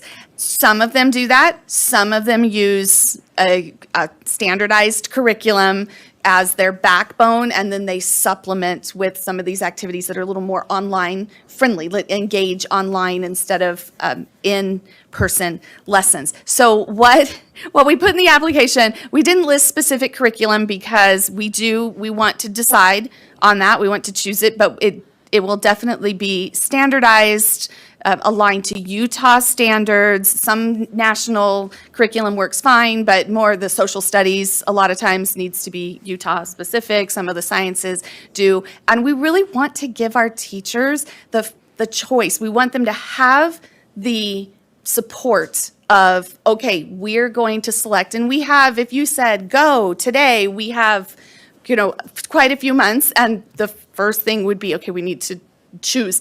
But we want them to have a curriculum that they could go to that's completely standardized and that can really help them and support them, especially if we're asking them to plan months in advance. But we also want to allow them the freedom to create. I think that's something very appealing as a teacher. It's one of the reasons that I chose to teach with the program I do currently, because they didn't tell me, here's this book, teach this book cover to cover. I don't want to do that as a teacher, but I do make sure that I'm getting all the standards, all the skills in all the areas. So it would be standards driven for our more experienced teachers ready to take those standards and do some fantastic fun activities that are really creative. Then great. For those teachers who need a little more support, then there would be a standardized curriculum that would be there. And we have some qualifications for that in the application about it being standards aligned, a little more project-based, digital friendly, things like that, so it would work within this platform. Okay. And have you looked for some curriculums like that already that you know you can meet that need? Yes. Okay. All right. Yeah, McGraw-Hill has some stuff, not so much for the social studies because that needs to be specific. McGraw-Hill has some good project-based, it's got the core and then it's got some project-based ideas. Edgenuity is a good asynchronous program, but would need the synchronous component pulled in. So there are curriculums out there that are engaging and aligned to the standards that we've identified, but we didn't want to commit to one until we were moving forward and we could really give it some really time consideration. Yeah, rather than identifying, we will move forward with McGraw-Hill. It's, here is the high-level standard that we will meet so that it gives the board flexibility and gives the director flexibility to meet the standard as opposed to us painting ourselves into a box. That was advice given to us in one of the early training sessions by the board. Sure. And the social studies only is Utah-specific, probably at 4th and 7th, yeah, only. So, but you have then also within, so you'd have standards. Are you talking about the state course standards then, that's the standard that you'd follow, the state standards, and then you'd say, we need you to reach each of those state standards so that you don't have gaps and overlaps grade to grade, right? Yeah. And you'll find sometimes parents are the ones who push back. There's not a textbook for me to help my student or to do extra practice and work with them. Just so you know that in my experience over time, that's where they push back a lot. Parents want, particularly with mathematics. There is, but the nice thing is there are a lot of online options that are aligned to the standards too. Generation Genius is amazing for science. Khan Academy is really nice to give to parents as a backup, and that was developed with standards in mind. So there are also along in the family of digital education, there are some online things that we can do, but also, yes, we do have those parents. I would have been one of those, wanted that. I need a book in front of me. And so we're looking for something that offers both, which is one of the things we like about some of them, but we don't want to definitely commit to one Even though yet. their children may be more digital natives, parents are not always. And so to have that print text is useful to them. Even Khan Academy doesn't always match what we have in place with our standards, so you have to pick and choose. The reason I say that's a lot of work. You're an exceptional teacher to want to do that, which is wonderful. Others of us who teach would like to do that probably as well, but we know that that first year, like you said, the first year would be really overwhelming to make sure that that's all done, because it's overwhelming for a new teacher just coming into a classroom, and now to do it in a new platform makes it even more challenging because they have to learn how to do it in new ways. You talked about, though, getting those teachers training. So I'm hearing a lot of startup cost. You're going to have Chromebooks. You have to do a lot of first-year curriculum development. You're going to have to be able to get training for teachers. There's a lot of expense up front. Can you talk a little bit about that financial arrangement, how that would work? Certainly, and if I can make one minor correction, Amy said earlier, the first thing we would do when we receive approval for the charter school is to go out and get the curriculum. Actually, the first thing is we'll get directors and officers insurance. That's the first thing on the list. Whatever Rob says. Yeah. From a financial perspective, we are looking at how can we get the Chromebooks so that we have enough for the students, including a buffer, because there will be those that break, there will be those where new students come and go. We will identify a facility where we can keep all of the materials. We'll have part-time staff to handle the shipping of that. We'll have flex staff to handle the IT support for that. When we go in to make the purchase of the Chromebooks, we will also be looking to negotiate ongoing support for that, so that if there's a problem with the monitor, we don't have the teacher or the director trying to troubleshoot that type of IT, so we're looking to build that into the agreement. I did see a comment from one of the readers that it appears that we already have an agreement with somebody for something. We don't. We have ideas. We have spoken with individuals. We've asked for potential costs. What would be the cost for management? Because that was one of the things that changed from last year to this year. Rather than me taking that on or in the interim and then hiring somebody to manage all of those aspects. Red Apple is one of those that came and did training through the board. There are others that offer those services as well. So we've looked into all of those costs. We have budgeted to be able to purchase the Chromebooks, ship the Chromebooks both there and back, the materials to the students, obtaining the materials, a good salary for the teachers, a good retirement benefit allowance for the teachers. We've factored all of that in. What we don't have is we won't have debt to manage for a physical location. There was a comment about how do we expect to get the low interest rate. I took that straight from the materials from the board.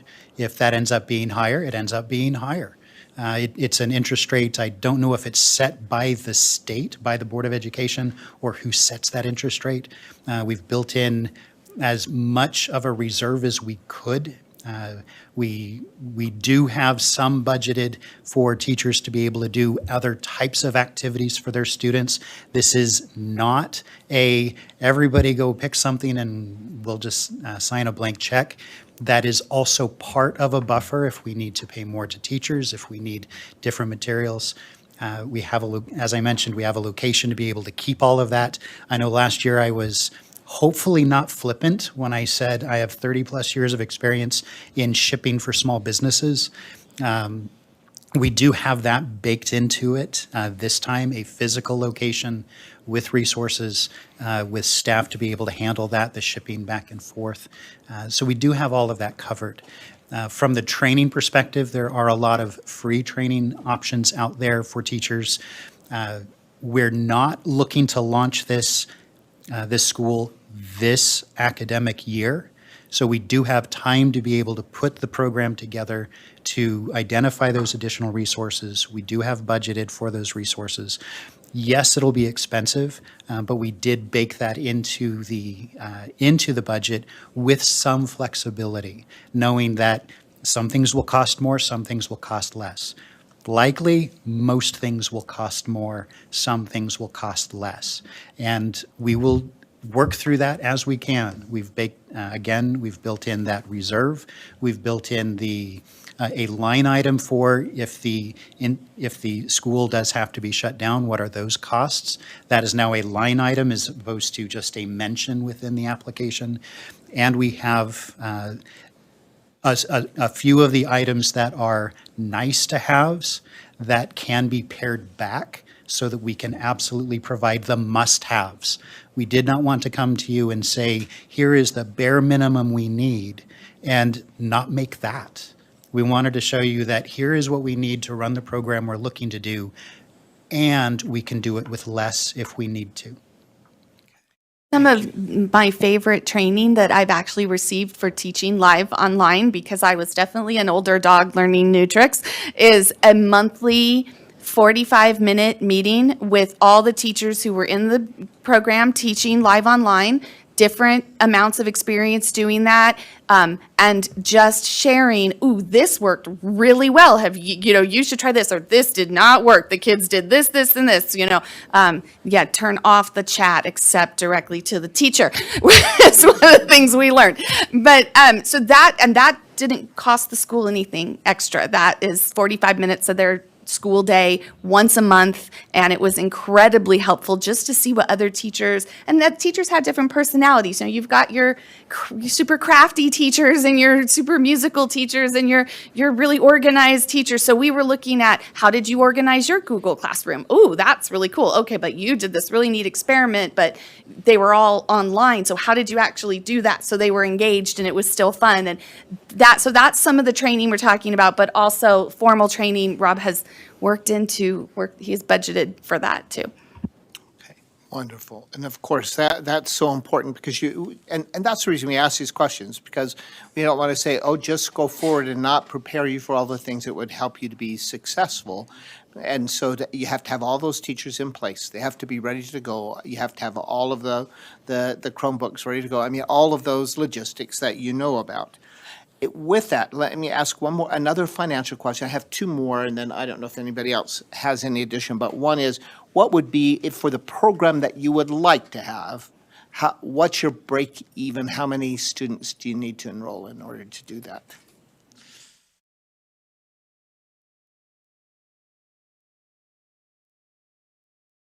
Technology's great until it's not.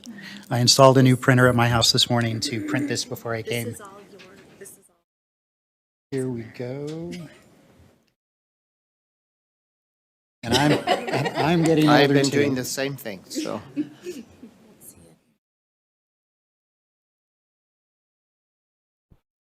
Oh.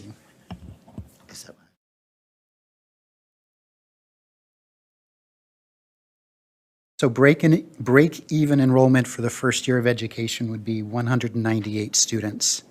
And what that factors in is, if there are more students, there would be more teachers, there would be more Chromebooks, there would be more materials. Right. However, part of the setup for this, of course, would be identifying enrollment early so that we can determine what are the volumes we will need to purchase. And then moving forward with that. We're not planning on purchasing 110% of the full enrollment in Chromebooks just to potentially have a third of those sitting around. Right. And knowing that, kids don't always come in even batches either. So, you may still have to hire a teacher and you have a very small second grade, but you have a very large fifth grade. And so then you have to adjust for that. So knowing that it's not just one, we're at students, so teachers come in even numbers. They don't because students come in different grade and age configurations. But one of the things that's great is our elementary school teachers will be subject specific rather than grade specific, and that kind of helps even that out. Awesome. Right. Thank you. That And helps. speaking of, we've talked so much about parents and kids that we've seen. I have also talked to several teachers who are like, wait, I can teach from home.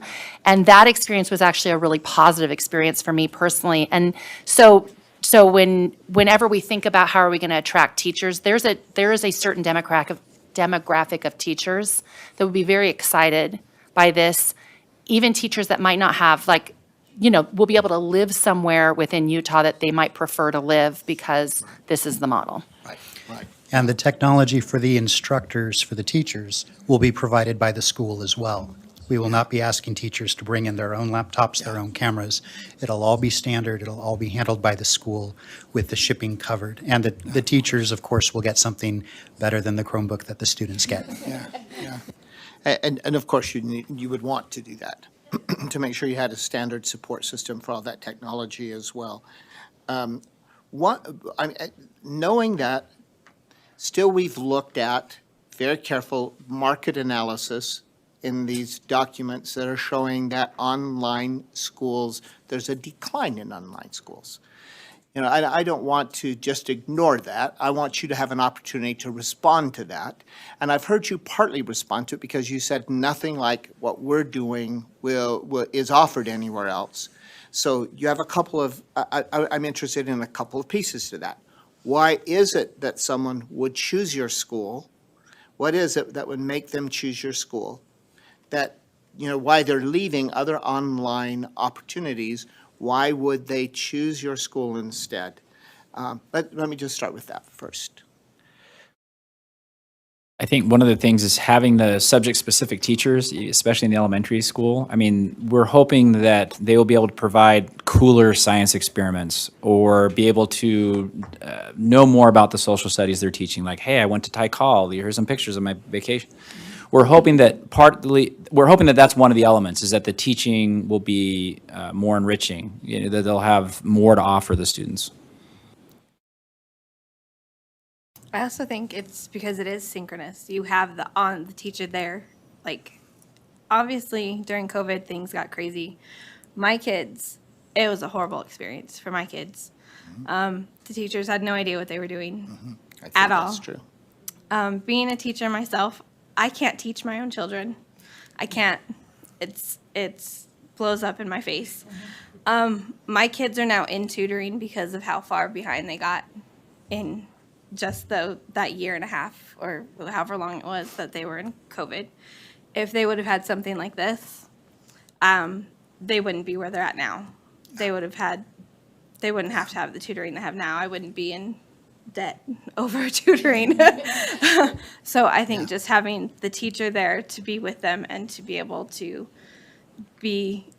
teach them and be able to do what they're doing and have that in-person structure where the teachers, instead of just, okay, here's what you have to do today, now go do it. So the synchronous platforms, that the deliveries will be very helpful. It's But super the other helpful. thing you said, I think, is also accurate, is that we went into pandemic, schools shut down, teachers who are untrained jumped into something that they really did not know how to do. And I think you're accurate in saying instruction suffered, and it really did. Kids didn't have good experiences, families were frustrated. That provides some difficulties for you, though, because you have that to overcome now, because there are folks who now have a bad taste in their mouth about online school, and I think that's contributing to the problem, why they're leaving online schools, because they're saying, no, we tried believing that was online. We don't want online. And that also is part of the problem. You want to make sure your teachers are really well prepared so that they're not the kind of teacher that was in that position during the pandemic. And so you have some of that to overcome. So that leads to the second part. I said that was the first part. Here's the second part.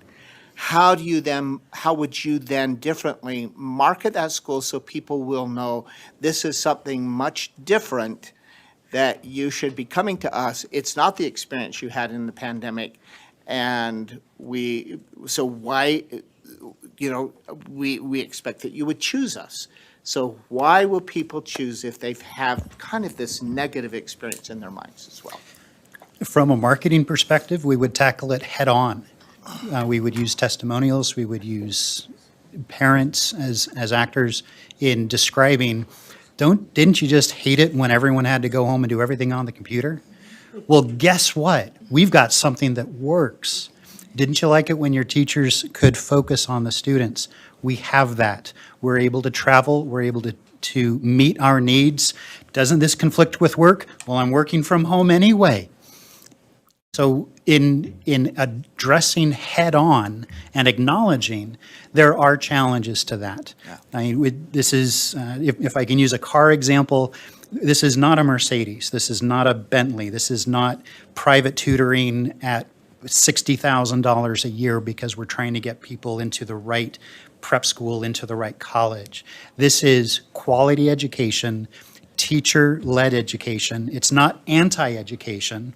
It's not we're rebelling against the public school system. It's not we're homeschooling because we don't believe in X, Y, or Z.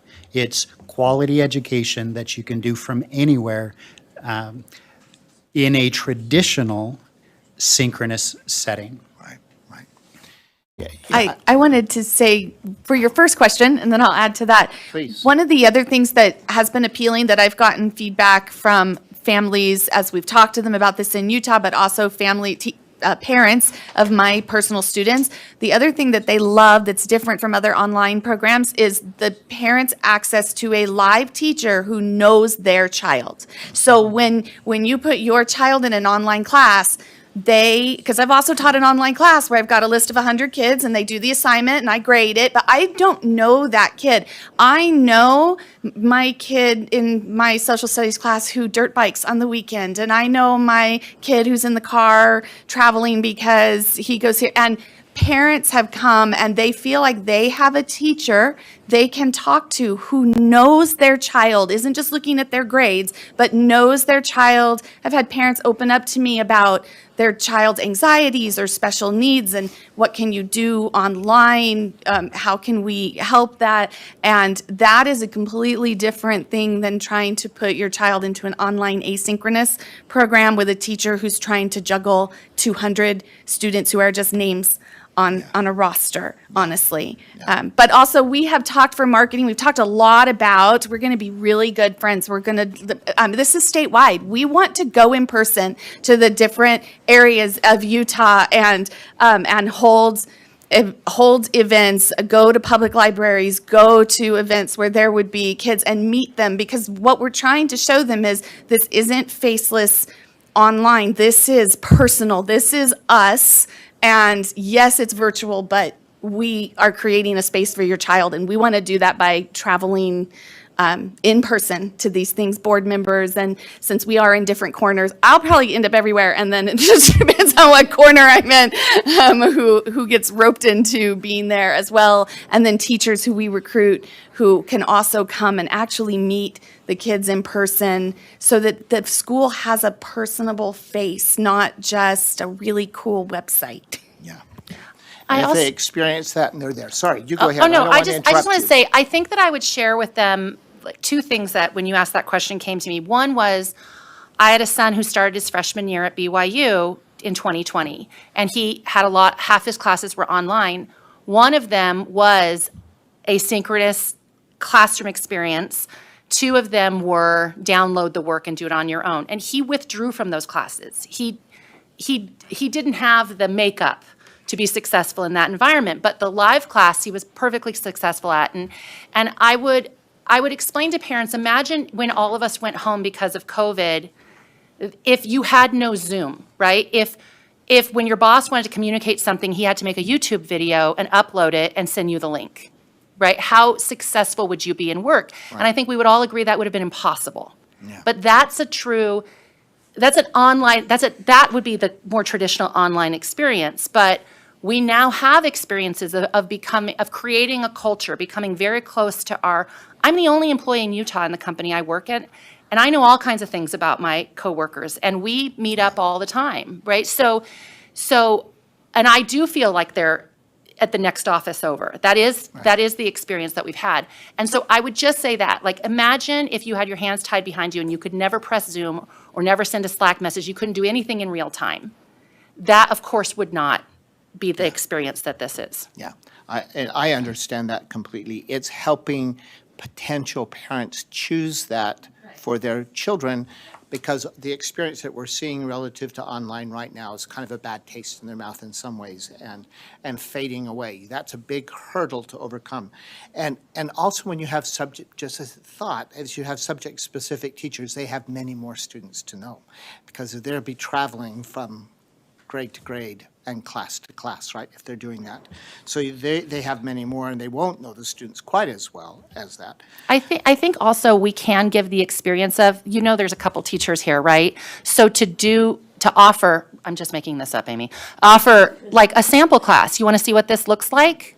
Sign your kid in, let's go. I had the same idea. See, that's perfect. Well, you didn't say it out loud. great. though. I Sorry. said it. Yeah, that's why we ask those questions, so that you will think of those kinds of things. And offering something like that is something we could totally do. And just to think about, there are a lot of parents who are working at home online. And I've never been the parent who in the Christmas song it said, Mom and Dad can hardly wait for school to start again. I've never been that one. I hated them to go back to school. I liked them to be home and do that.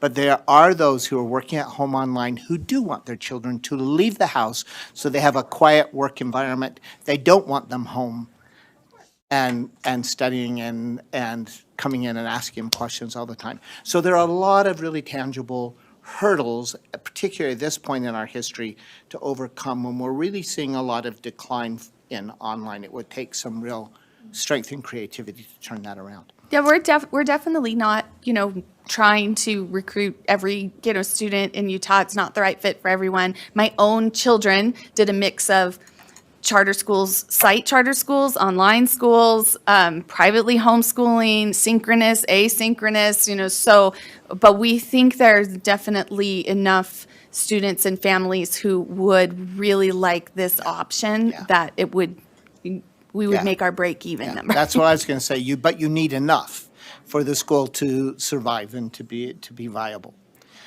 Any other comments from board members? Any other questions? Member Cisneros? Just as you talk about your break even, I have a note, I won't hide it from you. I just wrote ambitious above your enrollment plan, because I really do feel like even in the best of circumstances, it's ambitious, but in reality, I think it's super ambitious. And so it's really ambitious because your funding streams are not created equal, right? So your K doesn't generate the same amount of money as your 12th grader. So when you say break even, that doesn't tell me a ton because you're saying, oh, I need 200 students, but you need 200 students in what configuration?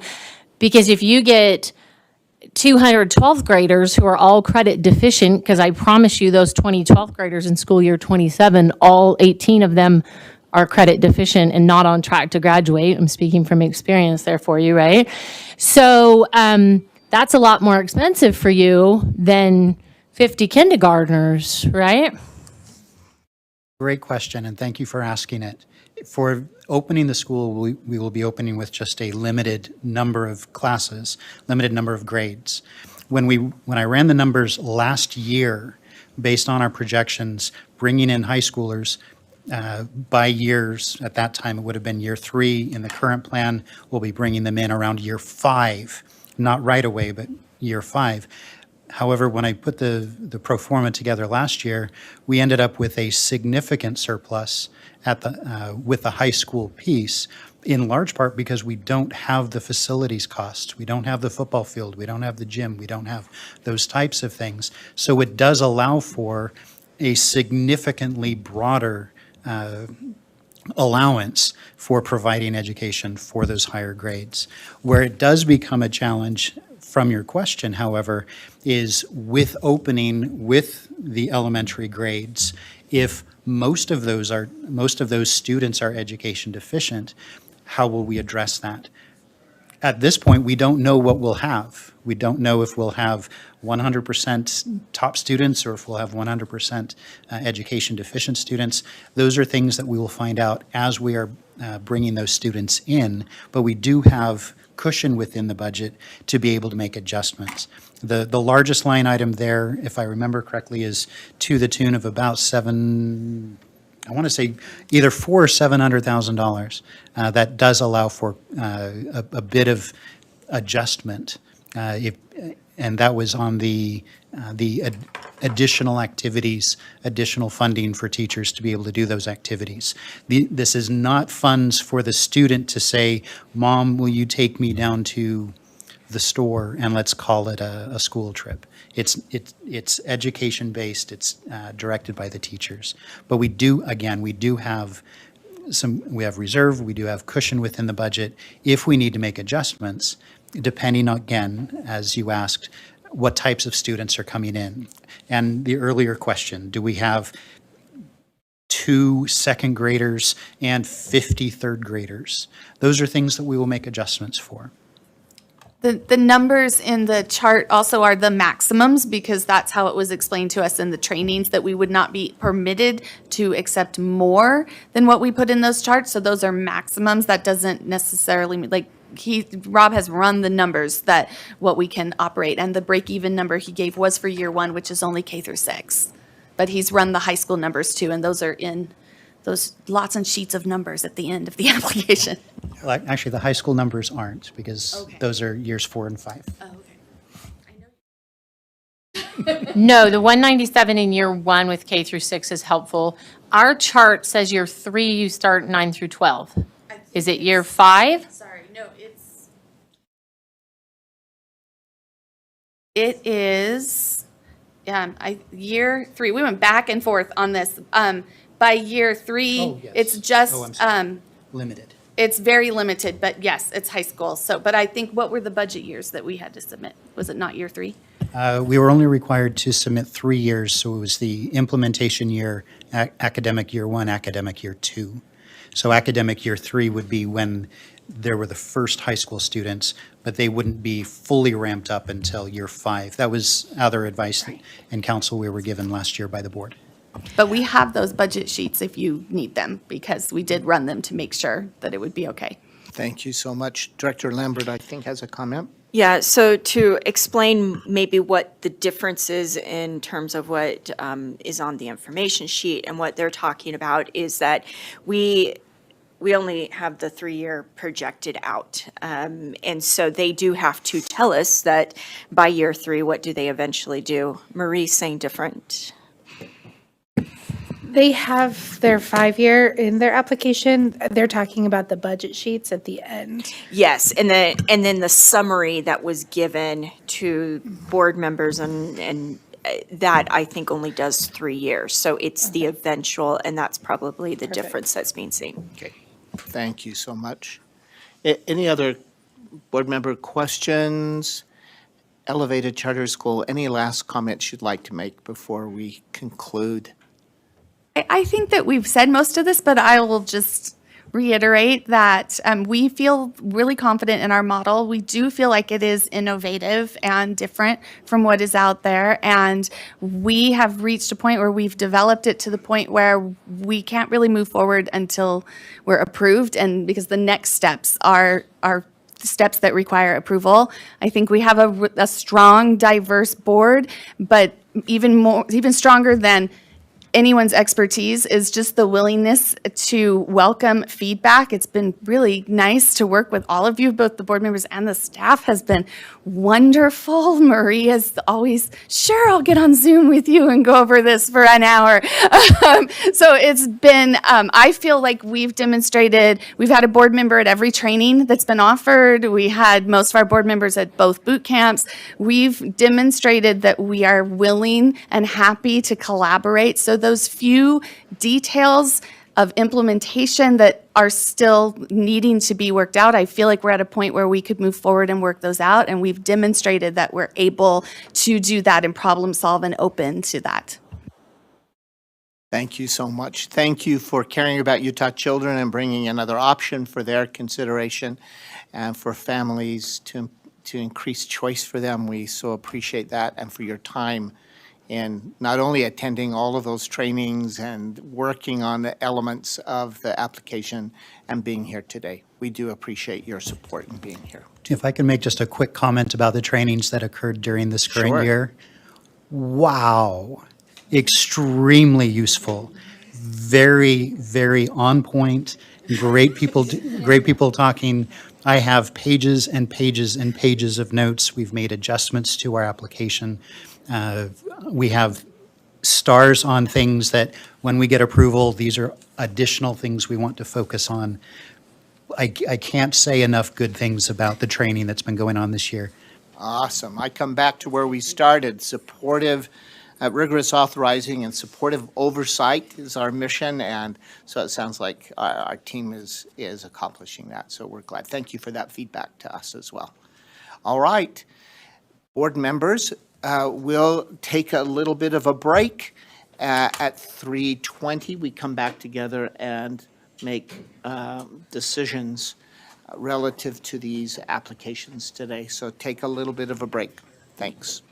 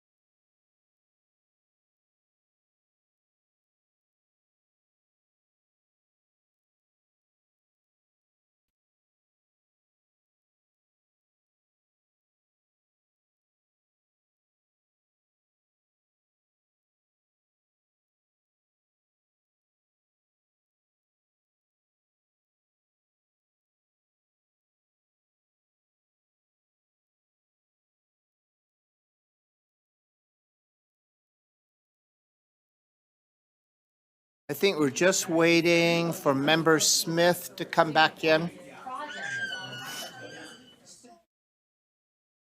Oh, Spiker too.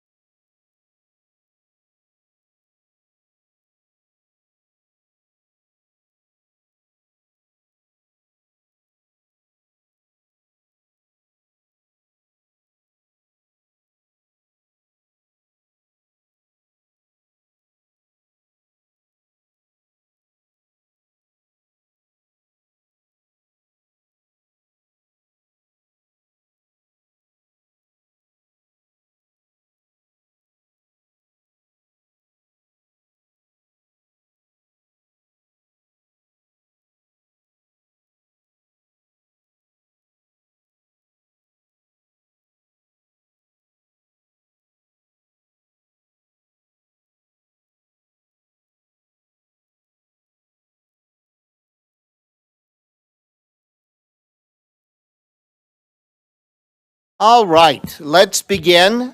As we start again, Dr. Evans and Marie Stephenson are going to present what staff is already doing and plans to do in the future to increase options for schools and enable communities to submit strong applications for new charter schools. So as we're looking forward, and as we're coming to an end of this cycle, we're already thinking about the next cycle, and so they're going to help us with some of the thinking for that next cycle.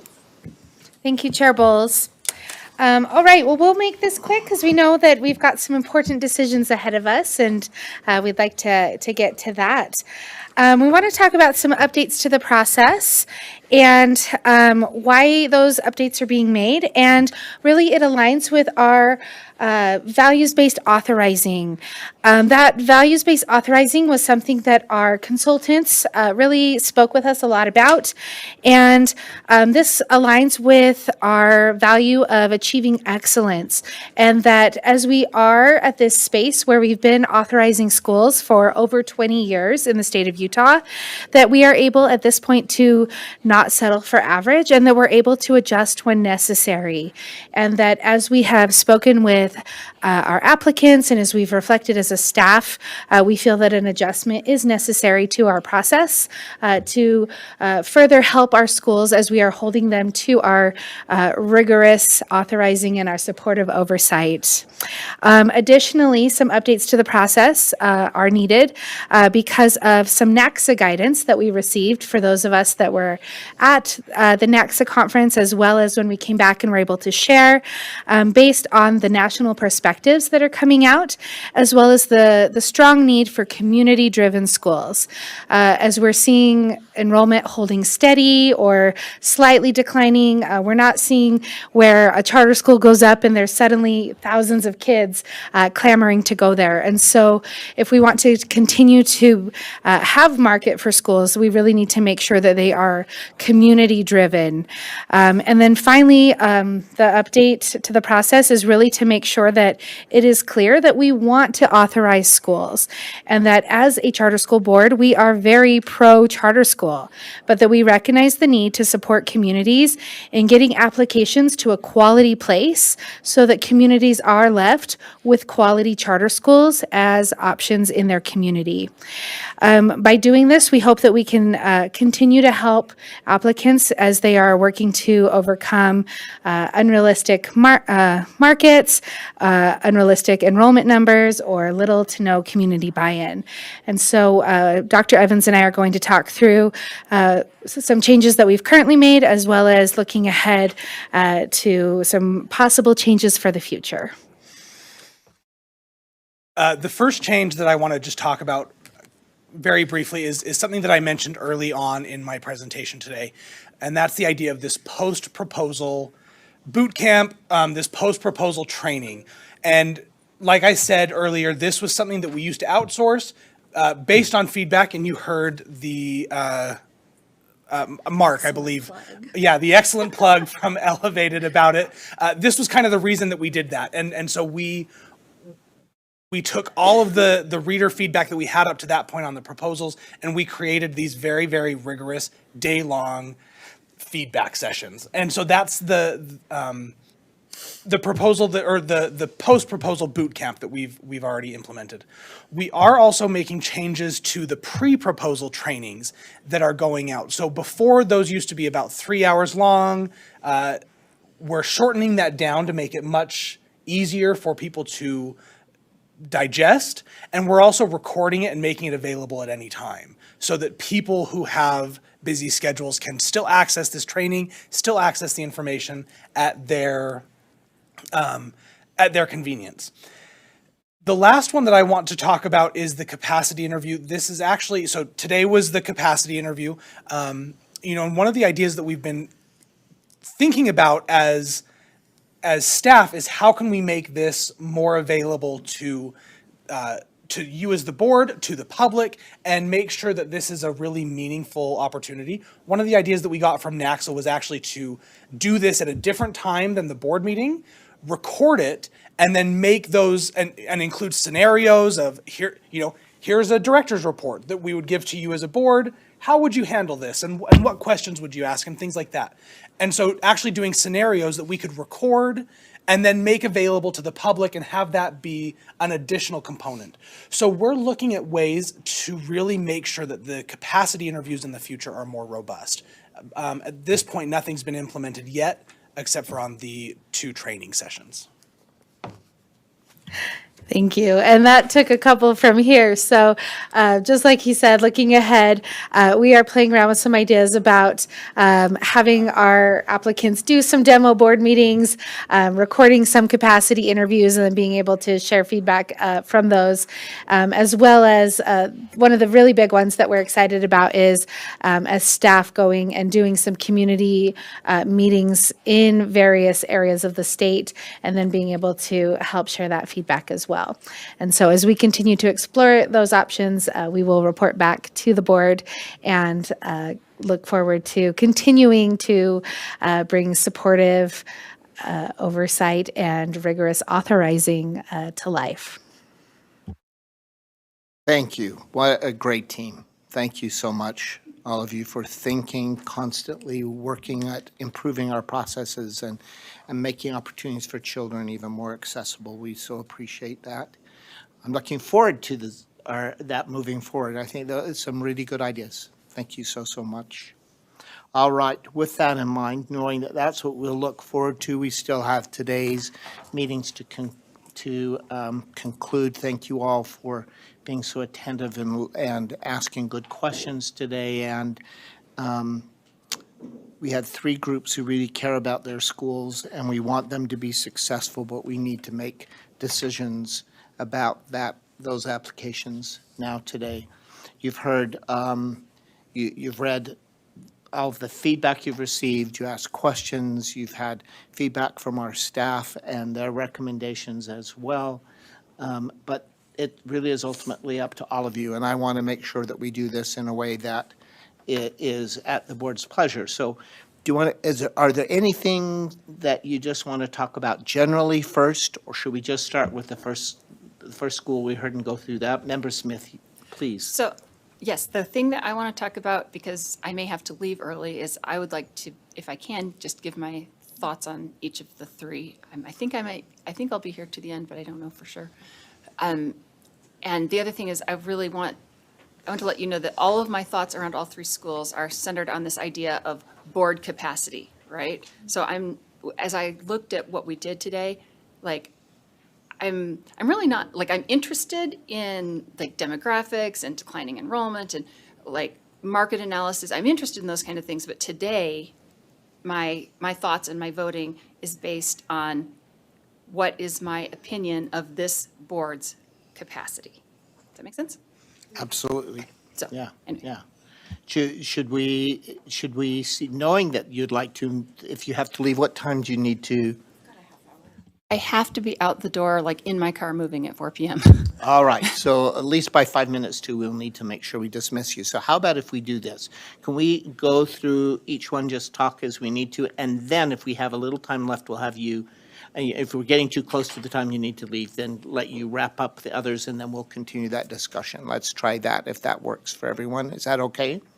All right, so let's start. We heard first today, Peak Academy. Is there anyone who wants to begin, would like to begin that discussion, or a motion if you have one even? Member Cisneros. On this one, I actually wrote, and it actually is awesome that you said that, because I wrote, Member Smith said to me once, I'm not kidding, it says that, I will take an A team with a B idea over an A idea with a B team. And I feel like the first school is an A team with a B plus idea. I think they can get to an A idea. I think they're looking at, which it should be lots of awesome ideas that they want to make this sandbox perfect. And then what I also loved is they said they know that hiring the right people is how then they execute. And the fact that they understand that they don't have to have all the answers, but they do have to be really strategic about how they hire. And then reality will set in and they'll figure out that, you know, they can do a pared down CTE that overlays, and that, you know, maybe the coming in and checking in with the teacher isn't going to really work, you know, first thing in the morning. And, you know, some of those realities will settle and they'll find their place. I respectfully disagree a little bit with Chair Bowles on who makes decisions. Yes, parents sign off, but the vast majority of high school kids stomp their feet and scream if they get forced into a school they don't want to go. And if they get forced there, they just flunk out until their parents acquiesce and move them anyways. So I feel like for K through 6, it's 100% factual that we're selling to the parents. But I think once you're in the high school realm, you really are appealing to the student. And I feel like, you know, I Googled the two new aims, really, really high performing. And then you've got Career Path, who they're kind of looking at a way to bridge those two schools, 27 and 29 minutes respectively.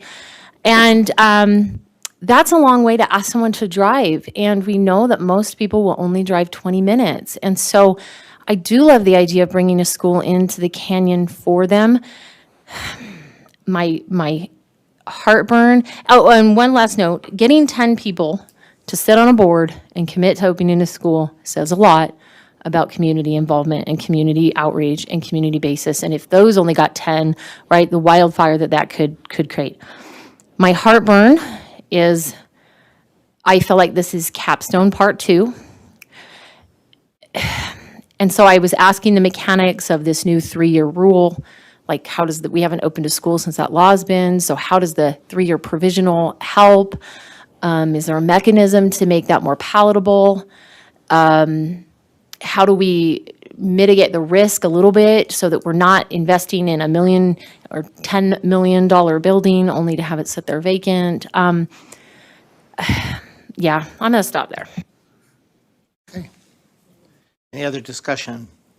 My only discussion, like I said, is related to board capacity, right? So I share your concerns, and I also feel like you nailed it. This is an A team with a B plus idea that I think they are committed to making into an A plus idea. So I have confidence in that board and in their ability to execute, and so I would say I would like to see them move forward.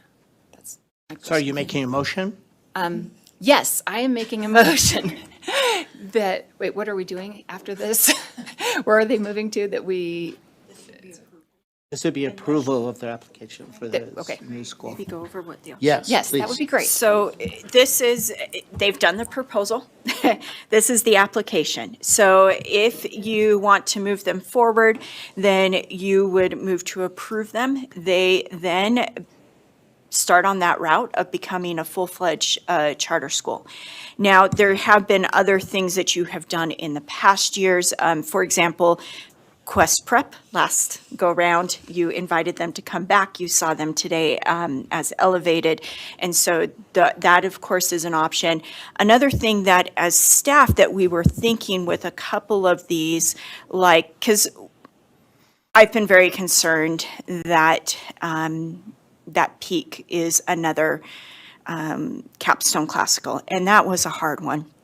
And I hated seeing that school close, and yet they just didn't have the enrollment. And I'm fearful that we are going to do that again. And so that's where staff was saying that, well, if you're interested in this, maybe give us a month or, a couple of months, because that's not going to put them off track in opening.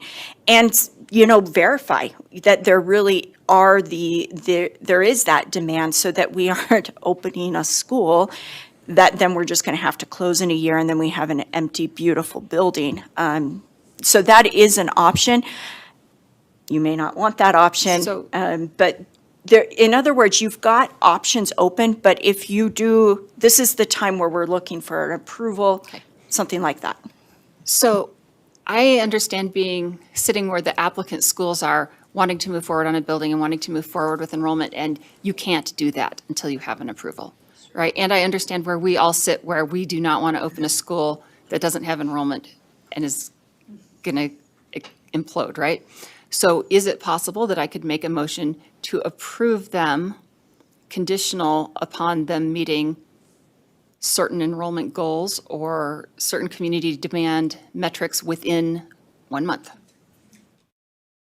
Yes, please. So there is that. There's also, and it is in board rule, I believe, might even be in statute, but there is a readiness to open.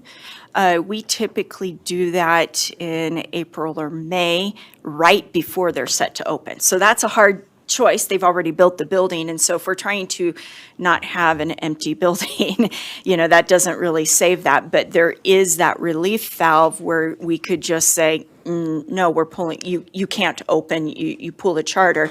You could move up that readiness to open, or you could do the conditional like you're talking about. There are those options.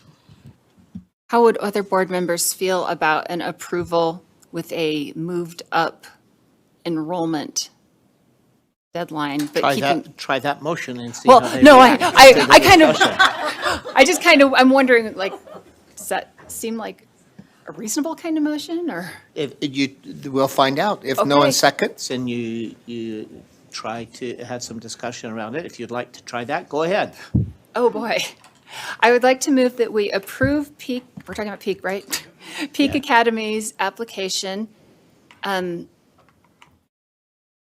with a moved up enrollment metric deadline from the readiness to open timeline. Is that what we call that? Give right? us a date. I think that will help, right? Yes, I'm just, I'm thinking like what's reasonable, right? Like, I would love in that motion to have more specificity of what the intent is, because, does that just mean, okay, then a year from now, we're looking at it? That's what I would love to see. okay. Help me to know what you think would be a reasonable deadline for them to have enrollment commitments that would make us comfortable, right? Enrollment commitments, you're probably looking a year from now. What I would maybe suggest is that it's maybe go down the lines that you were first thinking, Member Smith, of that it's kind of like maybe approval conditional on them coming back in a month or two with a more robust market analysis that staff has verified, or something along those lines. Okay, I can do that. I would like to retract my previous attempt at a motion. And we You're can do getting that, right? this there. That's good. And create a new motion that is to approve Peak Academy's application review conditional upon them meeting as community demand assessment within 1 month that they've worked with staff to create.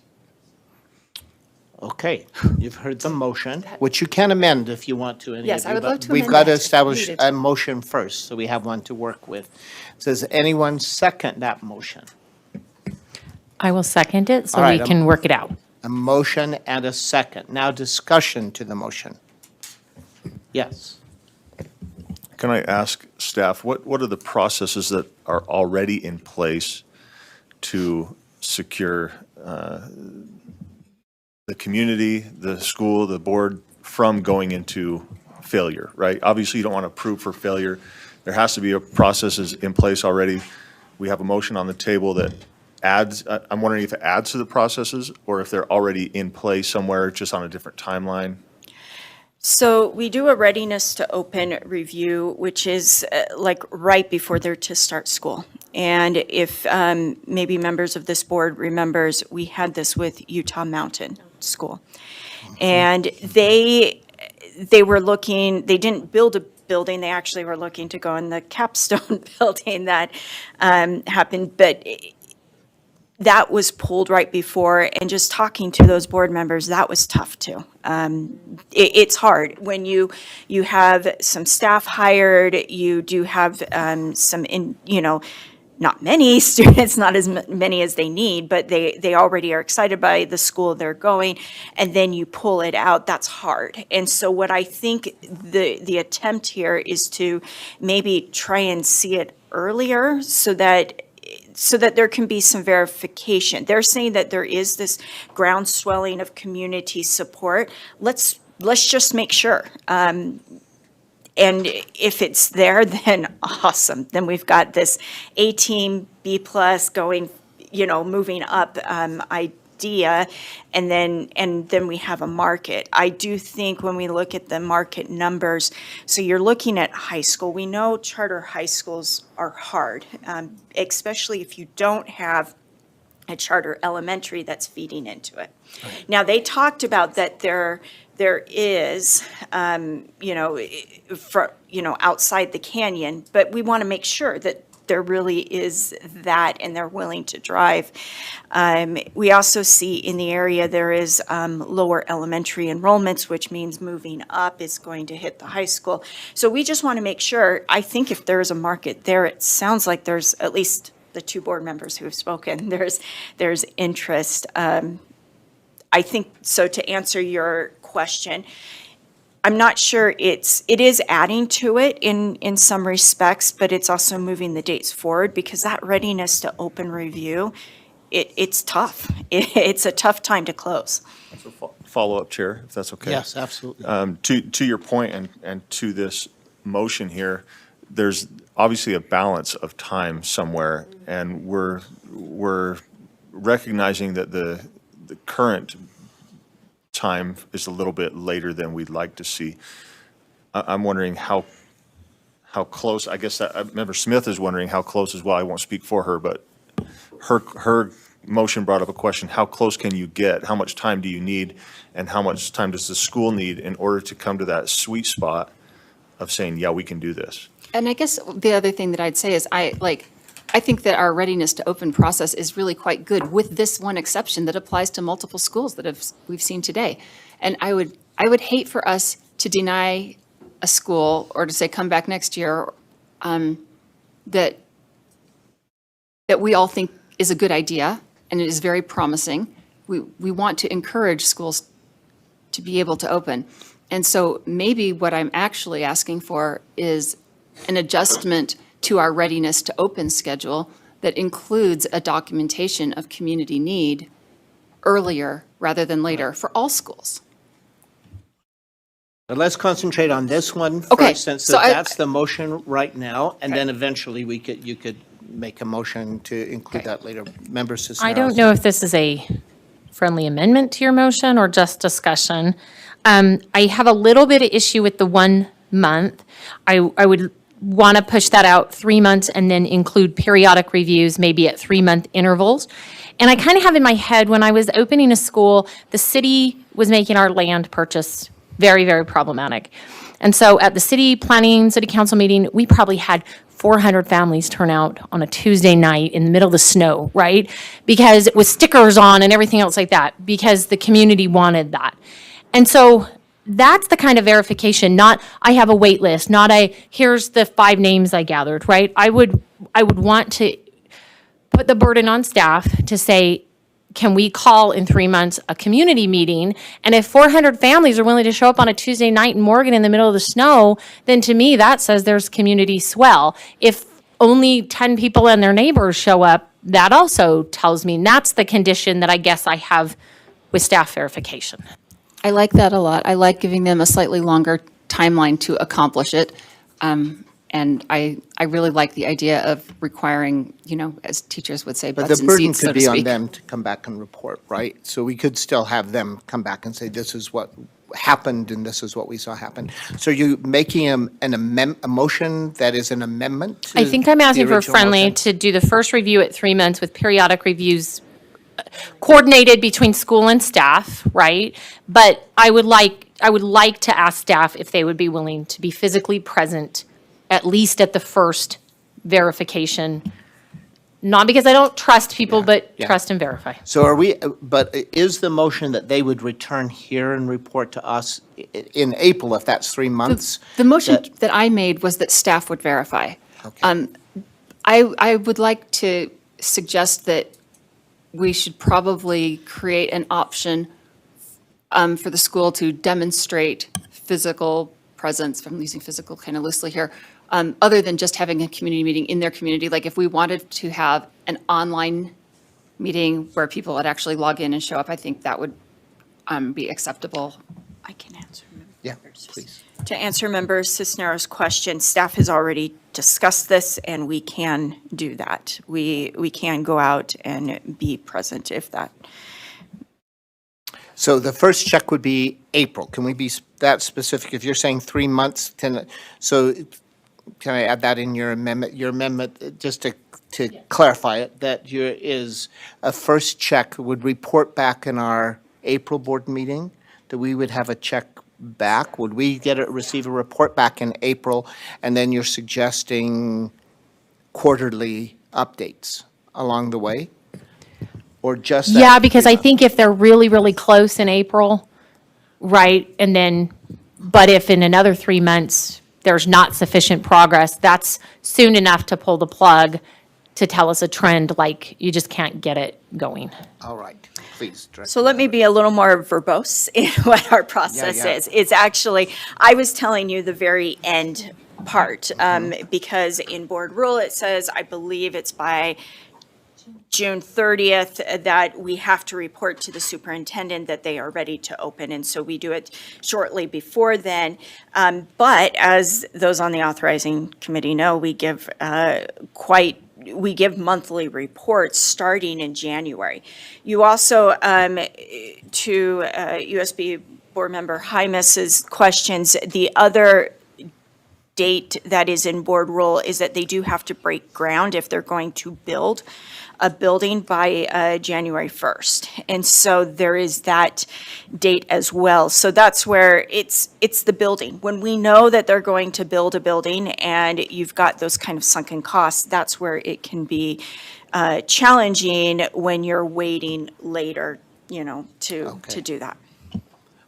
All right, so I don't want to put words in your mouth for the amendment, but could we, if the motion is to approve conditionally, now this would be with the amendment, approve conditionally, that's what we're considering as this amendment, conditionally after a report is, we receive a report at our April board meeting ready to, relative to their capacity, the ability, the market analysis and capacity to open, then because they would probably need a clear approval if they're going to start buying land and being ready to build by January. Could your amendment indicate that based on that, we could then, obviously, we'd make another, it's conditional, we'd make another decision at that point relative to a full go-ahead, or? Well, I guess I want to clarify Member Smith's motion then. I seconded and approved it as an approval so that they could then start making the steps they need to take.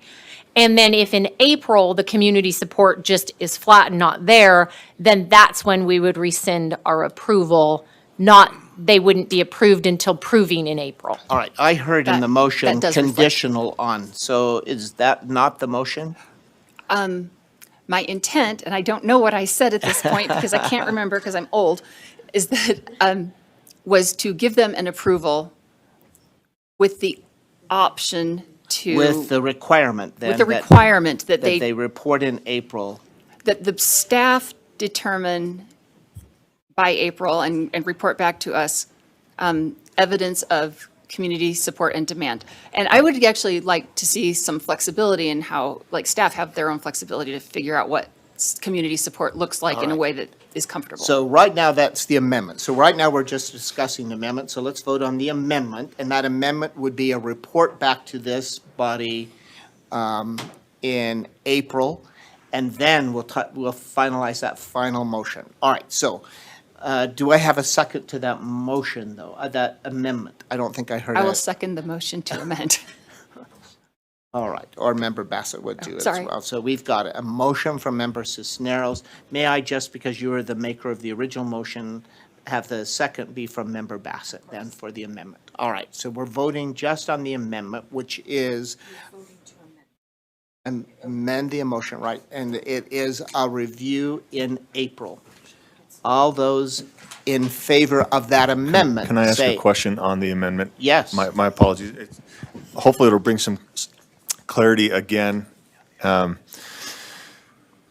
If a charter is approved and they get moving, and then the amendment is to have a report in April, and then based on that report, the approval can be rescinded. Is Right. that correct? Yes. Making sure I'm following here. If I'm a charter trying to open construction, when does when does it need to take place? And if I'm a construction company, am I going to take that risk? Am I If going I'm to be put behind? Being honest, I think that it's semantics of whether or not we're saying that we'll wait until April to approve them versus, that That we they're solid we might paper. pull it in April. Except it really there's isn't probably from gonna a be financing and lot of- construction standpoint. They want an approval, right? Right. An approval that, I mean, we can always rescind an approval at any time, I guess, right? So, I'm just saying the amendment to the motion, and maybe even the motion itself, might set the charter up for failure from the beginning, is what I'm Yeah, they really suggesting. cannot move forward until that April. They wouldn't be able to, under this scenario, until after that April date. although they certainly could report sooner if they Member wanted. Olson, go ahead. Yeah, I'm just concerned that we're setting them up for a real problem. This is putting them in limbo for the next 3 months. And, man, if I'm selling the property, if I'm a developer involved in this, I wouldn't touch that based on the public record of this meeting and the risk that charter is going to be rescinded. So, I don't know. That's a tough one for me. I'd have a hard time supporting that. All right, so let's take a vote on the amendment. If that's not something you want, then let the amendment fail. We'll go back to an original motion again. So a vote on the amendment, which includes an April report back to us. All those in favor, say aye. Those opposed, nay. All right, I'm ruling that amendment failed. Let's go back to the main motion. Member Smith, do you want to reread the main motion for us? Thank you, AG Okay. Jones.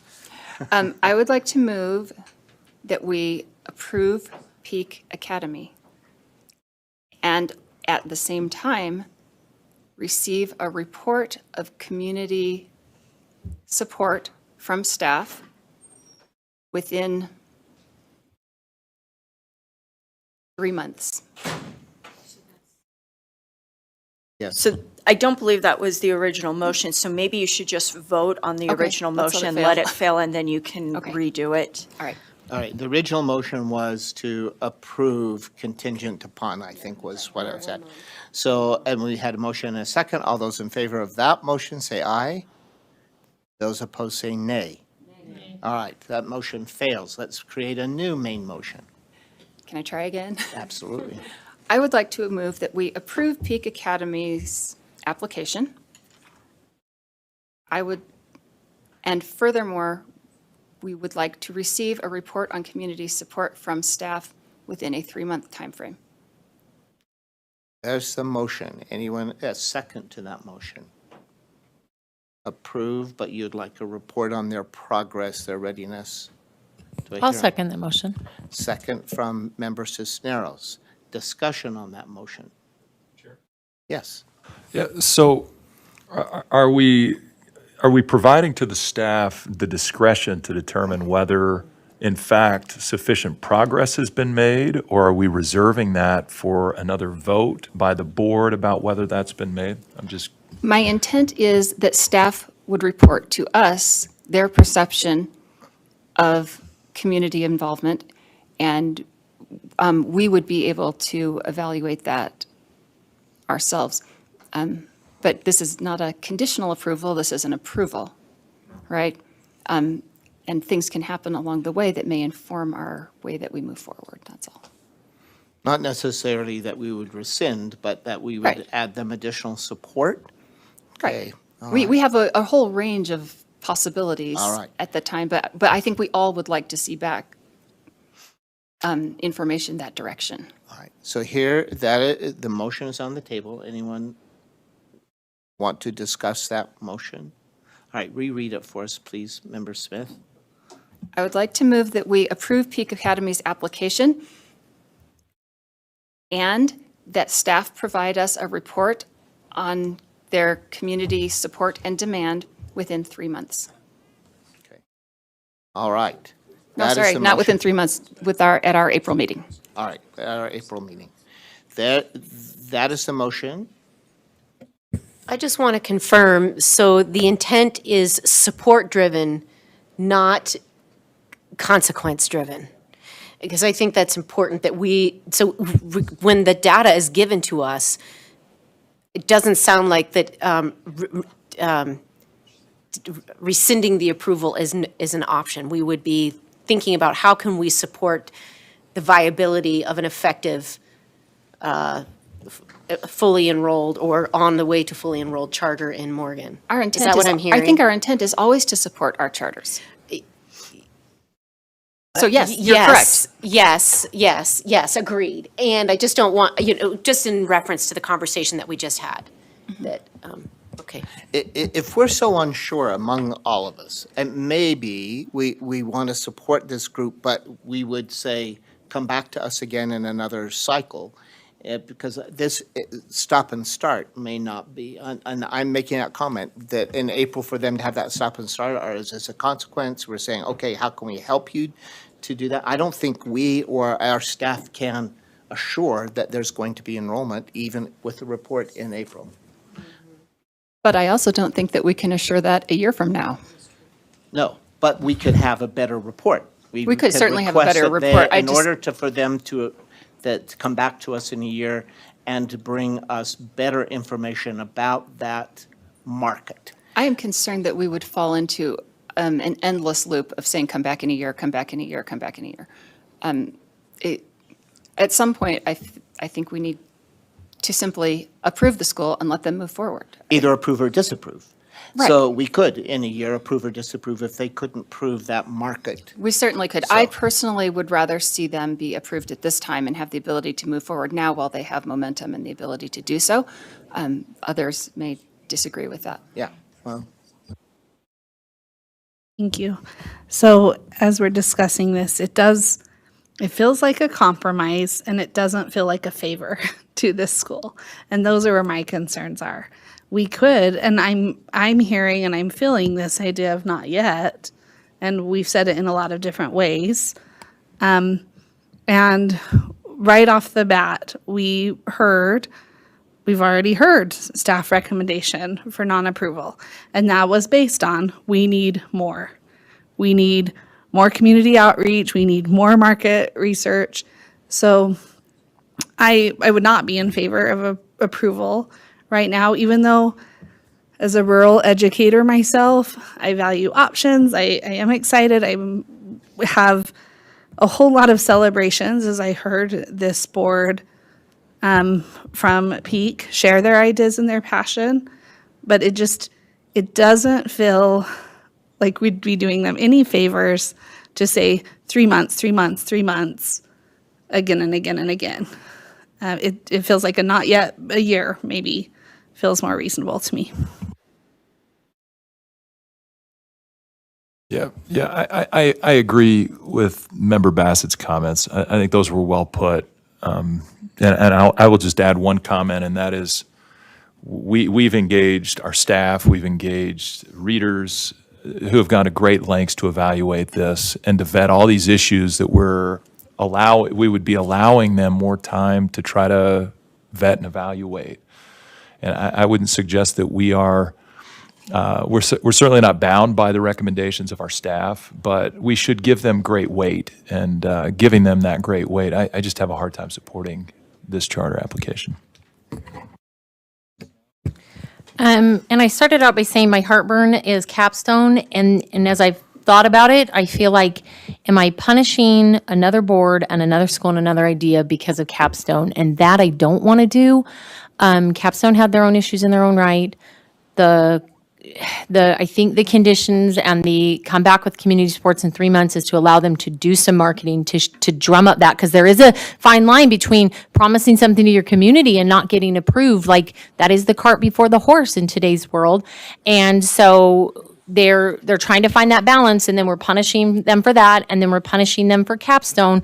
But the 3 months is if the market really isn't there, it's a lot more painful for everybody in 3 years than it is in 3 months, not as a punishment to them, because I don't want to punish them for Capstone.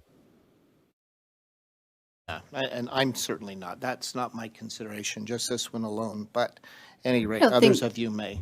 I don't think any of us is trying to punish them for Capstone. I think we are all a little bit gun shy because of Capstone, right? That said, once again, I'm very nervous about, like I think our staff is amazing and they do very thorough evaluations and I really appreciate them. Staff is also very conservative, right? Which is why we have 0 recommendations to move forward.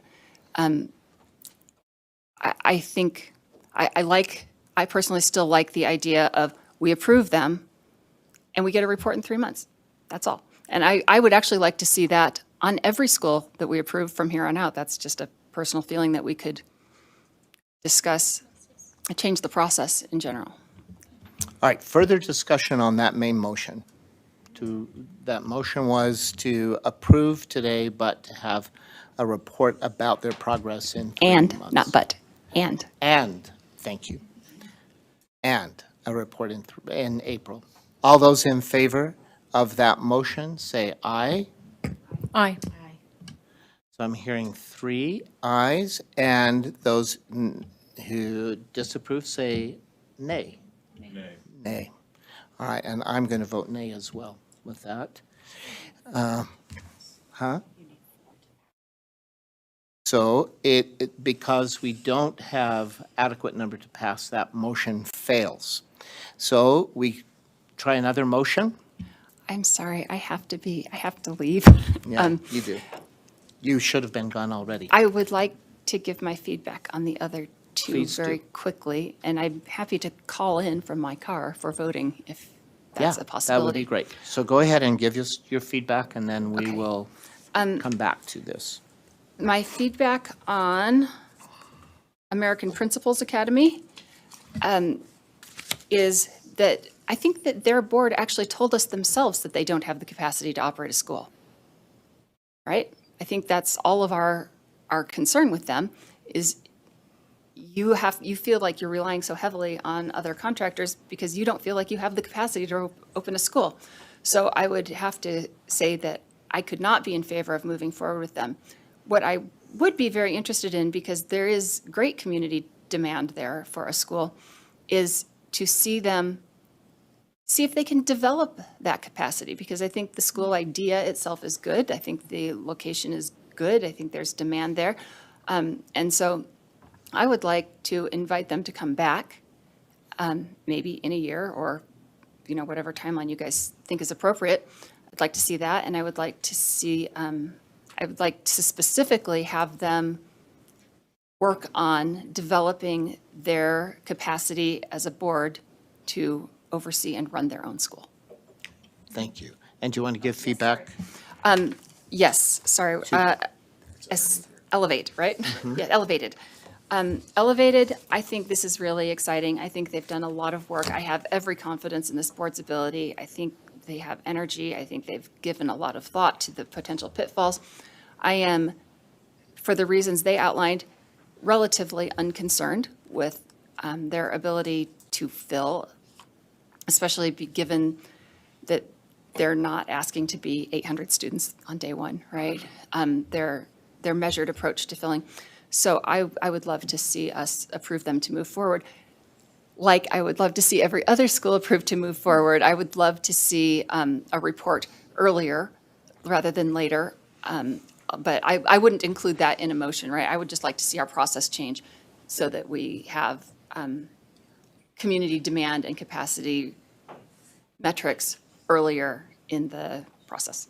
There you go. Thank you that's so what I much. want. And you do have a way to phone in, and we certainly could take your vote online as you're driving. Okay. That will work. So if you have a way to call, you know how to do that? Okay.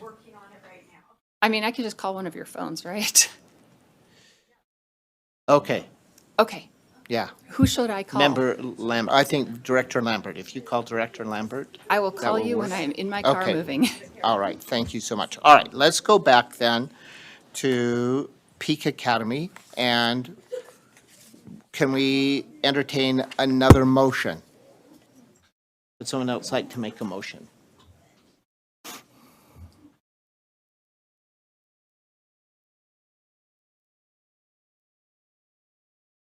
Go ahead, Crystal, are you ready?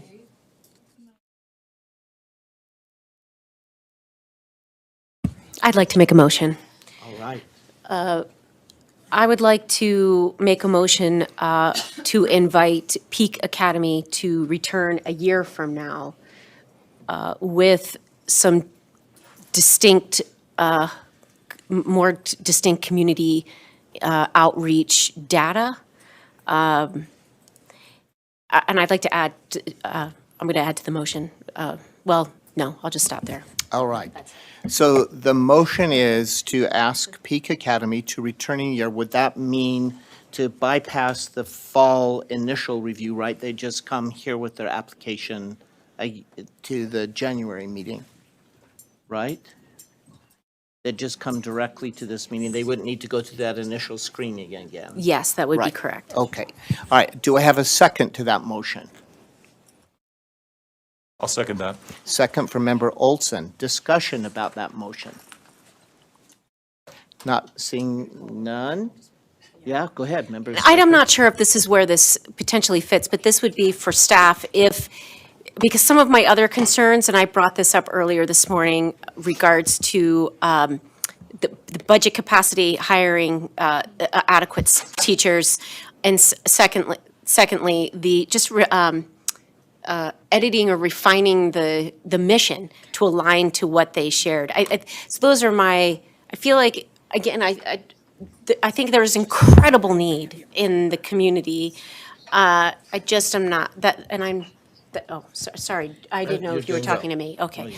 So that would just be some comments to add in this year of growth, just to refine those pieces to come back with a very powerful, data-driven application. Thank you. So the motion, any other discussion to that motion?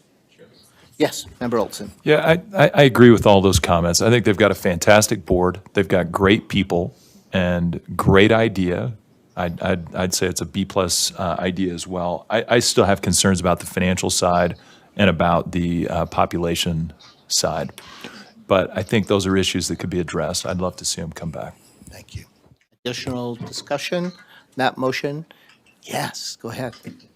Chair, if I may, back with a few years ago when we had Santaquin Science School and we had Camino Nuevo, the board made a similar motion and allowed them to bypass the proposal process. And upon reflection under Chair Tonks, the board ended up feeling like that ultimately ended up being a disservice to those schools to bypass that process and bypassing doing that proposal again. ultimately, of course, that is the board's decision, but in that supportive oversight where we work so closely with the schools, I thought I would just remind the board Thank that you so that much. has occurred Yeah. prior. And I kind of tacked that on to her motion, trying to clarify. Did we have Elevated come back in the fall again to do that screening? Yes, okay. Yes. You're saying yes, we did. All right. And I appreciate that. I do think that that's valid, especially based on what I'd like to see. Yeah, and that wasn't really the language of her motion. I kind of tacked that on for clarification. So let's be clear. I think that you believe that your motion was that they would come back through the process again next year. All right, both steps of that process. All right, any other discussion? All right, all those in favor of them, oh, you do? Go ahead, Member Smith. Could you just repeat the motion for me since I kind of missed it as I was walking out to the car? All right, we'll repeat the motion. The motion is that we ask, much like we did with Elevated Charter School this past year, we would ask that Peak return again next year with a clear market analysis. Also, there were some financial concerns that folks had. Those two items primarily, that they would come back, strengthening those pieces of their application and go through the process again. We encourage them to go through that process again for next year. Did I represent that motion accurately? All right. So, any other discussion with that motion? All right.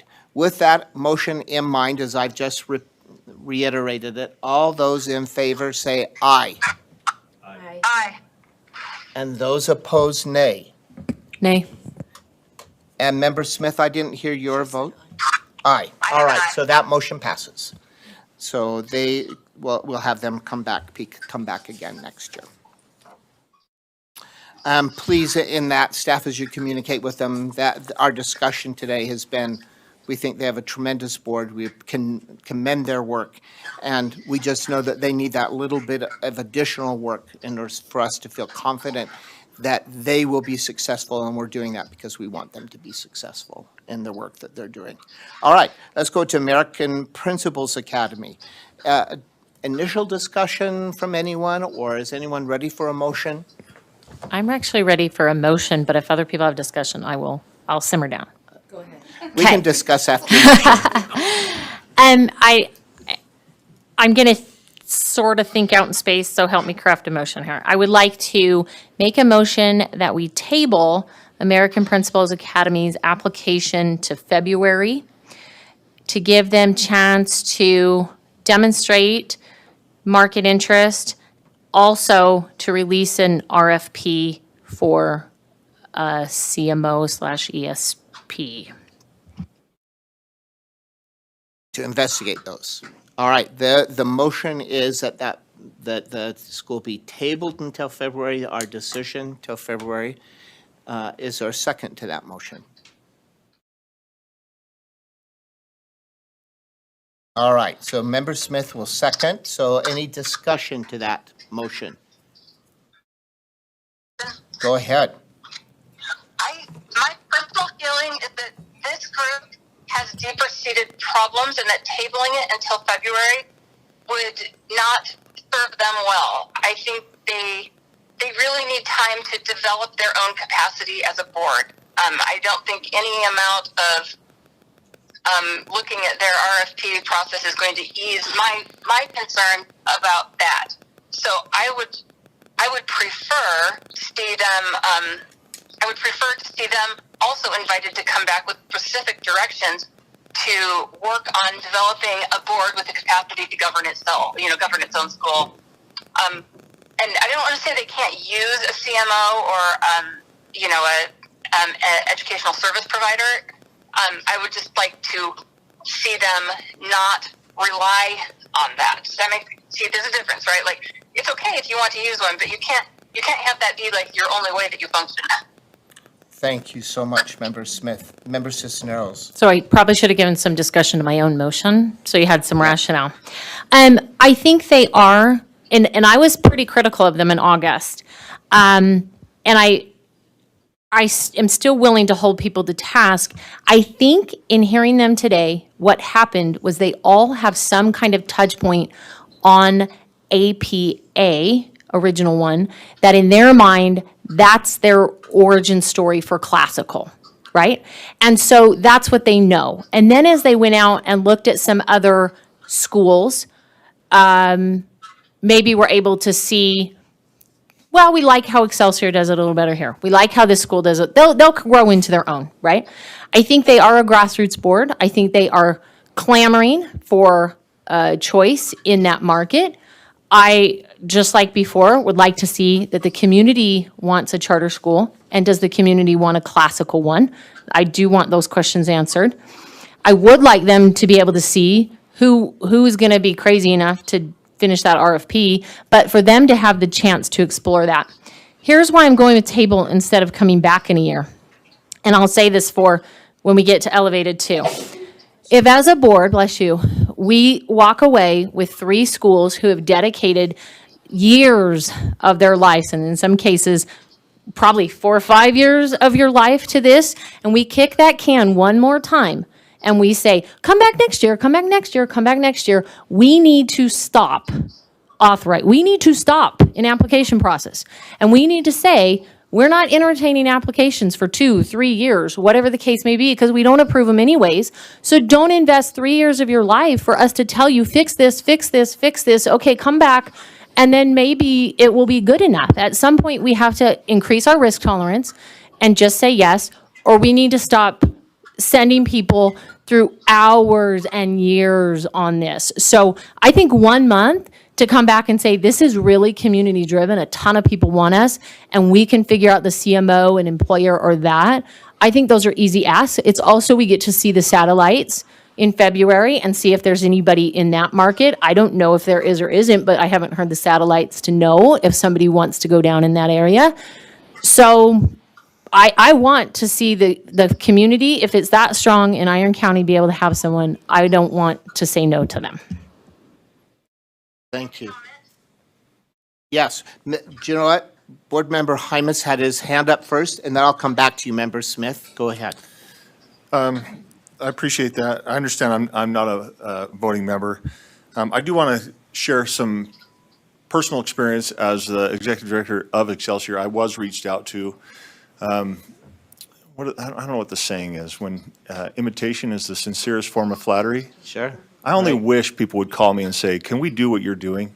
I would love it. Anybody out there who's listening, give me a call, right? I would love it. So the fact that they're trying to get this model very similar, if not the same, to APA, for me, I don't have an issue with that.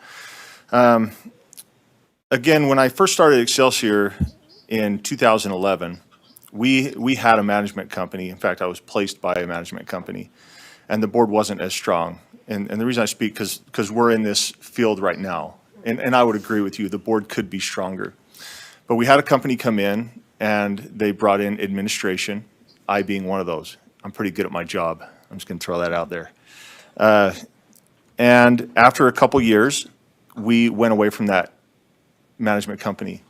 But we immediately got another one because the board didn't feel like that company was meeting the needs that it had. And so they went to another one immediately, and they held on to that one for another year, and then they felt comfortable enough to be on their own. So I share that because I know there's these concerns. We all have these concerns, right? Why would you open a school if you immediately needs to be managed? If you're not ready, if your board isn't ready, there's a great desire in that community. I don't know if there's debate on that or not. I've talked to some of those people as a member, a non-voting member of this board, as a member of the USBE. I've heard some of those voices, and there is a need for there. And so tabling for a month, if that's our best option, I would recommend it, right? I would recommend approval because I know what the community is looking for down there. We have fantastic support in our staff who has done amazing things with charter schools, who have provided amazing support to me personally. And so I think our staff, now I get off topic, but I know we have amazing staff. But again, I just wanted to share that with you. I'm in favor of this motion or a better one, but I do want to express my sentiment publicly. Thank you. Thank you so much. Member Smith, you're up. Thank you. I want to say first that I could not agree more with Member Cisneros, that we have to get out of this come back later, come back later, come back later. It has to be incredibly disheartening and difficult to our schools. However, in some cases, they do eventually recognize that, that has helped them, right? So we're both on the same page there. We need to be able to give them something they can act on. I think that where we kind of differ is in our degree of confidence in the various boards to functionally come back later, right? Like, as I looked at, oh my gosh, the first one, peak, as I looked at, I could table them for lack of a better term, and I think they could probably work out all of my issues. Whereas when I look at APA, the new APA, I look at them and say, I think that my concerns with them would be really hard to rectify in a month. However, I don't think, I don't want to let my own personal concerns about them stand in the way, so I definitely would not vote against this recommendation for them. I would like to have seen us done something similar for All right. Thank you, Member Smith. We appreciate your feedback. And any other discussion relative to the motion? The motion currently on the table is to postpone 1 month to February, to table until February is the motion. And so any other discussion to that motion? Seeing none, yes, Member Olson, I think I see one now. Go ahead. Just on Member Smith's comment, I would agree with the comment that she just made, that if we're going to table anyone for a month, I would table the Peak Academy for a month, because they've got a stronger board, they have a stronger idea, and while Iron County definitely has a need, I think we can agree that there is a need. So far from what was presented today, I just don't see that necessarily as the be-all, end-all school that's going to meet that need. So if we're going to table anything for a month, I would be inclined to just simply table Peak Academy for a month. I'm not prepared to approve that school because they haven't given me the assurances that I feel like I need to approve it. APA. But no, I'm talking about Peak Academy. We haven't necessarily conclusively denied that application quite yet in this meeting. I think it's still fair game, but I would be open to a motion tabling them for a month and coming back.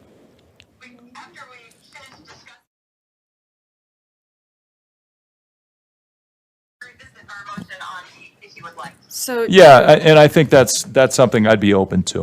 But as to APA, as to the present motion, I have a hard time inviting them back, because I just don't think they're the board and the school that necessarily is going to meet the need down in Iron County. In a month, yeah.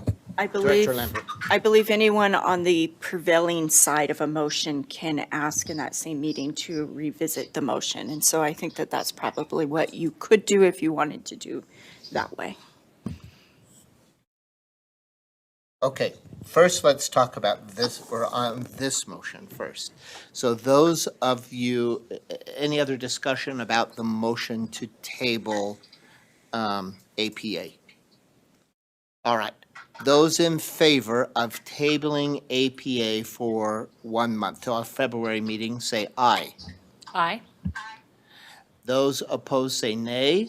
Nay. All right, that motion fails. So let's go now to, if you're ready, can we make a second motion for APA?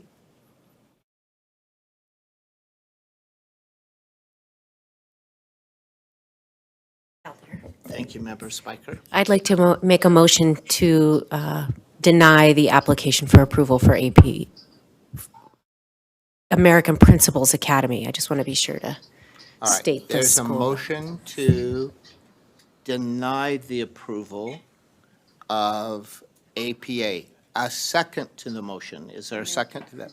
American Principals Academy. Thank you. I'll say it out. Anyone with a second to that motion? I'll second that motion. There's a motion and a second. Any discussion to the motion to deny approval? Please. Like I mentioned earlier, I think that there is enormous community demand here. We see grassroots before us. There is need for options here. This is not an area where we would reasonably be concerned about declining enrollment, things like that. I think that this board that has come before us has shown the willingness to work hard and to develop in the ways that we would like to see them develop. So if we don't give them a month, I would certainly, perhaps if we deny them, I would like to see them invited to return in a year with an understanding of what our specific concerns are.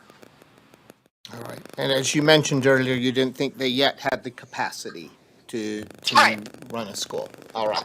Right. So the motion is to deny American Principals Academy. Any further discussion? All right.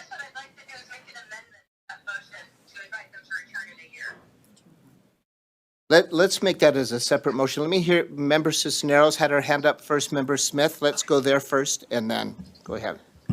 So for fear of sounding like a hypocrite, because I realize that's probably what it's going to come out as, I've been coming to these meetings either as a charter applicant, all the way up through to now where I'm on this side of the table, which is so much worse than I thought it was ever going to be. It's really easy to judge sitting in those chairs. I've watched this weird process where at first it had to be parents. And then it had to have a different composition where you had to have this exact makeup. Then it was professional writers because that's how you got through. Then it was, we don't want to see any parents on your board. We want all professional people. And then today it was, what's your mix and I feel like we do this and we kind of like ebb and flow and I know it's all based upon experience and what has happened in markets and I do truly understand all that.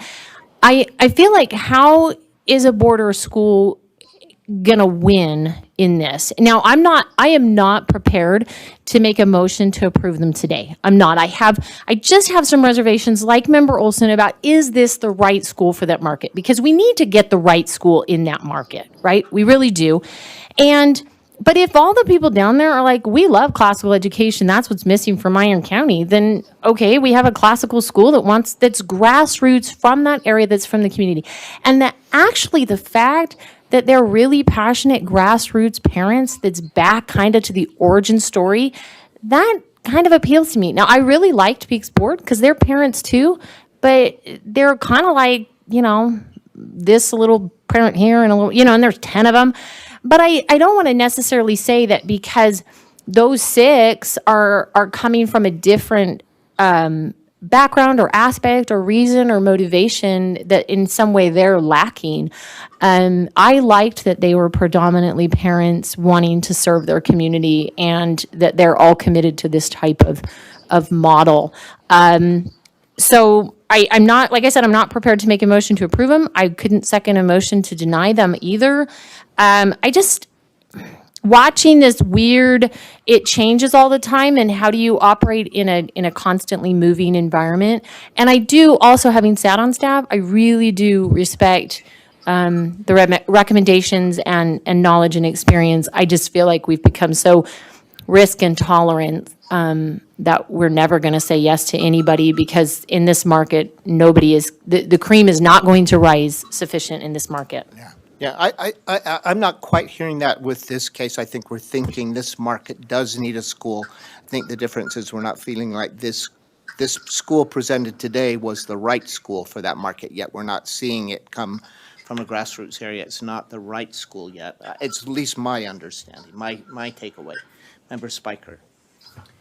I just wanted to go back and look at the 2 applications of the schools that were just Peak Academy and American Principals Academy. And as we're talking about community support and market analysis, I don't see any data from APA about a survey given to parents that this is the school that is needed in the community. We know that there's an enrollment a bubble or on an increase. You know, they've got a lot of students down there and a need, you know, in terms of overcrowding in schools. But I don't see the same information that we're asking from Peak is not evident in this application. No. And so I've just really appreciated the last hour or so of conversation, because it's really helped me think too about how are we setting schools up for success, and making sure that we're really being clear about the data that we're asking for, and help from all schools, trying to be equitable. Not that the markets are the same, or the schools are definitely not the same, and what they're hoping to accomplish, but I think that we need to be very mindful about making assumptions about what is needed in Iron County versus Morgan County, when neither of that, the data is not evident in either of the applications. And I just want to say I've appreciated the conversation. Thank you. So, and it's going to help me make some decisions. So thank you. Thank you. All right, Member Smith, I know you wanted to comment again, but I think it was about maybe an alternative motion. So may we finish this motion first, and then I can have you speak to a potential alternative? Okay, I wouldn't say alternative, probably just a second motion, but okay. All right, yeah. So we're still talking, the motion on the table is to deny approval for American Principals Academy. Other discussion for that motion? All right. All those in favor of the motion to deny, say aye. Aye. And how many, I may have to call roll. 3. Okay, and those opposed to that motion, which would mean that we... It wouldn't pass because you have to have... I have to have 4, so right? It failed with only 3. All right. So the motion failed. All right. So do we have another motion? Yeah, I'm glad to go ahead and make a motion. This discussion can't go all night, but man, I agree with so many of the comments that have been made. We've got to make some decisions, and I hate to kick the can down the road, and at the same time, I hate the idea of just denying every application that's presented to us and just taking the safe route and approving satellites, and we're just going to be the satellite approving, authorizing board. I hate that idea. Anyway, sorry for the random rant, but my motion would be to deny this application, but to be sure to invite this board to return in the next round. All right. So the motion now is... American Principals Academy. All right, to deny this board's, the current approval, but to invite them to come back for the next round, so the end of 2023 into 2024 approval cycle. So is there a second to that motion? All right, Member Smith seconds that motion. So the motion is to deny today, but to invite them to come back to in the next round. With some feedback, obviously. We're going to give them a lot of feedback relative to that. Discussion about that motion now.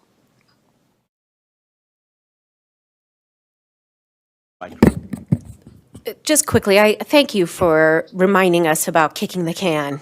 I think that it's an easy solution when the decisions are difficult. And I don't want us to be I don't want our reputation to be that we can't make a decision. And yet, the cycle of schooling is that we can't, I thought about this teaching class last night. I thought to myself, gosh, why do I have to wait another 6 months to do this again if I even get to teach this class again?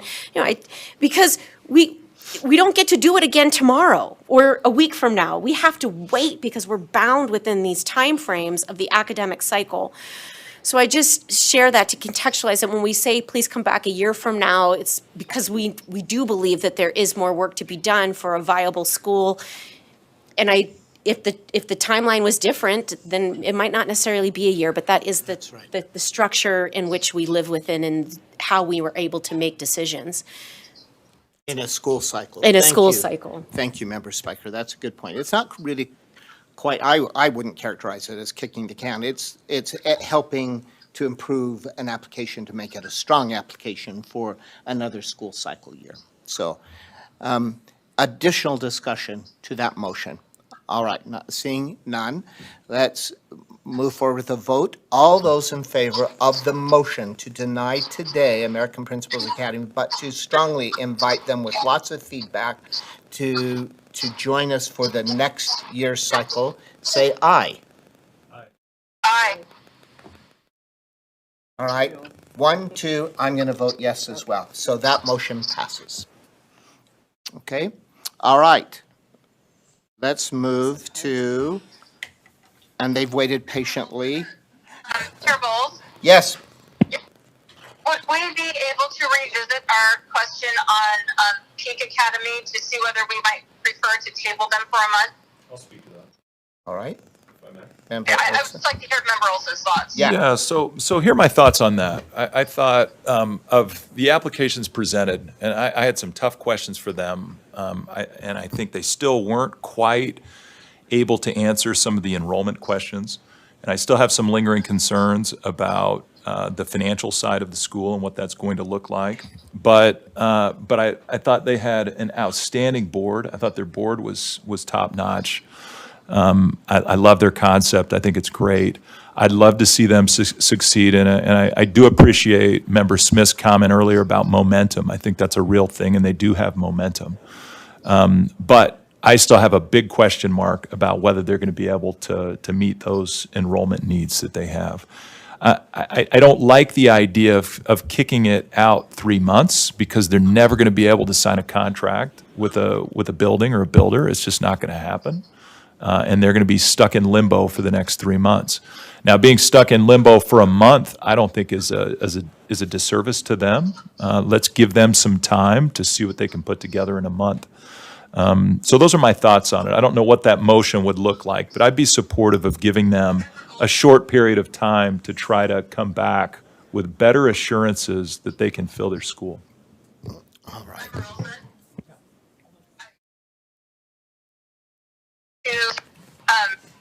If we were to ask them to come back in a month by tabling this for 1 month, we certainly have the opportunity to deny them at that time if we don't feel like they've made sufficient progress, but maybe they can, right? All right.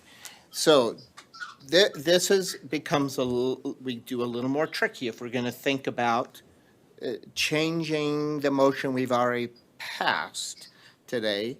It means that we will have to, I don't know if we have to vote to recall that motion. I think that is the correct order of business, that we would have to vote to recall it. And I think it's not the prevailing side. I think it is this, the side, the prevailing side. All right. Yeah, of course. Of course. All right, right.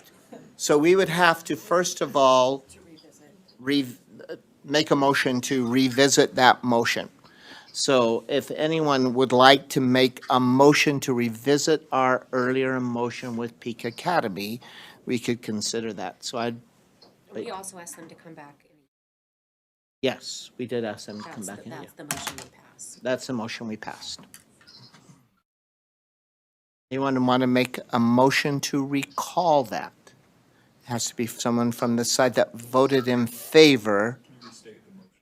So there isn't the motion was to, much as we just did with American Principals Academy, to ask them to come back next year with lots of feedback and how to strengthen that application in the next year. All right. Yeah, I would move that we rescind that motion, or I we think it's a recall reconsider. or reconsider that motion, whatever the terminology is. And I would move that we invite them back in 1 month's time, and we give them 1 month to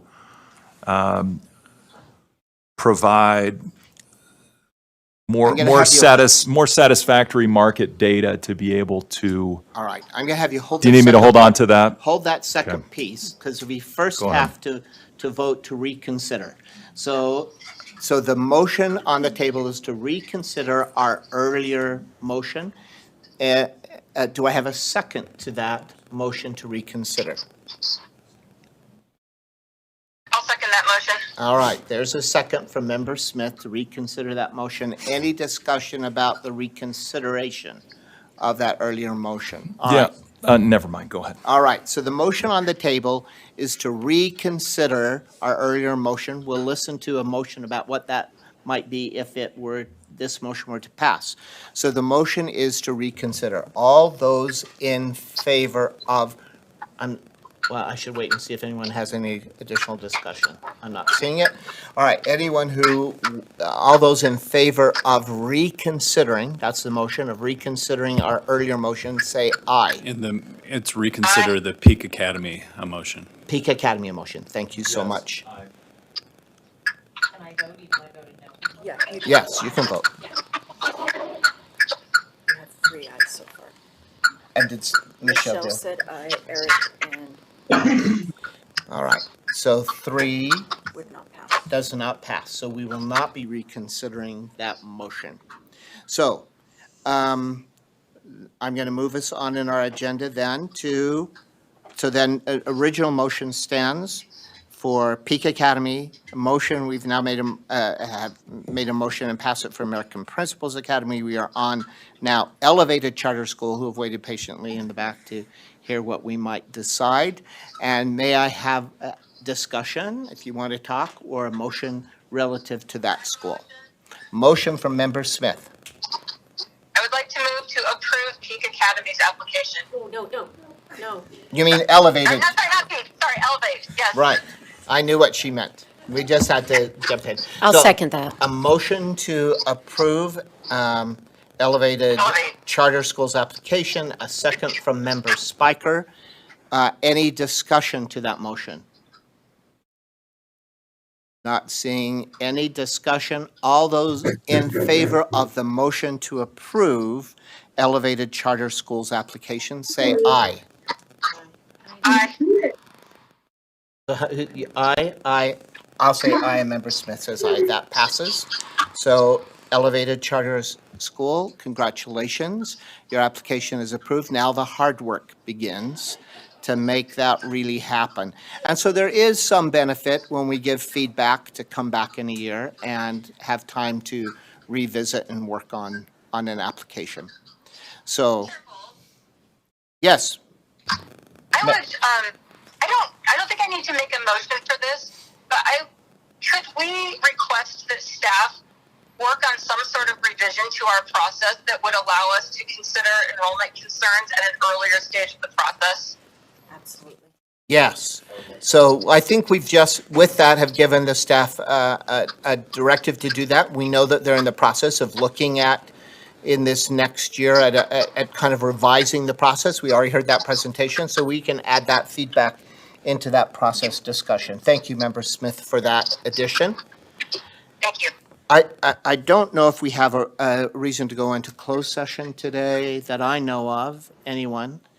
AAG Jones might like us to as a parting gift to him. So, but I think that. No, thank you. I'm not hearing him agree to that, so we'll pass by. Maybe that's a better gift to say we'll finish. But again, thank you so much, David Jones, for your support and help of us, even again today, and making sure we're doing what we need to be doing in the right way. And all of you for your work, your consideration, your voting, your willingness to discuss, that we come to better decisions that way. It takes us a while sometimes, but we get there, and we'll make this work. So to all of you, I'm considering one last motion. Thank you, Member Smith, since she's already adjourned. Have a nice journey home, and we are adjourned until February, second Thursday of February, whatever that would be. February 10th? All right. We are adjourned to February 9th. All right. Thank you all for your work today. It's a long day. And Sam, thank you for being with us all day and all the hours you spent reading applications to give us good feedback. Thank you, thank you.